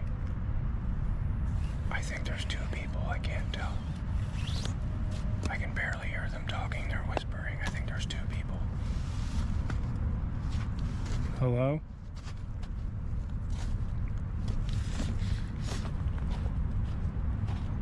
I think there's two of them. They're coming closer to the tent.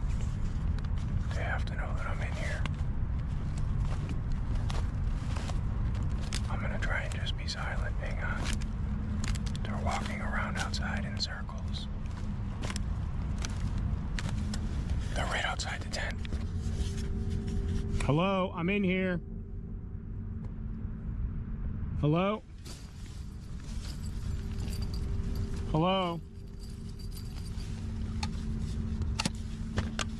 Hello? Alright, I'm getting the out of here. Hello? Hello? I don't know what the this is, but we're getting out of here. Hang on. Hello? Okay, they're walking away now. What do you want? What do you want? I have a knife. Where's my knife? They're f***ing with me. They're f***ing with me here. Holy crap. Get away. What do you want? Hello? I can't see you. These menacing footsteps were now right next to him as whoever they belonged to began touching his tent. Sam warned them that he had a knife as he watched in horror as they stared back at him. And as he continued recording, things took a terrifying turn. They collapsed my tent on me. I don't know which way they went.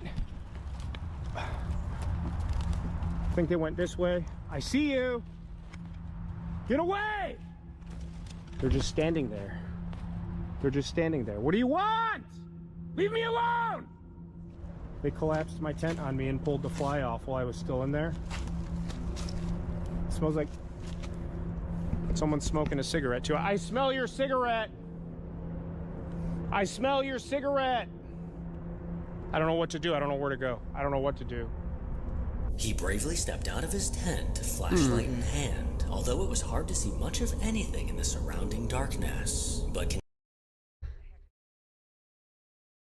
That is freaky a little bit, guys. I mean, especially when you're on your own out there and somebody or something just dumped a tent on you.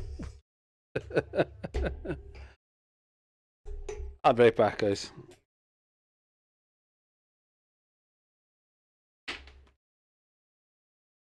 considering the situation he was in, he decided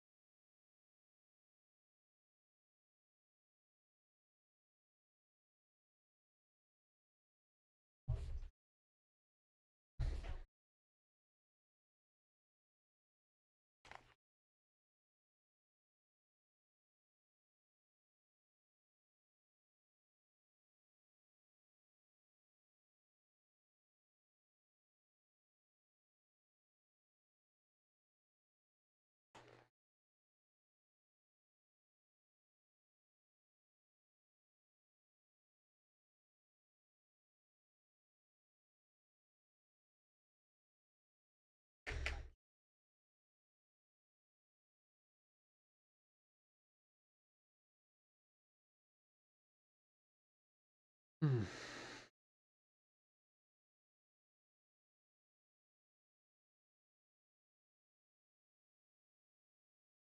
Decided to make a run for it back to his truck. All right, they're moving again. I don't know. I'm getting out of here. We're going. I'll come back for this some other time. All right, get the hell out of here. I'm leaving. Don't follow me. I don't know where to go. I don't know which way to get out of here. Stay away from me! They're coming behind me. I don't know what they're doing. They could just be around. I don't know. I don't know where I'm going. I hear them coming. Can't see the shadow. Here's a path. Okay, get me there. I'm recording all of this. I'm calling up police. I see you. I can see you. I see you too. Hello. Oh, it's getting bigger. It's getting bigger. All right, let's get the I don't know if they're like after me or something or what the happening. We're getting the It's getting bigger. They're coming this way. Oh, I don't like this. I'm calling the police.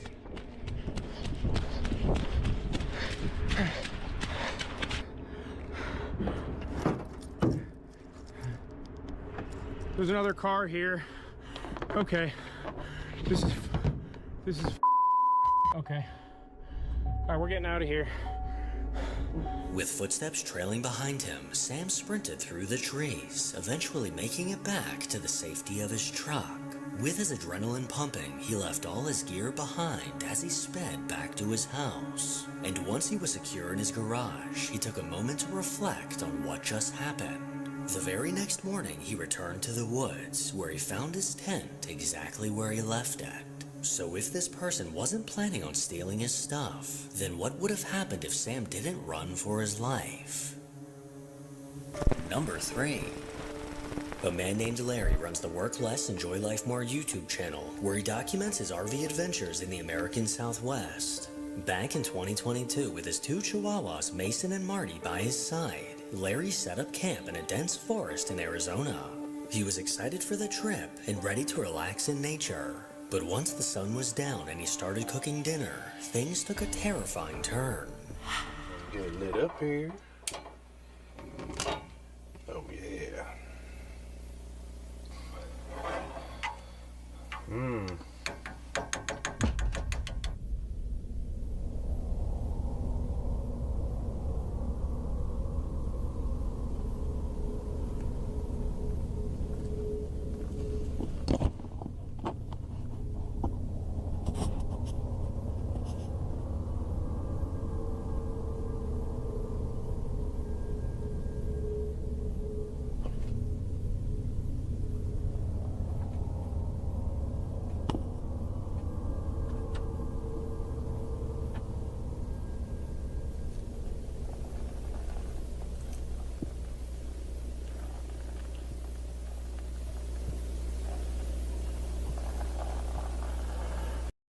What the heck? What's going on here?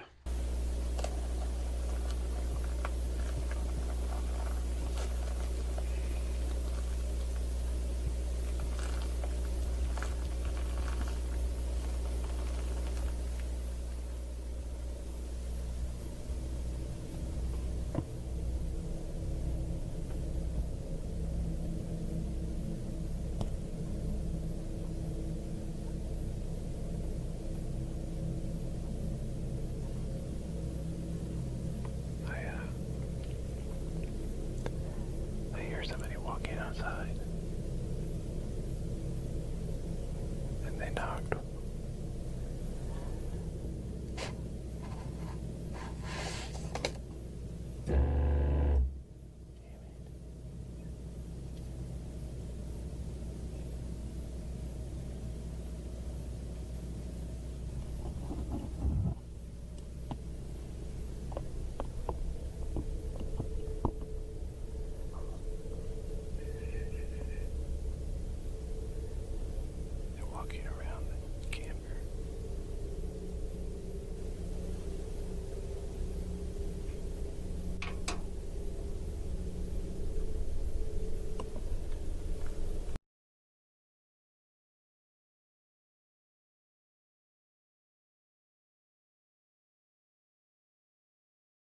No, I wouldn't turn anything on or off in that moment. You get light on all that time, they know it's on, but they don't know if you're in there. I mean, and if you had it off all the time, you don't turn the light on. So you wait until gone.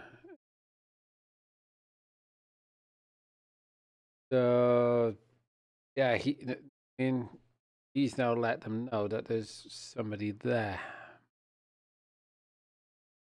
Oh, well. And he isn't exactly quiet, is he?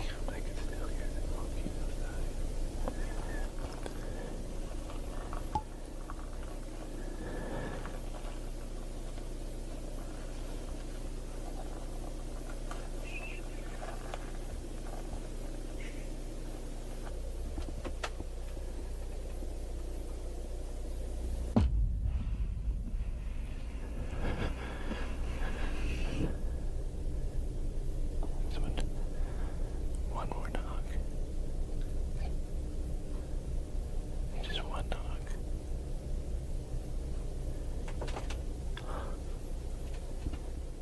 A sudden knock on the door caught him off guard. He immediately froze, trying not to make a sound. Fearing for his safety, he grabbed his weapon, knowing that someone lurking in the dark forest is probably up to no good. He listened closely to the sound of footsteps walking around the camper, soon followed by another knock on the door and the sound of them dragging their knuckles down the side.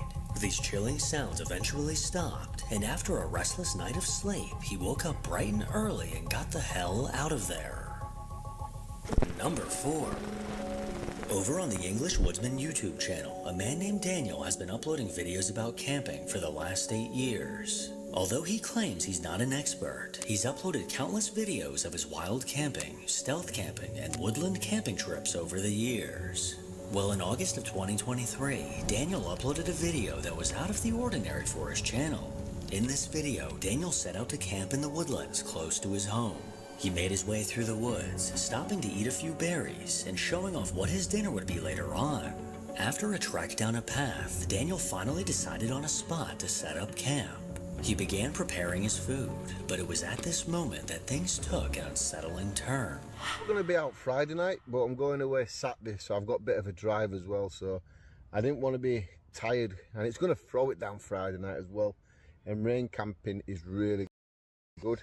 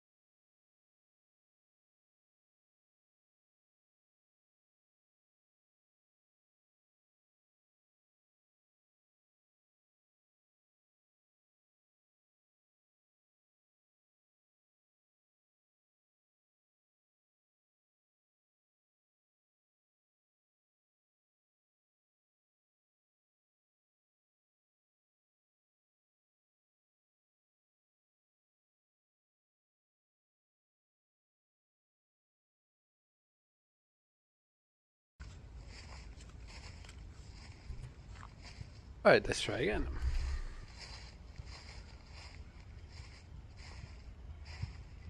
Is that a badger?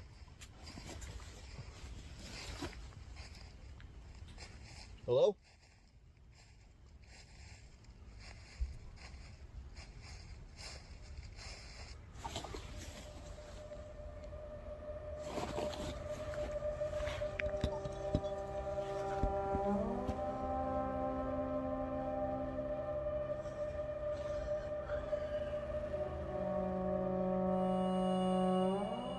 I hope I got that on camera.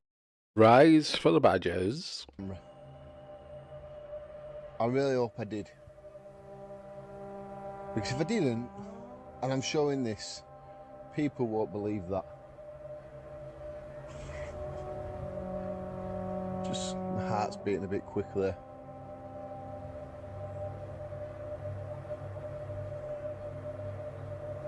I'll just give you a full circle round of what I'm looking at. Now, apart from them in the distance playing whatever they're doing, whatever sport they're doing, football, something, I've just heard like someone walked literally past me. While talking to the camera, the sound of footsteps came out of nowhere, sounding like someone was quickly approaching and now walking eerily close to where Daniel was sitting. Growing concerned, he quickly stood up to scan the area, but there was no one around. Although he was creeped out, he continued preparing his meal, but as time went on, things only got weirder.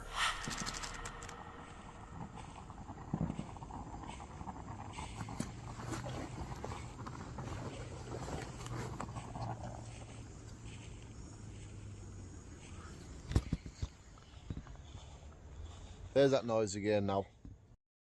Yeah, you can hear that loud and clear. You can definitely hear that loud and clear.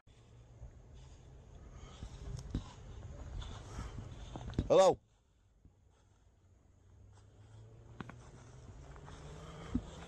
Hello? You got to better hear that. There's nobody here.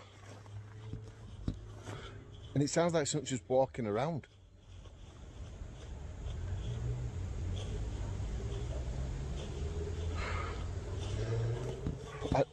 I can handle it.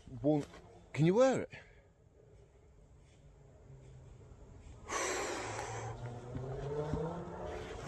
How can I use that?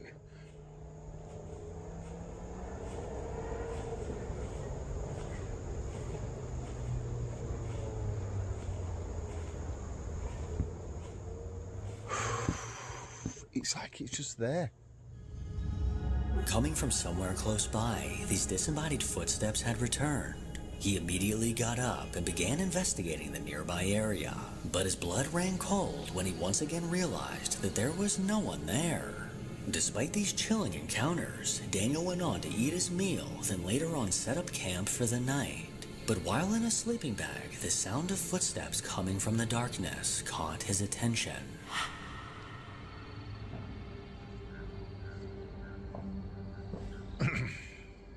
I'm going to be honest. I can't stay here now. I'm going to be a wimp. I don't care if people call me a wimp in the comments, but I can't stay here. I'm too unsettled. I'm nervous. I've done camping like this loads of times. I think I'm going to go find somewhere else to get this bivvy set up. But I'm leaving this spot.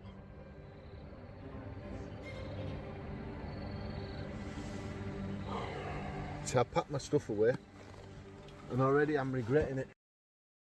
The thing is, so imagine as he said that, as he was laying down, right, I'm going to leave this spot, and then something grabs him and pulls him in. But that, you know, never got to see that. I'm regretting packing away, but I just keep doing it. I've got one side of me telling me to stop being stupid. It's an animal, it's animals. And I've got other side saying, well, it didn't sound like that earlier.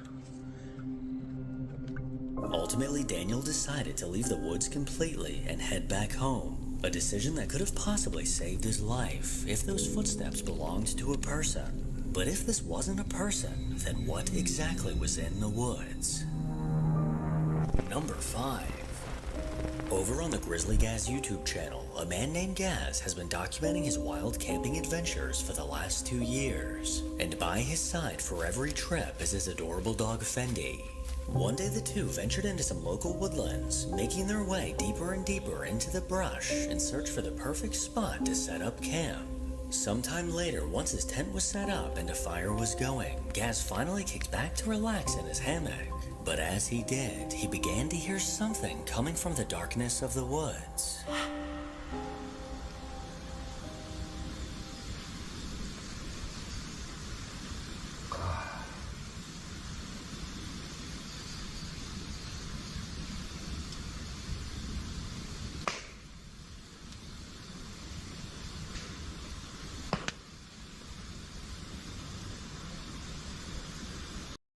Is somebody letting off like mini, yeah, I mean explosive stuff? I don't mean like military grade. I mean like cherry bomb or something.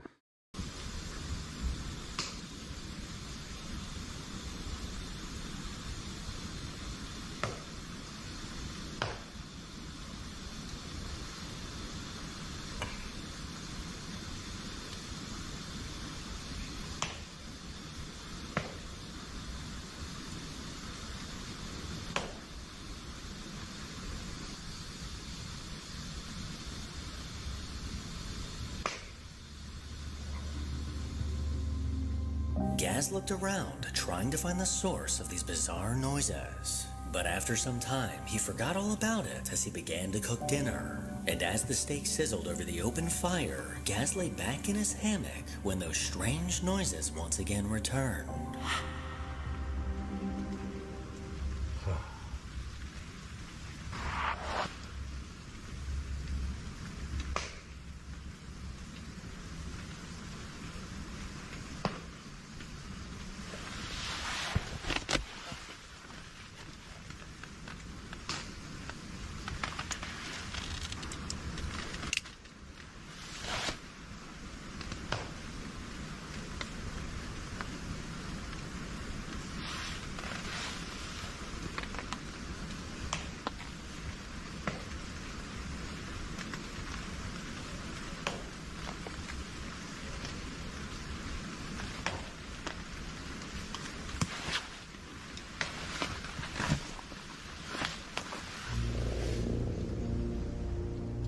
With Fendi by his side, he scanned the area and searched for the source of these noises. With no animals or people in sight, he was left a little on edge.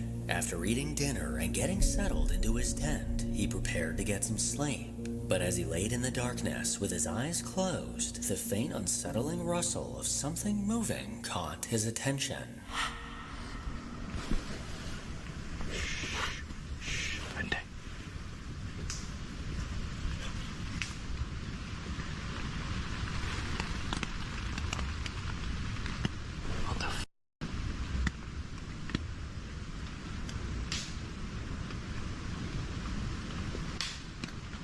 What the f is that?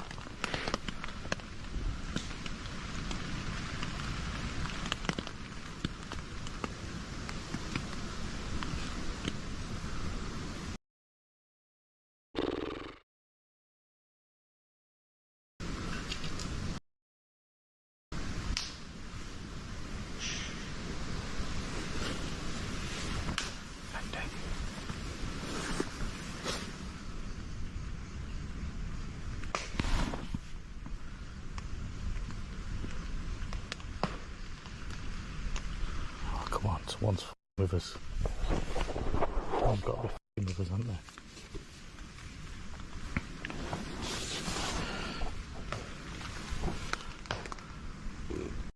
Mommy?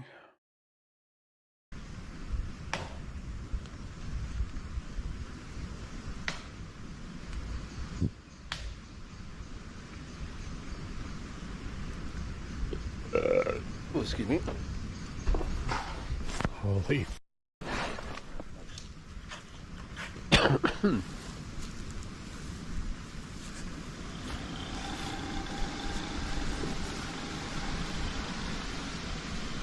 what the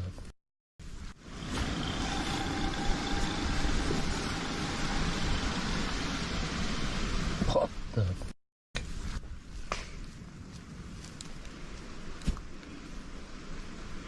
I know it's someone fucking with me.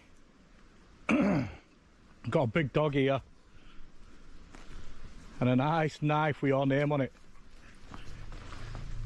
He sat in the dark, intently listening to what was happening around him. And as he gathered his courage and stuck his camera outside, a truly terrifying sound was caught. What can only be described as the sounds of an otherworldly creature began to screech, sending echoes throughout the forest. Gaz bravely stepped outside of his tent, aiming his flashlight directly ahead as he announced that he had a knife. He eventually crawled back into his tent, but So, I mean, guys, yeah, I mean, the police and legal system and the politics, like, oh, you don't have a knife and all that.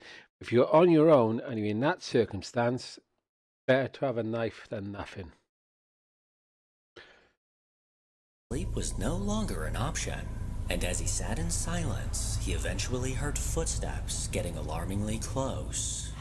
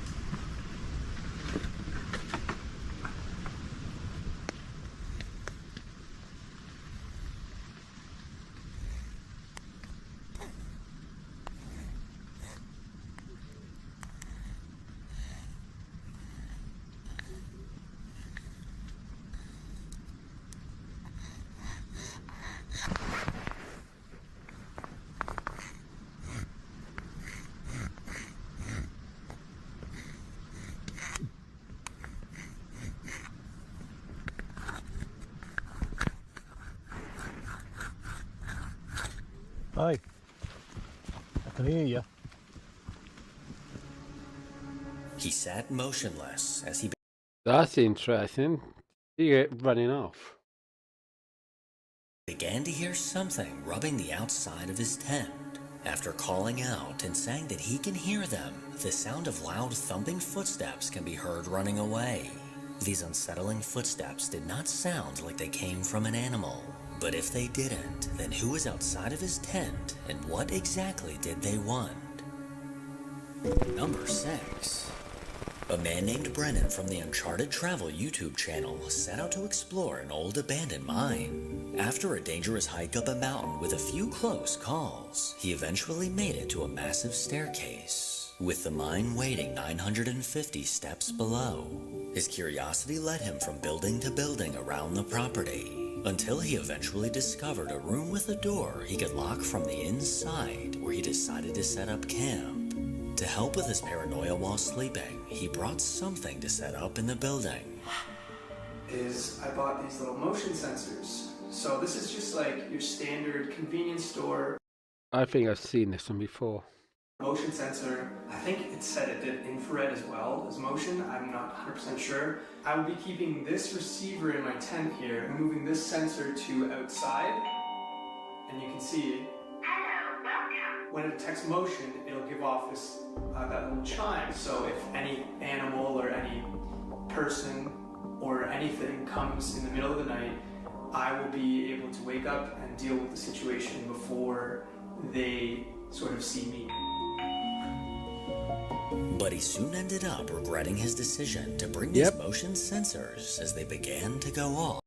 Yeah, I thought so. This is the one I've seen before. I feel bad for him, you know what I mean? I'm starting to think the motion sensors weren't the greatest idea. It went off once and like creeped me out, and I went to go check on it. Unfortunately, I didn't film, but now it's silent. But like the fact that like it just went off one singular time and then now it's been silent for like 45 minutes is something. It's like skidding down the stairs. I don't know what that was, but we're gonna check it out.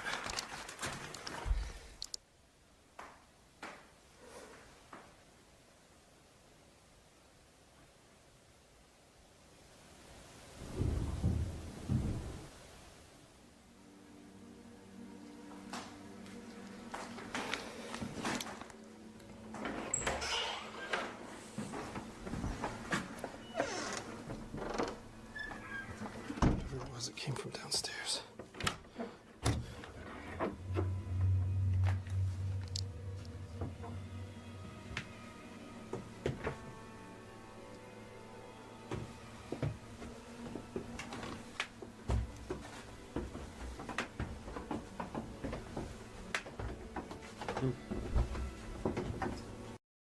The thing is, if you know it's downstairs and all of that, right?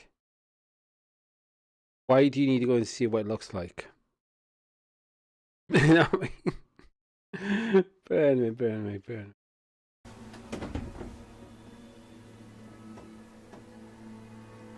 It sounded like something dropped and fell down the stairs. Could just be the old building. Was this tube always here?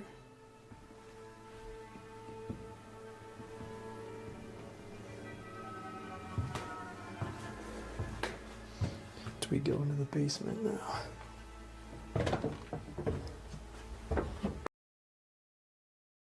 Yeah, I mean, if you don't need to go down there, you know what I mean, during the night time, don't go down there during the night time.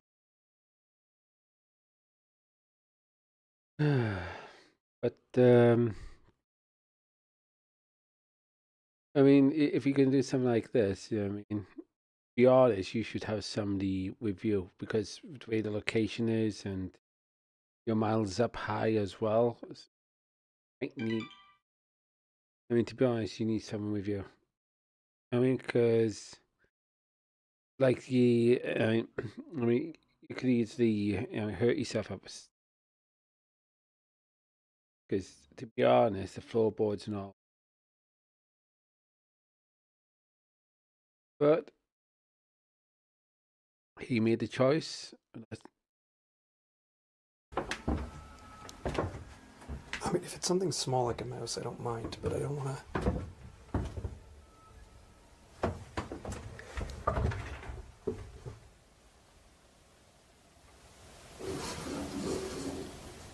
There's something over there.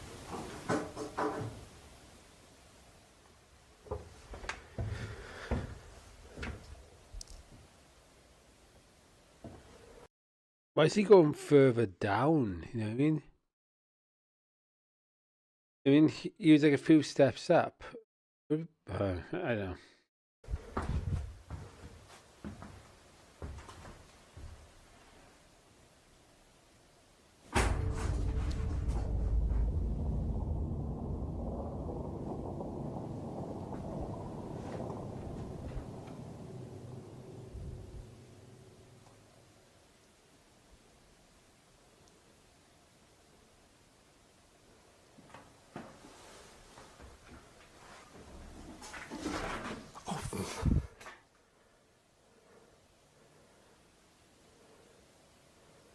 Okay, that was a rat.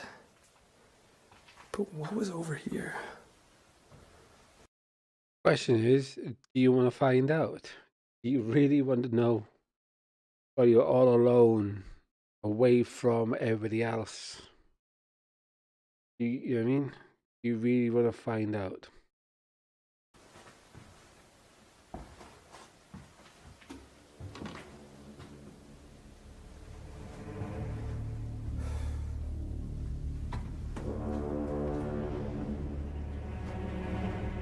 After the sensor went off, Brennan went to investigate to ensure that no one else was in the building. But as he made his way downstairs, noises began to come from somewhere nearby. Assuming it was probably just an animal, he decided to continue until a loud crash came from directly behind him. His heart was racing as he stepped into... Oh, so it was a human being and so forth. Oh shit, scary. But an animal? Ah, don't worry about it. Despite a lot of animals can rip your fucking head off. the darkness, but luckily for him, he was unsuccessful at finding anyone. Now with a little more peace of mind, he went to sleep for the night, until eventually waking up to this. Hello, welcome.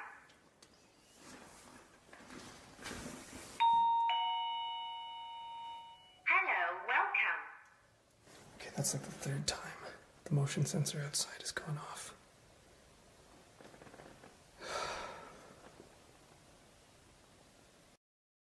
Yeah, I mean, not to be funny, but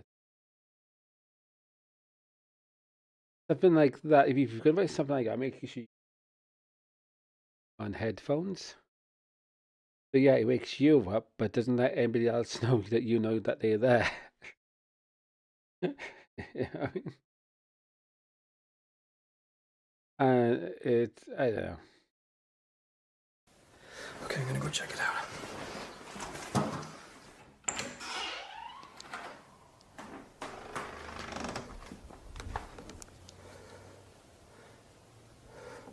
But I have the motion sensor set right there.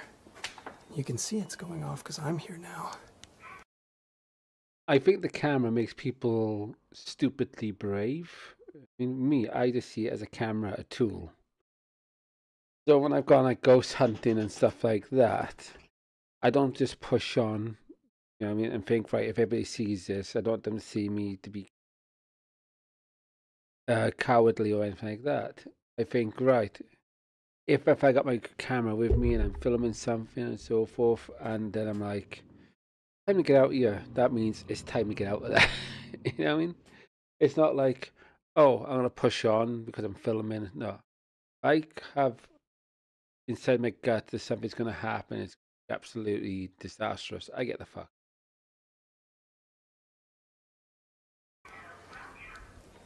I haven't gotten much sleep at all. I've been listening to this. I just have podcasts in my ear just to kind of like drone out some of the noise, but it just makes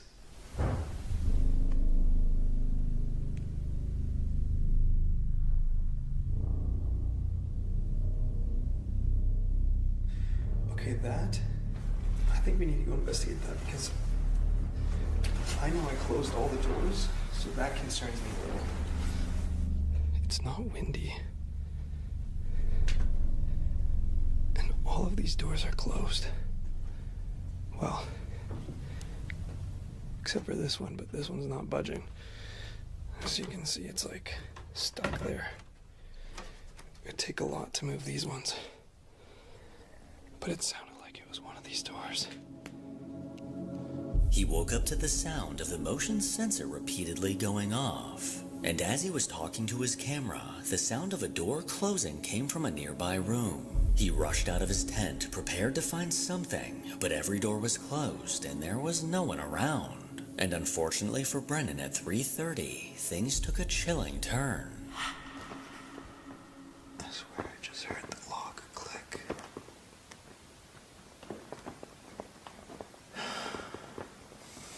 I don't want to have any lights. I'm going to kill my camera. Check it out. I don't think there's anyone out there. It looked like there was light shining on the balcony, but I think it's just the moonlight.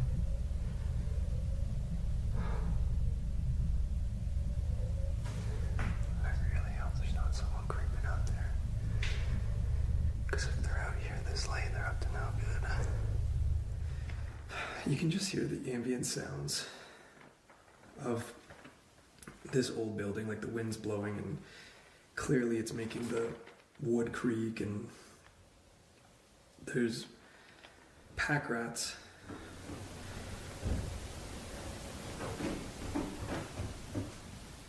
Like I said, there's pack rats everywhere in this building.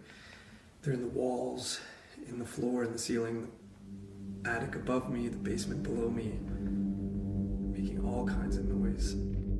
After waking up to what he thought was the sound of someone trying to enter his room, the sound of footsteps can be heard outside the door. Despite the terrifying sounds happening around him throughout the night, the next morning finally came and he survived in one piece. Number 7. Over on the Love Sundays YouTube channel, a man named Sean frequently posts videos of his stealth camping adventures. From videos working on the interior of his camper van to having a camping adventure with his adorable son, Sean is all about that van life. In one of his videos, he set his sights on spending the night on the side of the road with a beautiful view of the ocean. The night was going smoothly as he prepared some dinner and went for a stroll along the water as he ate. As the sun went down, he climbed in bed, ready to get some sleep. But little did he know that would soon be interrupted. I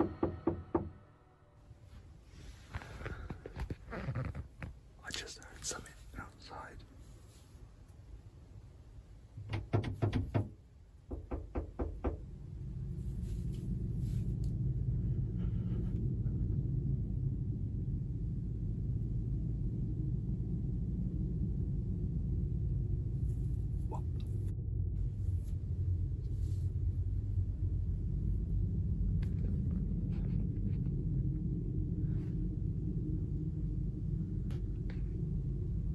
Okay, I think they've gone.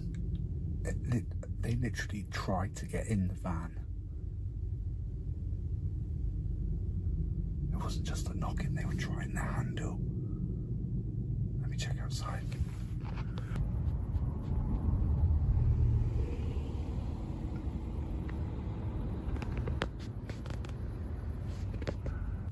My heart was pounding then. I mean, they were either trying to move me on or trying to break into the van. Either way, not pleasant. I think that if I'd heard them coming in more, I've got a metal pole here, I could have just got out and not done anything. I'm not moving. I'm probably not going to sleep now though. At 2 a.m., the sound of someone knocking on the outside of the van woke Sean up. His eyes immediately widened and his heart skipped a beat when he then heard the person yanking on the door, trying to get inside. This anxiety-inducing moment kept him awake for the rest of the night, as he anxiously laid in bed, intently listening for whoever was lurking outside. Lucky for him, this person must have moved on, as he survived to see the next morning. But the thought of someone trying to enter your van in the middle of the night is downright chilling, as you never know if they have sinister intentions. Number 8. YouTube user Crazy Quaddy is a channel that's run by a man from Nebraska that documents his adventures while truck camping.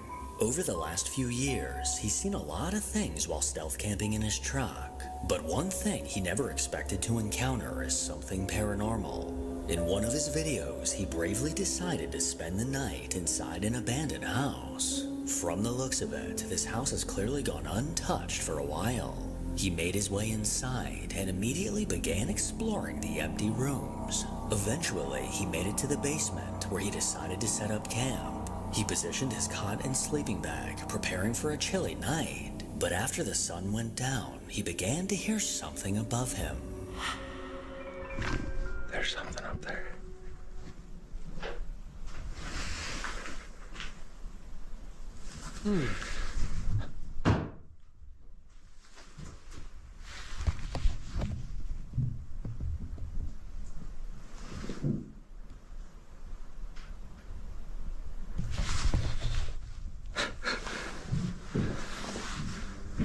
There's definitely something up there. Get!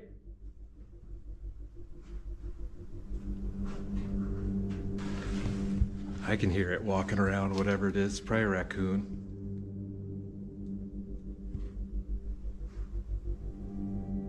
There's definitely something upstairs right now.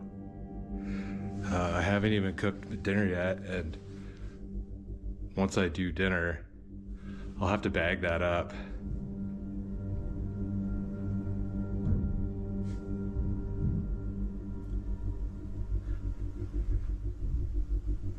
Bag up my leftovers or my food bag, and I'm gonna toss that outside as far as I can.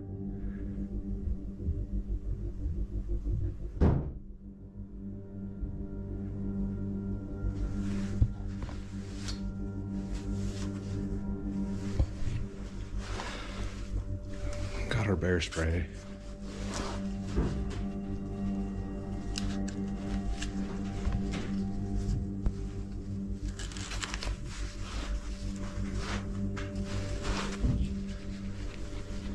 I don't have to spray anything, but... The sound of something moving around and banging upstairs quickly caught his attention. Despite assuming it was just an animal, he couldn't help but get a little creeped out as the sounds continued. 9:26.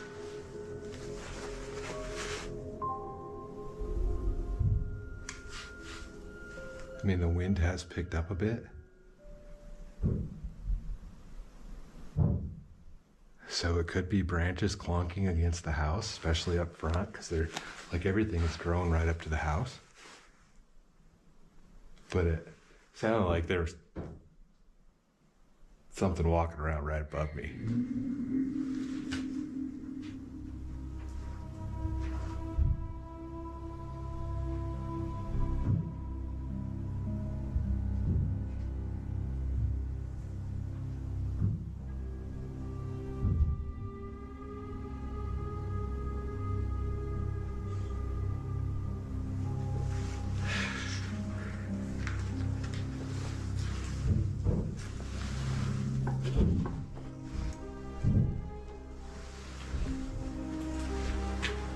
Yeah.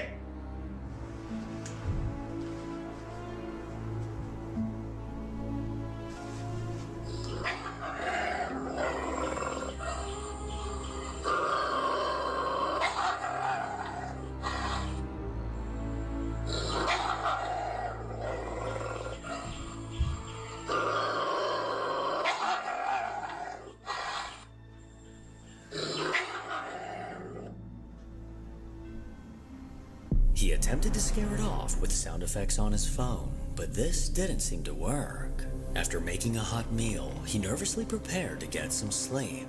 And luckily for him, the eerie sounds upstairs stopped just long enough for him to get some rest. As the faint glow of daylight crept through the windows, Quaddy woke up still in one piece. He eagerly said his goodbyes to the house, still not quite sure who or what was lurking upstairs. Make sure to follow me on Instagram to hear more from your boy. As always, if you enjoy these creepy videos, then make sure to give it a thumbs up and subscribe to see more videos like this.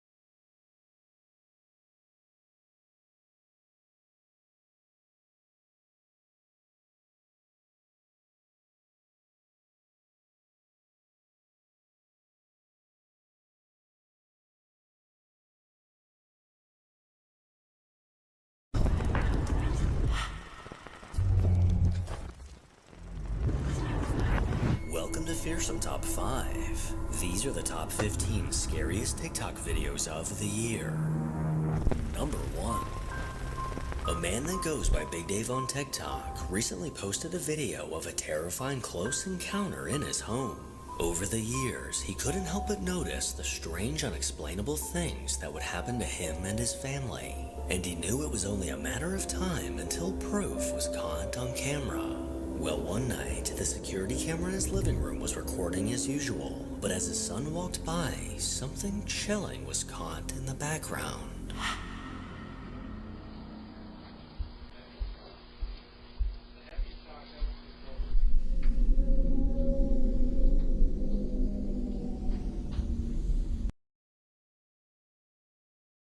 I've seen a lot of videos I've seen in the past, and again, you're gonna get that, you know, sometimes. I mean, where you see like, you may not see, let's say if they do like a top 8, you may not see the 7, but there might be one that you have seen before. But yeah, I kind of watched a few now today. Ghost videos. In 4, I've already seen, but the rest, nah.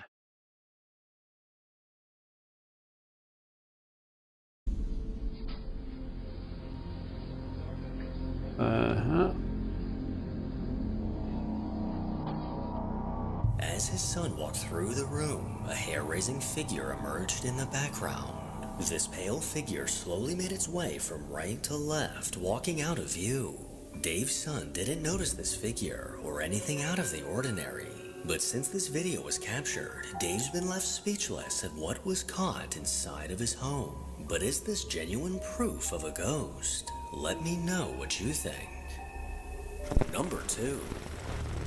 On a TikTok account run by a woman named Debbie, a video was recently posted that sent chills down her spine. According to Debbie, there's been a handful of instances of strange things happening in her home. One of them being her dogs often growling and barking at seemingly nothing. And recently, the security camera in her living room was triggered by motion. But when she reviewed the footage, she was shocked at what was caught.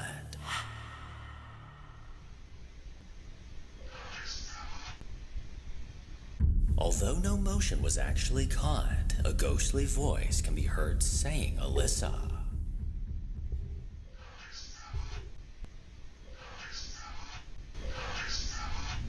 Which just so happens to be her daughter's name. And here's where things get even weirder.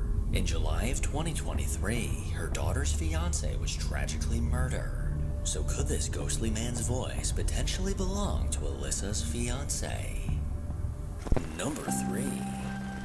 On a TikTok account called Outdoors Feed the Fire, you'll find videos of the outdoors, ATVs, and dogs. But hidden amongst these videos is one that doesn't belong. According to the uploader, just after midnight in December, his phone lit up with a notification from a security camera. He eventually took a look out of curiosity, and what he saw left him scratching his head.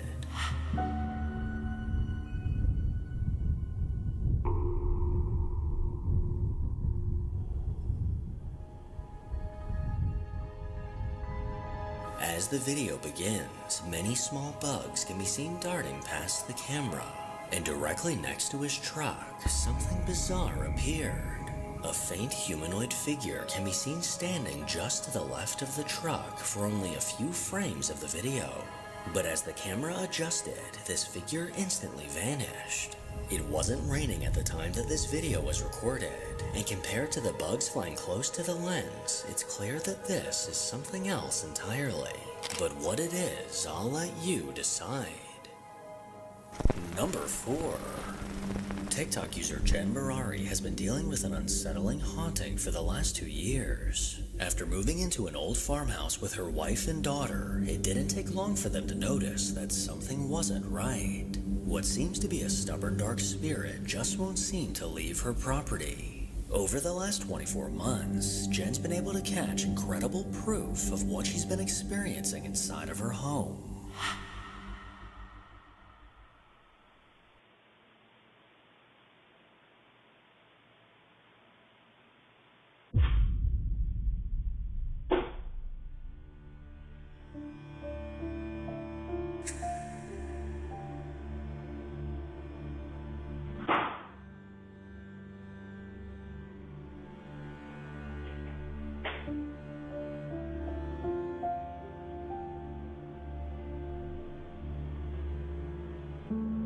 But in a terrifying twist, it seems as if this entity is willing to follow her outside of the house. The camera just shut off. I'm genuinely like sitting here by myself. There's no one here.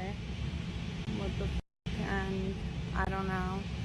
I'm hearing a bunch of shit, and I feel like there's shit all around me. Nobody here. And that thing in the window is gone. The freaking blanket. Did you just see that? Freaking blankets.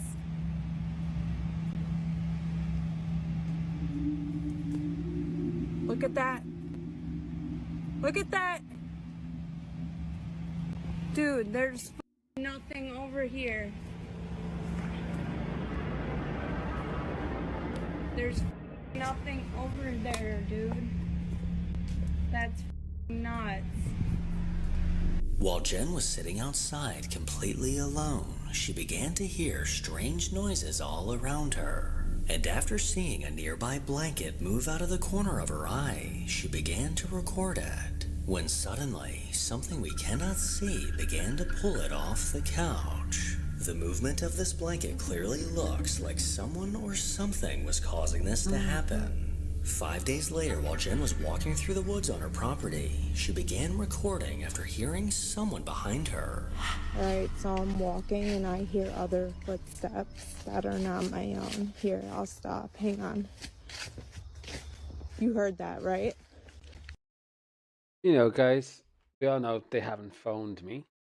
Yeah, I mean, talking with my friend Messenger, but housing options have not phoned me. Strange that, innit? They bitch like, oh, I mean, we're here to help you and all of that, and then you say to them, phone me then. Are they?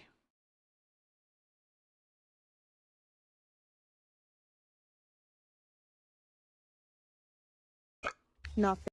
And the thing is, well, yeah, I mean, they go, oh, we just stick you here and that's it. And I'm like, no, you've got to comply with my physical needs.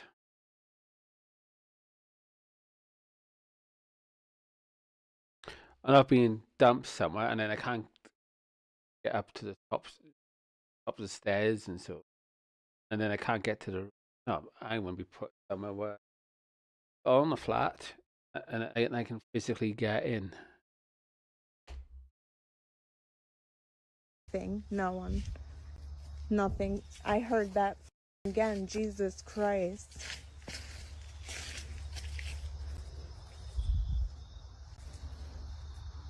I'm out. I'm leaving.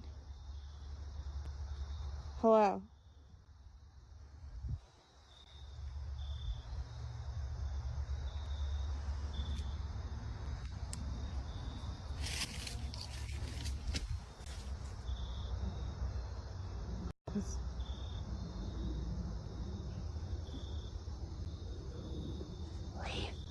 What the f, dude? That was not me. That's not me. I did not do that. I'm gonna count. Can you do that again? 1, 2, 3, 4, 5, 6, 7, 8, 9. Okay. This. I need to make a call. As Jen completely stopped moving, the sound of footsteps crunching leaves can still be heard. Alright, so I'm walking and I hear other footsteps that are not my own. Here, I'll stop. Hang on. You heard that, right? Here, I'll stop. Hang on. You heard that, right? But clearly no one was around. Then as she stood still, listening to her surroundings, a ghostly voice eerily whispered, saying, "Leave." What the f, dude? Leave. She then began counting when suddenly this voice was caught ominously saying, "Get out." 7, 8, 9, 8, 9, 8, 9. This was more than enough activity to convince Jen to get the F out of those woods. I, on the other hand, would have bolted out of those woods after the first slightest crunch of a leaf around me. Number 5. Well, I know somebody that wouldn't even bother going into the woods like. But anyway, make this last video and then I'll chill for a bit. I mean, got any back end.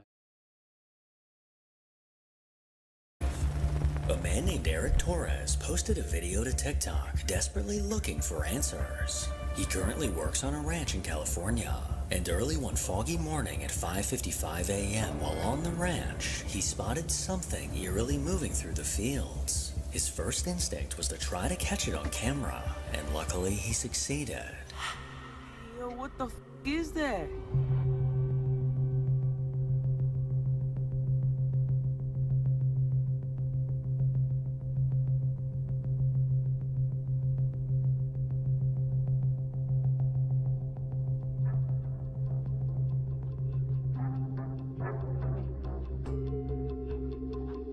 In the distance, a dark figure can be seen sprinting across the open field. This peculiar sight quickly caught Eric's attention as he tried to figure out what he was seeing.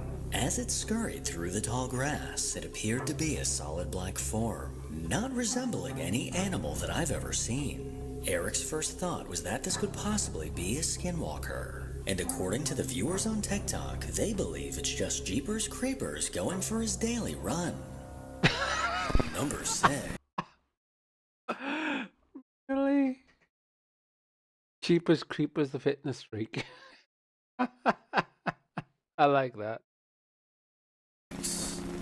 A woman named Jazzy on TikTok recently posted a series of videos that caught my eye. Jazzy is a new mom to an adorable baby boy, but lately she started to notice strange things appearing on her baby monitor. Late one night as she was checking her camera's live feed, she noticed that her baby had a visitor.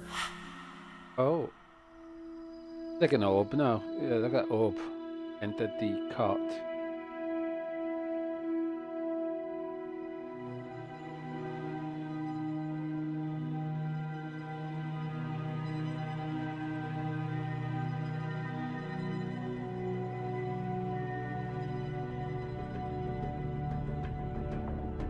A glowing orb danced around the inside of the crib, appearing to get closer and closer to the sleeping child. According to Jazzy, this orb was caught on camera for a total of 24 minutes. But little did she know that in the nights that followed, things would get even creepier.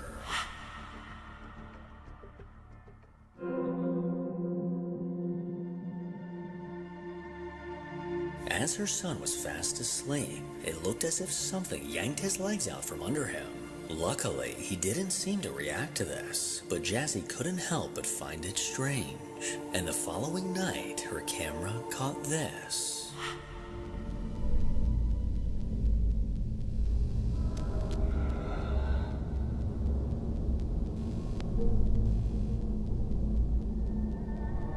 While asleep, something appeared to grab the baby's foot and drag him toward the side of the crib before waking him up. This bizarre movement looks as if an invisible force has a grip on the child, and this footage immediately sent chills down Jazzy's spine. Ever since discovering this video, Jazzy has not let him sleep in that room, and honestly, that's probably for the best.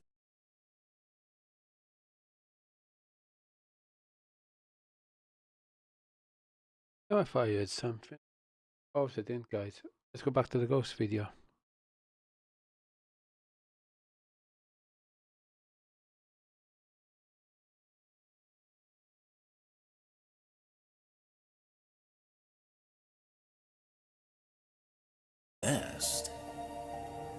Number 7.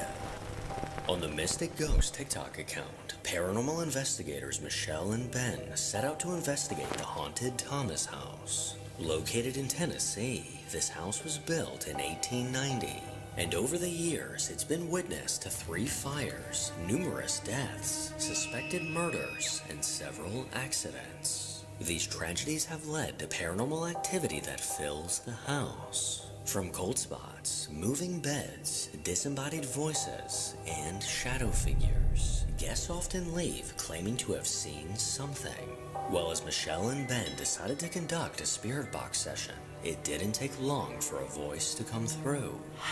If you're from, the 1800s, 1900s, you might not understand what Ben's holding, but it's a device that you can communicate with us. So I need you, okay, but I need you to concentrate, really concentrate, and speak to us. However, you have to create a voice box, but say something, please. We can hear you. Hello? Hello. Thank you. That was perfect. I got chills. That was awesome. You rock. How many of you are here? Can you give me a number? Maybe if you say a number, it's easier. 8?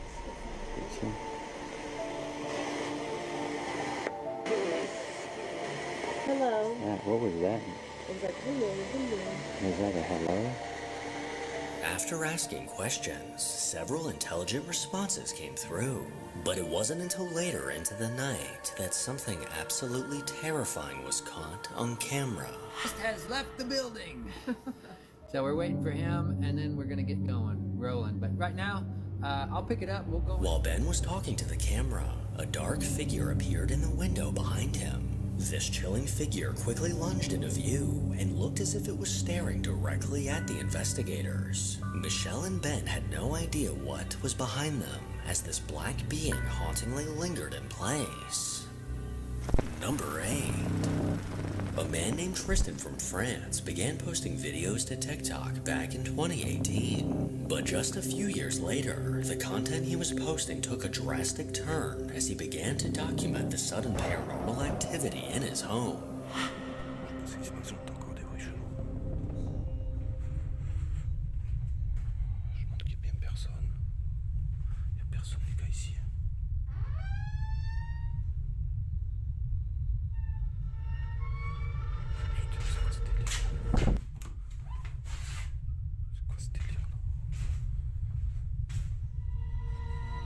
With things like this starting to happen on an almost daily basis, it became impossible for Tristan to ignore.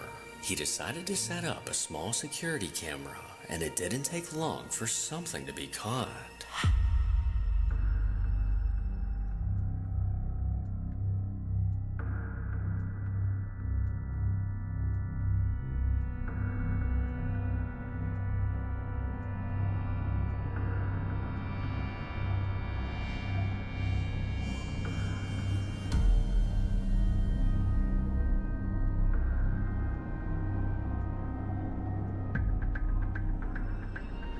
Two of the chairs at the table suddenly began moving on their own, almost as if a ghost was pulling them out. Despite trying his best to ignore the paranormal activity happening around him, there was clearly an entity lingering close by.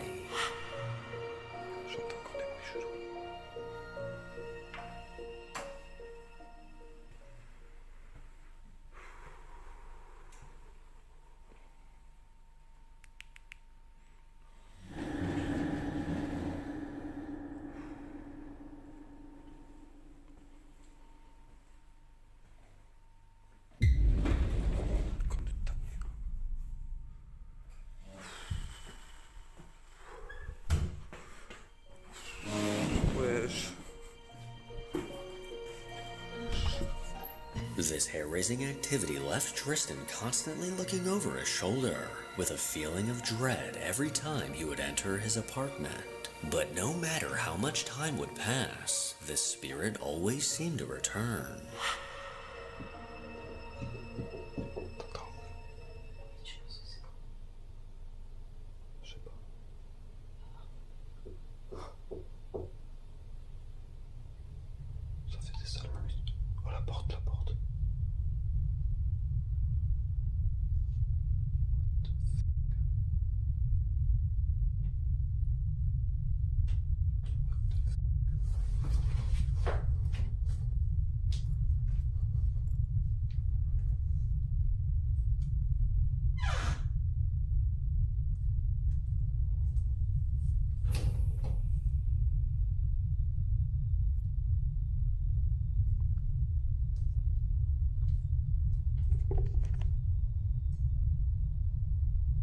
Oh.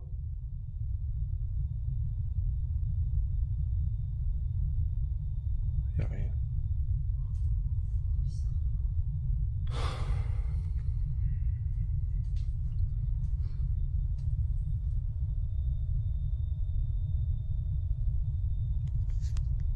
Oj, duszę.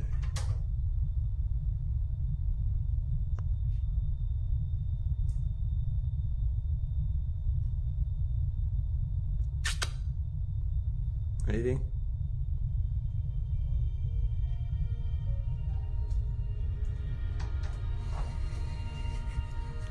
More recently, Tristan has been setting up his phone to record to see what it may catch. And in one of these videos, he caught something that made his blood run cold. Me personally, if you know, going to record a ghost novel, Yeah, buy a camera. Don't use. You need your phone. Either pay bills or whatever. You know what I mean, if you don't do a direct debit, you know what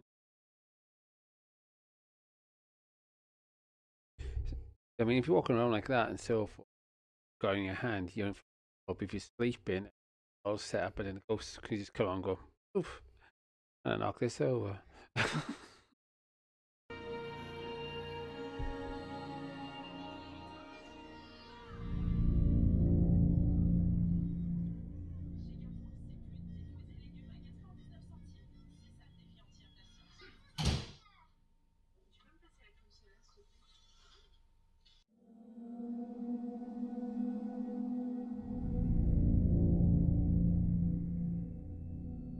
In the background first, guys. You know, then it.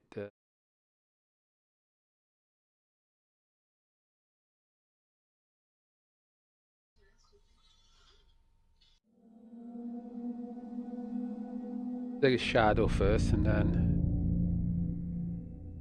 closes.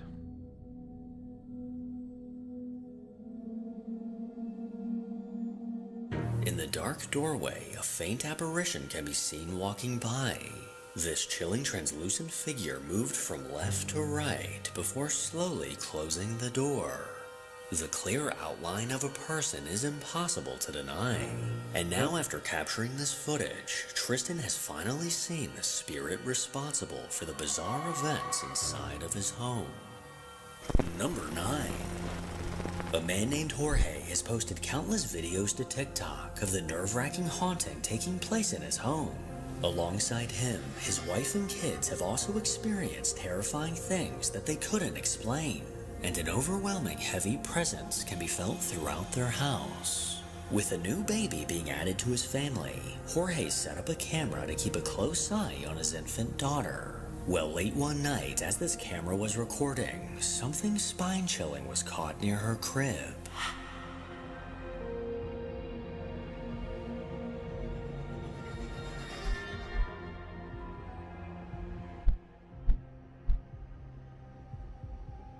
What was that FUD? Yeah, you got the FUD. I hope bad happens. What the hell?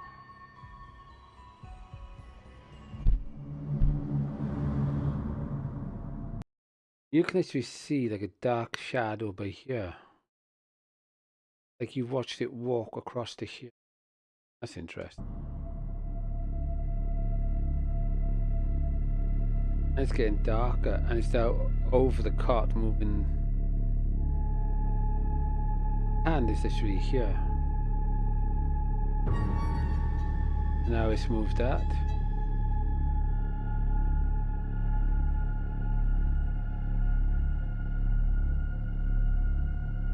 Okay.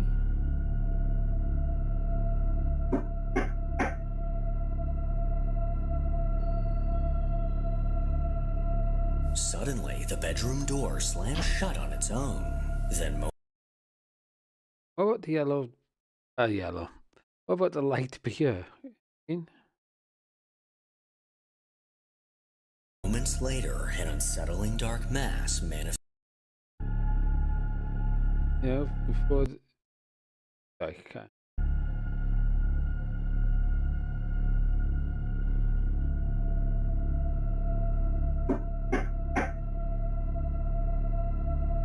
Alright, we go from the voice now. Suddenly, the bedroom door slammed shut You on mean its it own. had a light Then, here? moments later, an unsettling dark mass manifested into the room. Doors.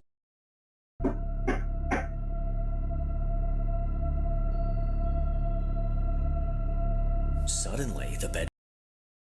This. Is that a bug or else?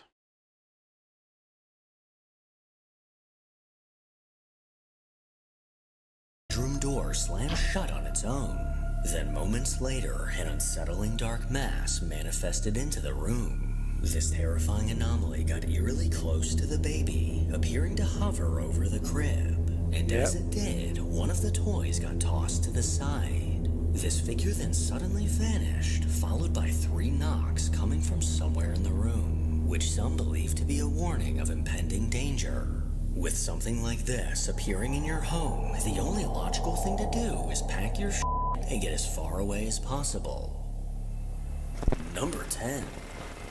While at work in Paramount, California, a woman named Kat saw something out of the ordinary.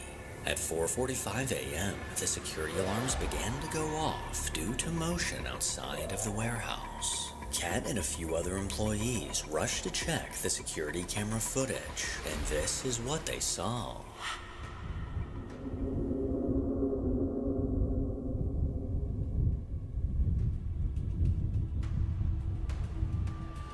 At the top of the screen, an eerie white figure seemed to appear out of nowhere.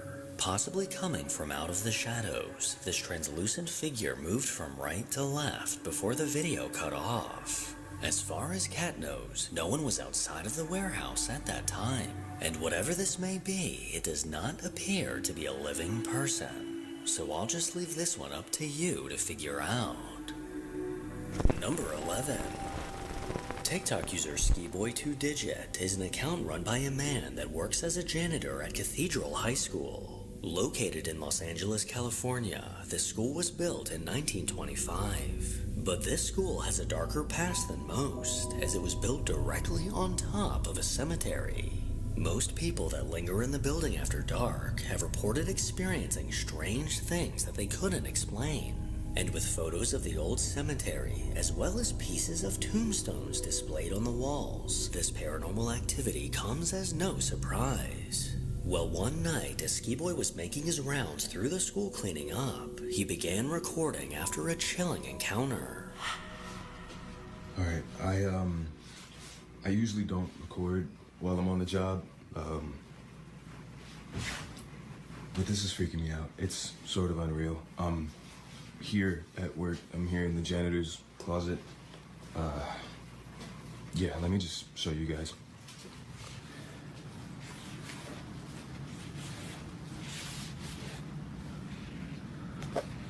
All right.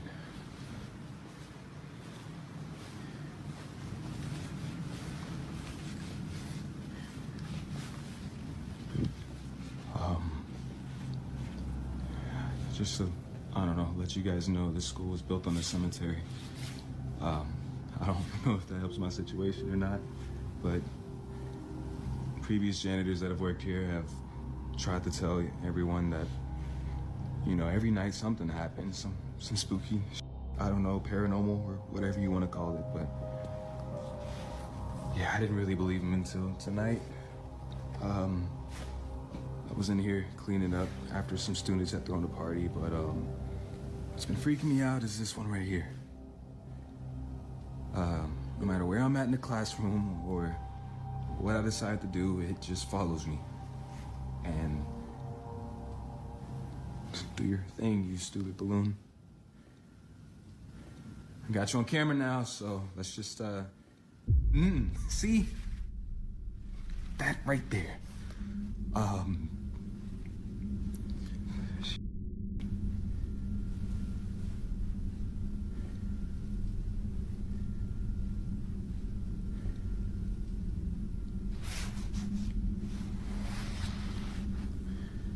Just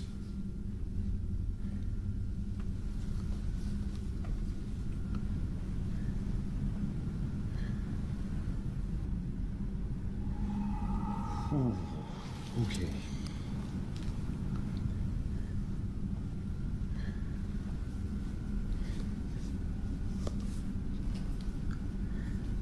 See, no.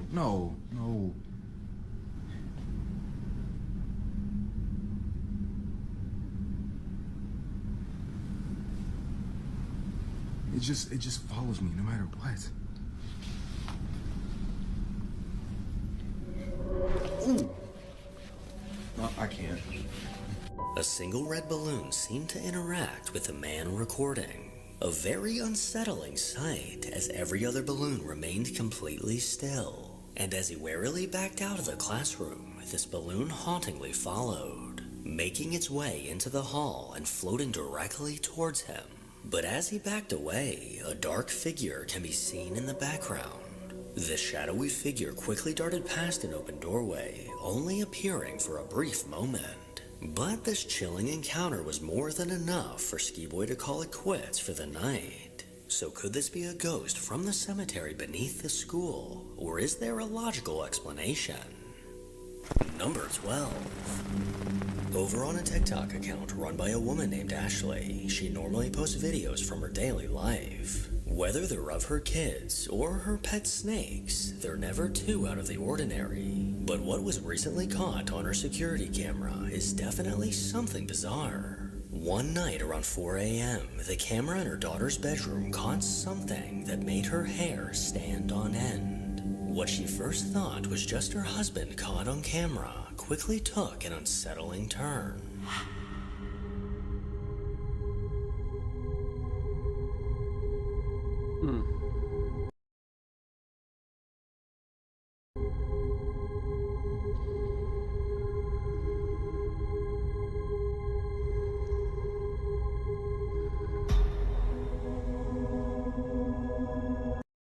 Reminds me of some of the videos I see on BitChute after people taking the shots and then their heads just turn and look at the CCTV camera or wherever, you know what I mean?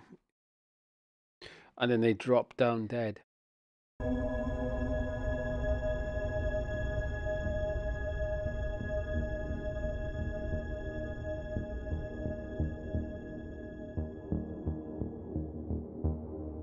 While sitting on the floor, her husband jerked his head back and forth in an almost painful-looking way.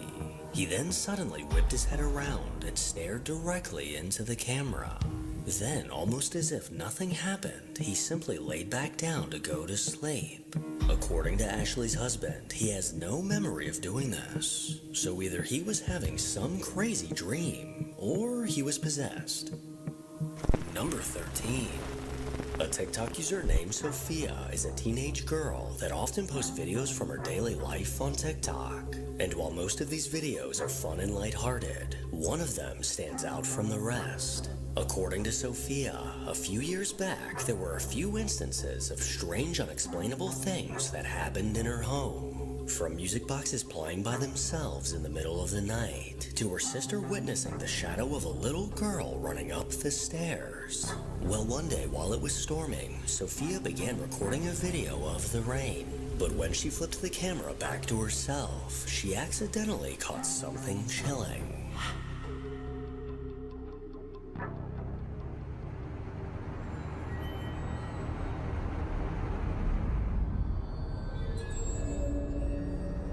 In the background behind Sophia, a tall dark figure can be seen. As she moved out of the way, this pitch black figure can be seen turning its head and looking in her direction. Sophia claims that she was home alone at the time and had no idea what was lurking behind her. Till this day, she's not quite sure how to explain this and has no idea who or what this was. Number 14. TikTok user Vic T is a man that recently started working at a liquor store. Before this job, he was never one to believe in the paranormal. But shortly after spending some time in the shop, he began to notice eerie things happening around him. He would often hear banging and witness doors opening and closing on their own. And as this activity became more frequent, he began recording his experiences. Okay guys, so I'm hearing like noises coming from this back room. Oh my goodness, bro, it's happening again. All right, I'm gonna go and look. As you can see, nobody's back here. Nobody's behind the door. Nobody just came out behind me. Like, I'm serious. Besides the banging on the door, a ghostly voice was caught saying, "Come here." Mommy? And the Yeah, maybe don't bother. Probably a mimic or something, you know. longer he was in the building, the more intense this activity got. All right, so look, I'm hearing this door and there's stuff going on in the back. See, man, that's the stuff I'm talking about. Like, bro, and then I see something. Yo, if there's anybody in here, you need to leave. So if there's anybody here, go. Yeah, I don't know about this, man. I don't know. What the What was that, bro? Yo, anybody in here?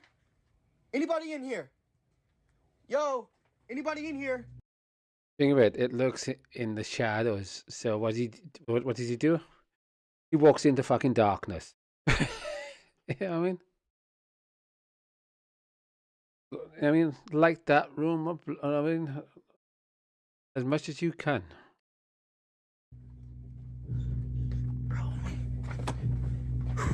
There we go.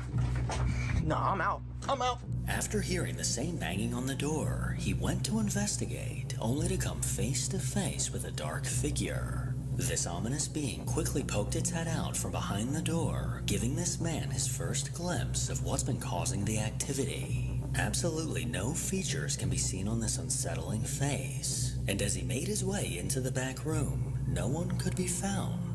The more attention he gave to this entity seemed to stir things up and make it worse, leading to a terrifying interaction that he can't forget. Alright guys, so I'm hearing this door open and close again, and you know, I'm the only one. Bruh, what the is that? Oh, ow. Bro, I just got pushed, bro. Ah, my arm hurts. Oh, come on, bruh.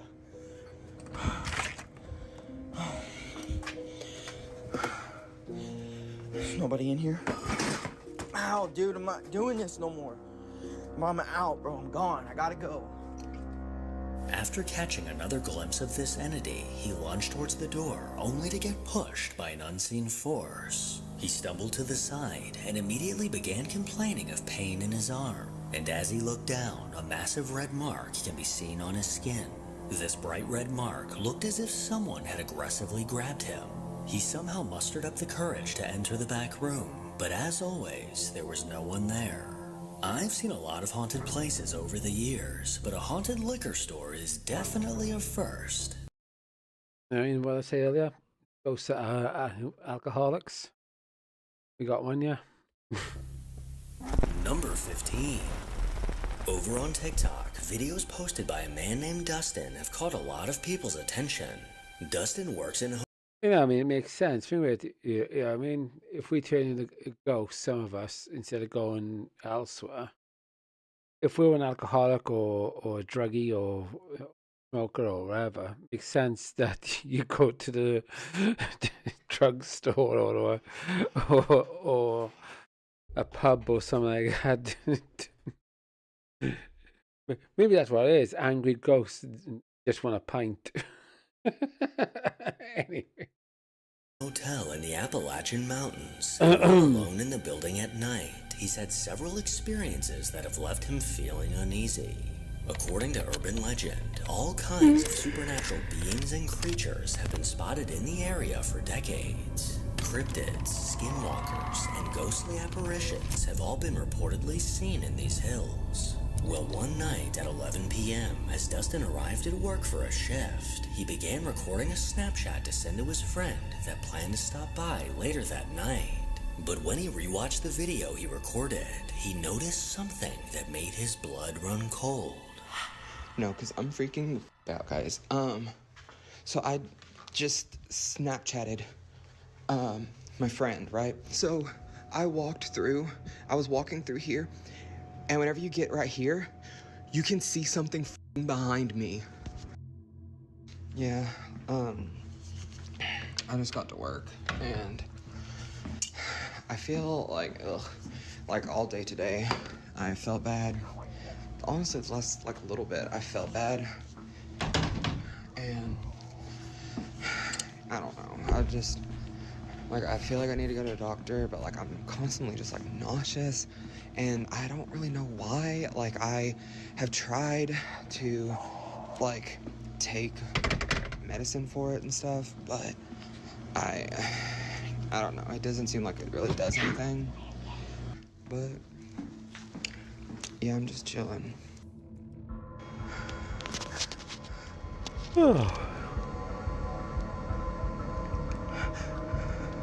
As he walked through the dimly lit room, a terrifying creature can be seen directly behind him. Just over his shoulder, a tall, gruesome face can be seen standing completely motionless, seeming to stare directly into the camera. This horrifying being looked to tower over Dustin, and its eyeless face Yeah, I've seen this one before. That's why I wasn't paying. I don't know, if it's me, if I don't pay much interest this time round, you know, I've seen it. lacked any expression.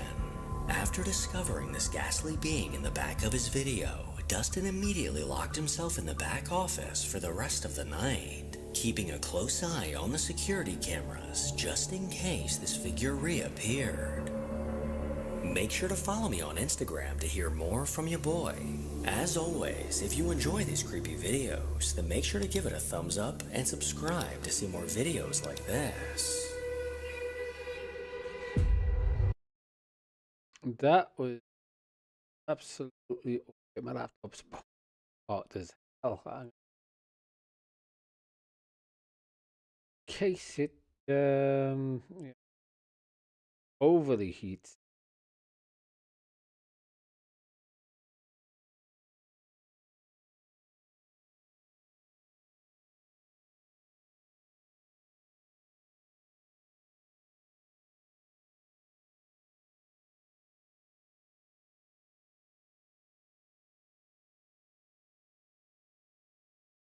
But first, we gotta see the donut cat.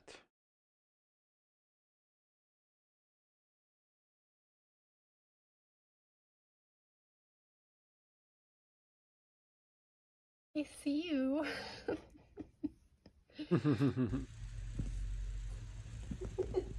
It's real or AI? Hi. Oh.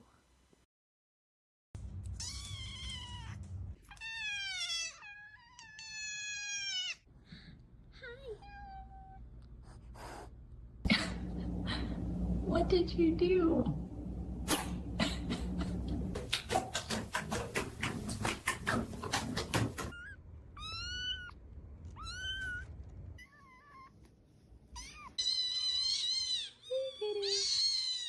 I see you. What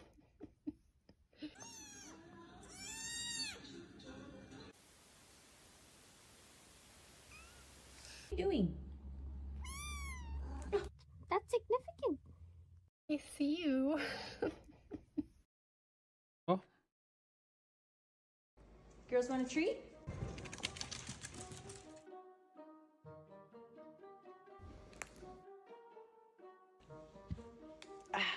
Here we go.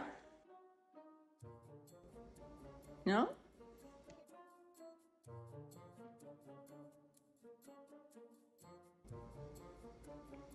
Layla? Daisy?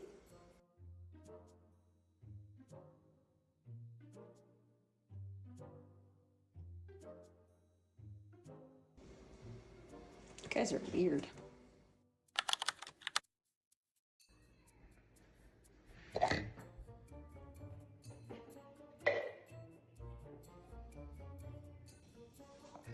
Deal with that after I pay this.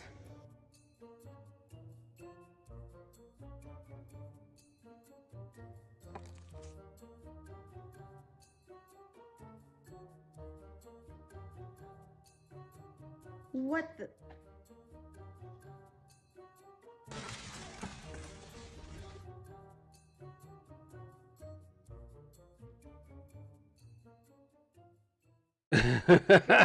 Treat? Okay, that was funny.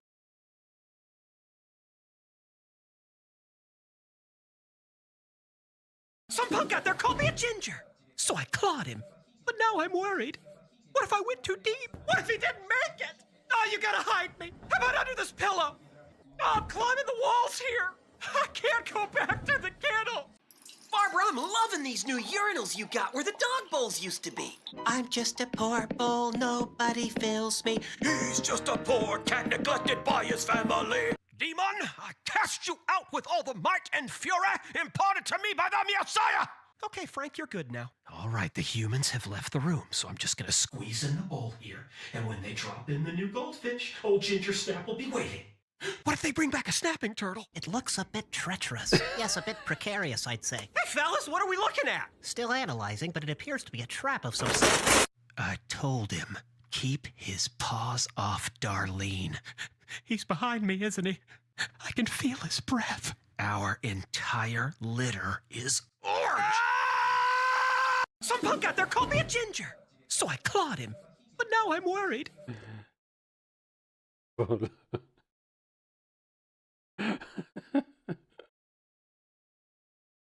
No. Everybody relax. Who's the other man? Mankind. Huh? Mick Foley. McFlurry? Mick Foley. Okay, let's see what she makes of Mankind and Undertaker versus Thing Man. Yeah. I remember watching this live. Pants are not doing anything for him.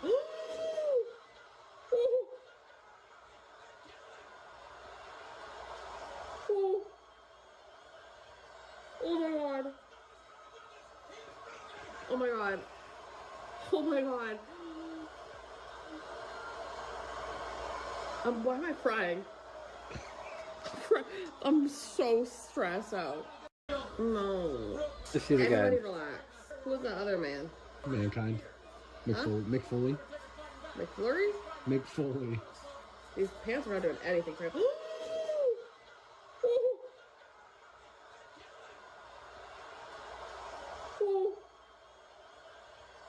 Oh my god. Oh my god. Oh my god. Why am I crying? Yeah, I mean, I'm surprised, like I'm reading the comments, because I mean, you see later on in that match, Mankind, I mean, by all accounts, of course, rep into things. Well, and the other things, Undertaker choke slamming Mankind on top of the cage, but he wasn't meant to go through. But he goes through, crashes down onto the wrestling ring, and I mean, he gets up, and that's why he's, I mean, toughest in WWE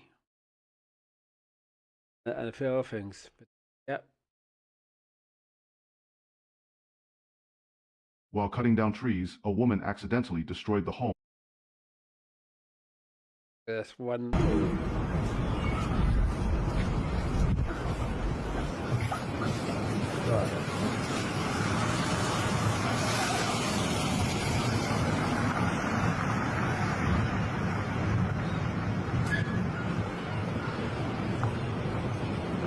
Okay, come on, all you gotta do is hit that and then bounce off.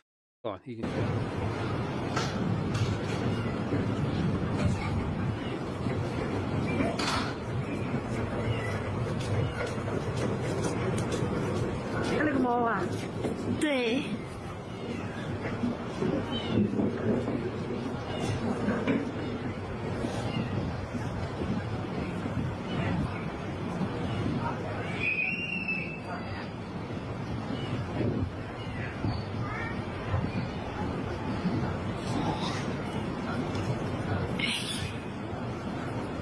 Thanks, God.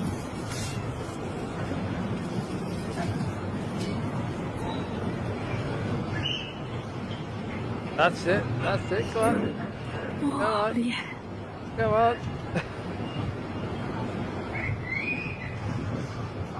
Gotta be honest, these felines could show housing options, how real supportiveness.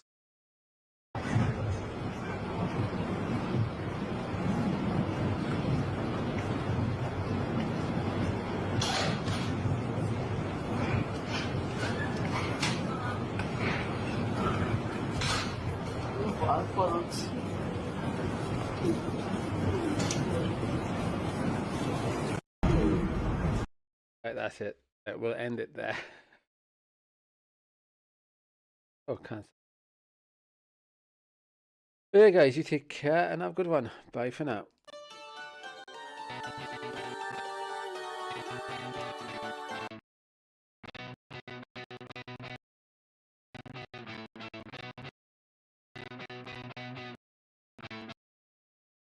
3, 2, we'll start that again because I had 2 lots of sound come through and I think the thing's going, I don't want to play.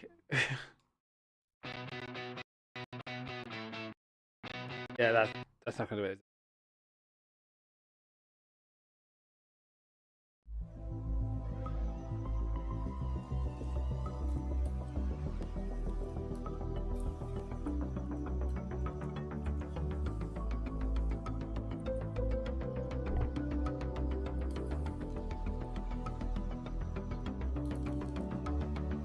Concrete jungle where the dreams are made.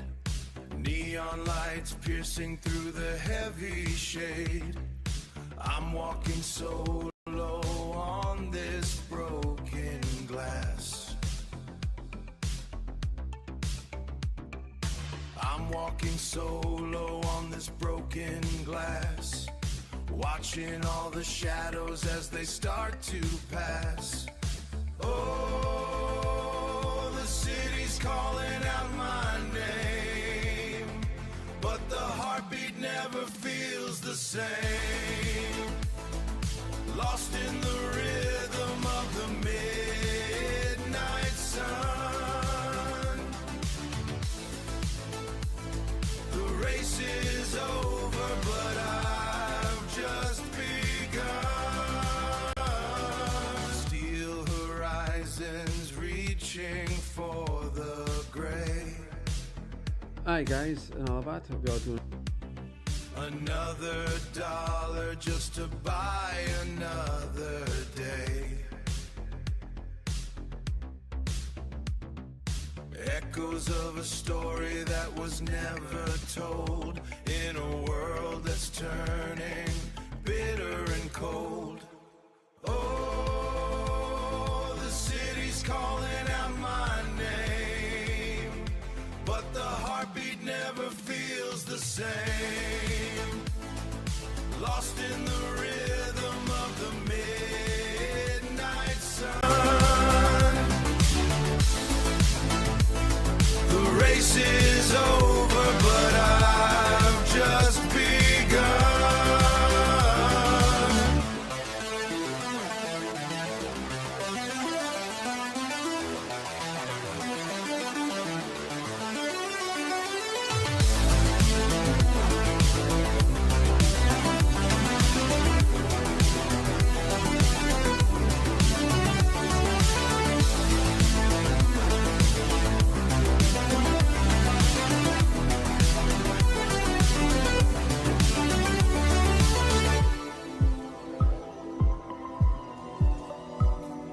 Just begun.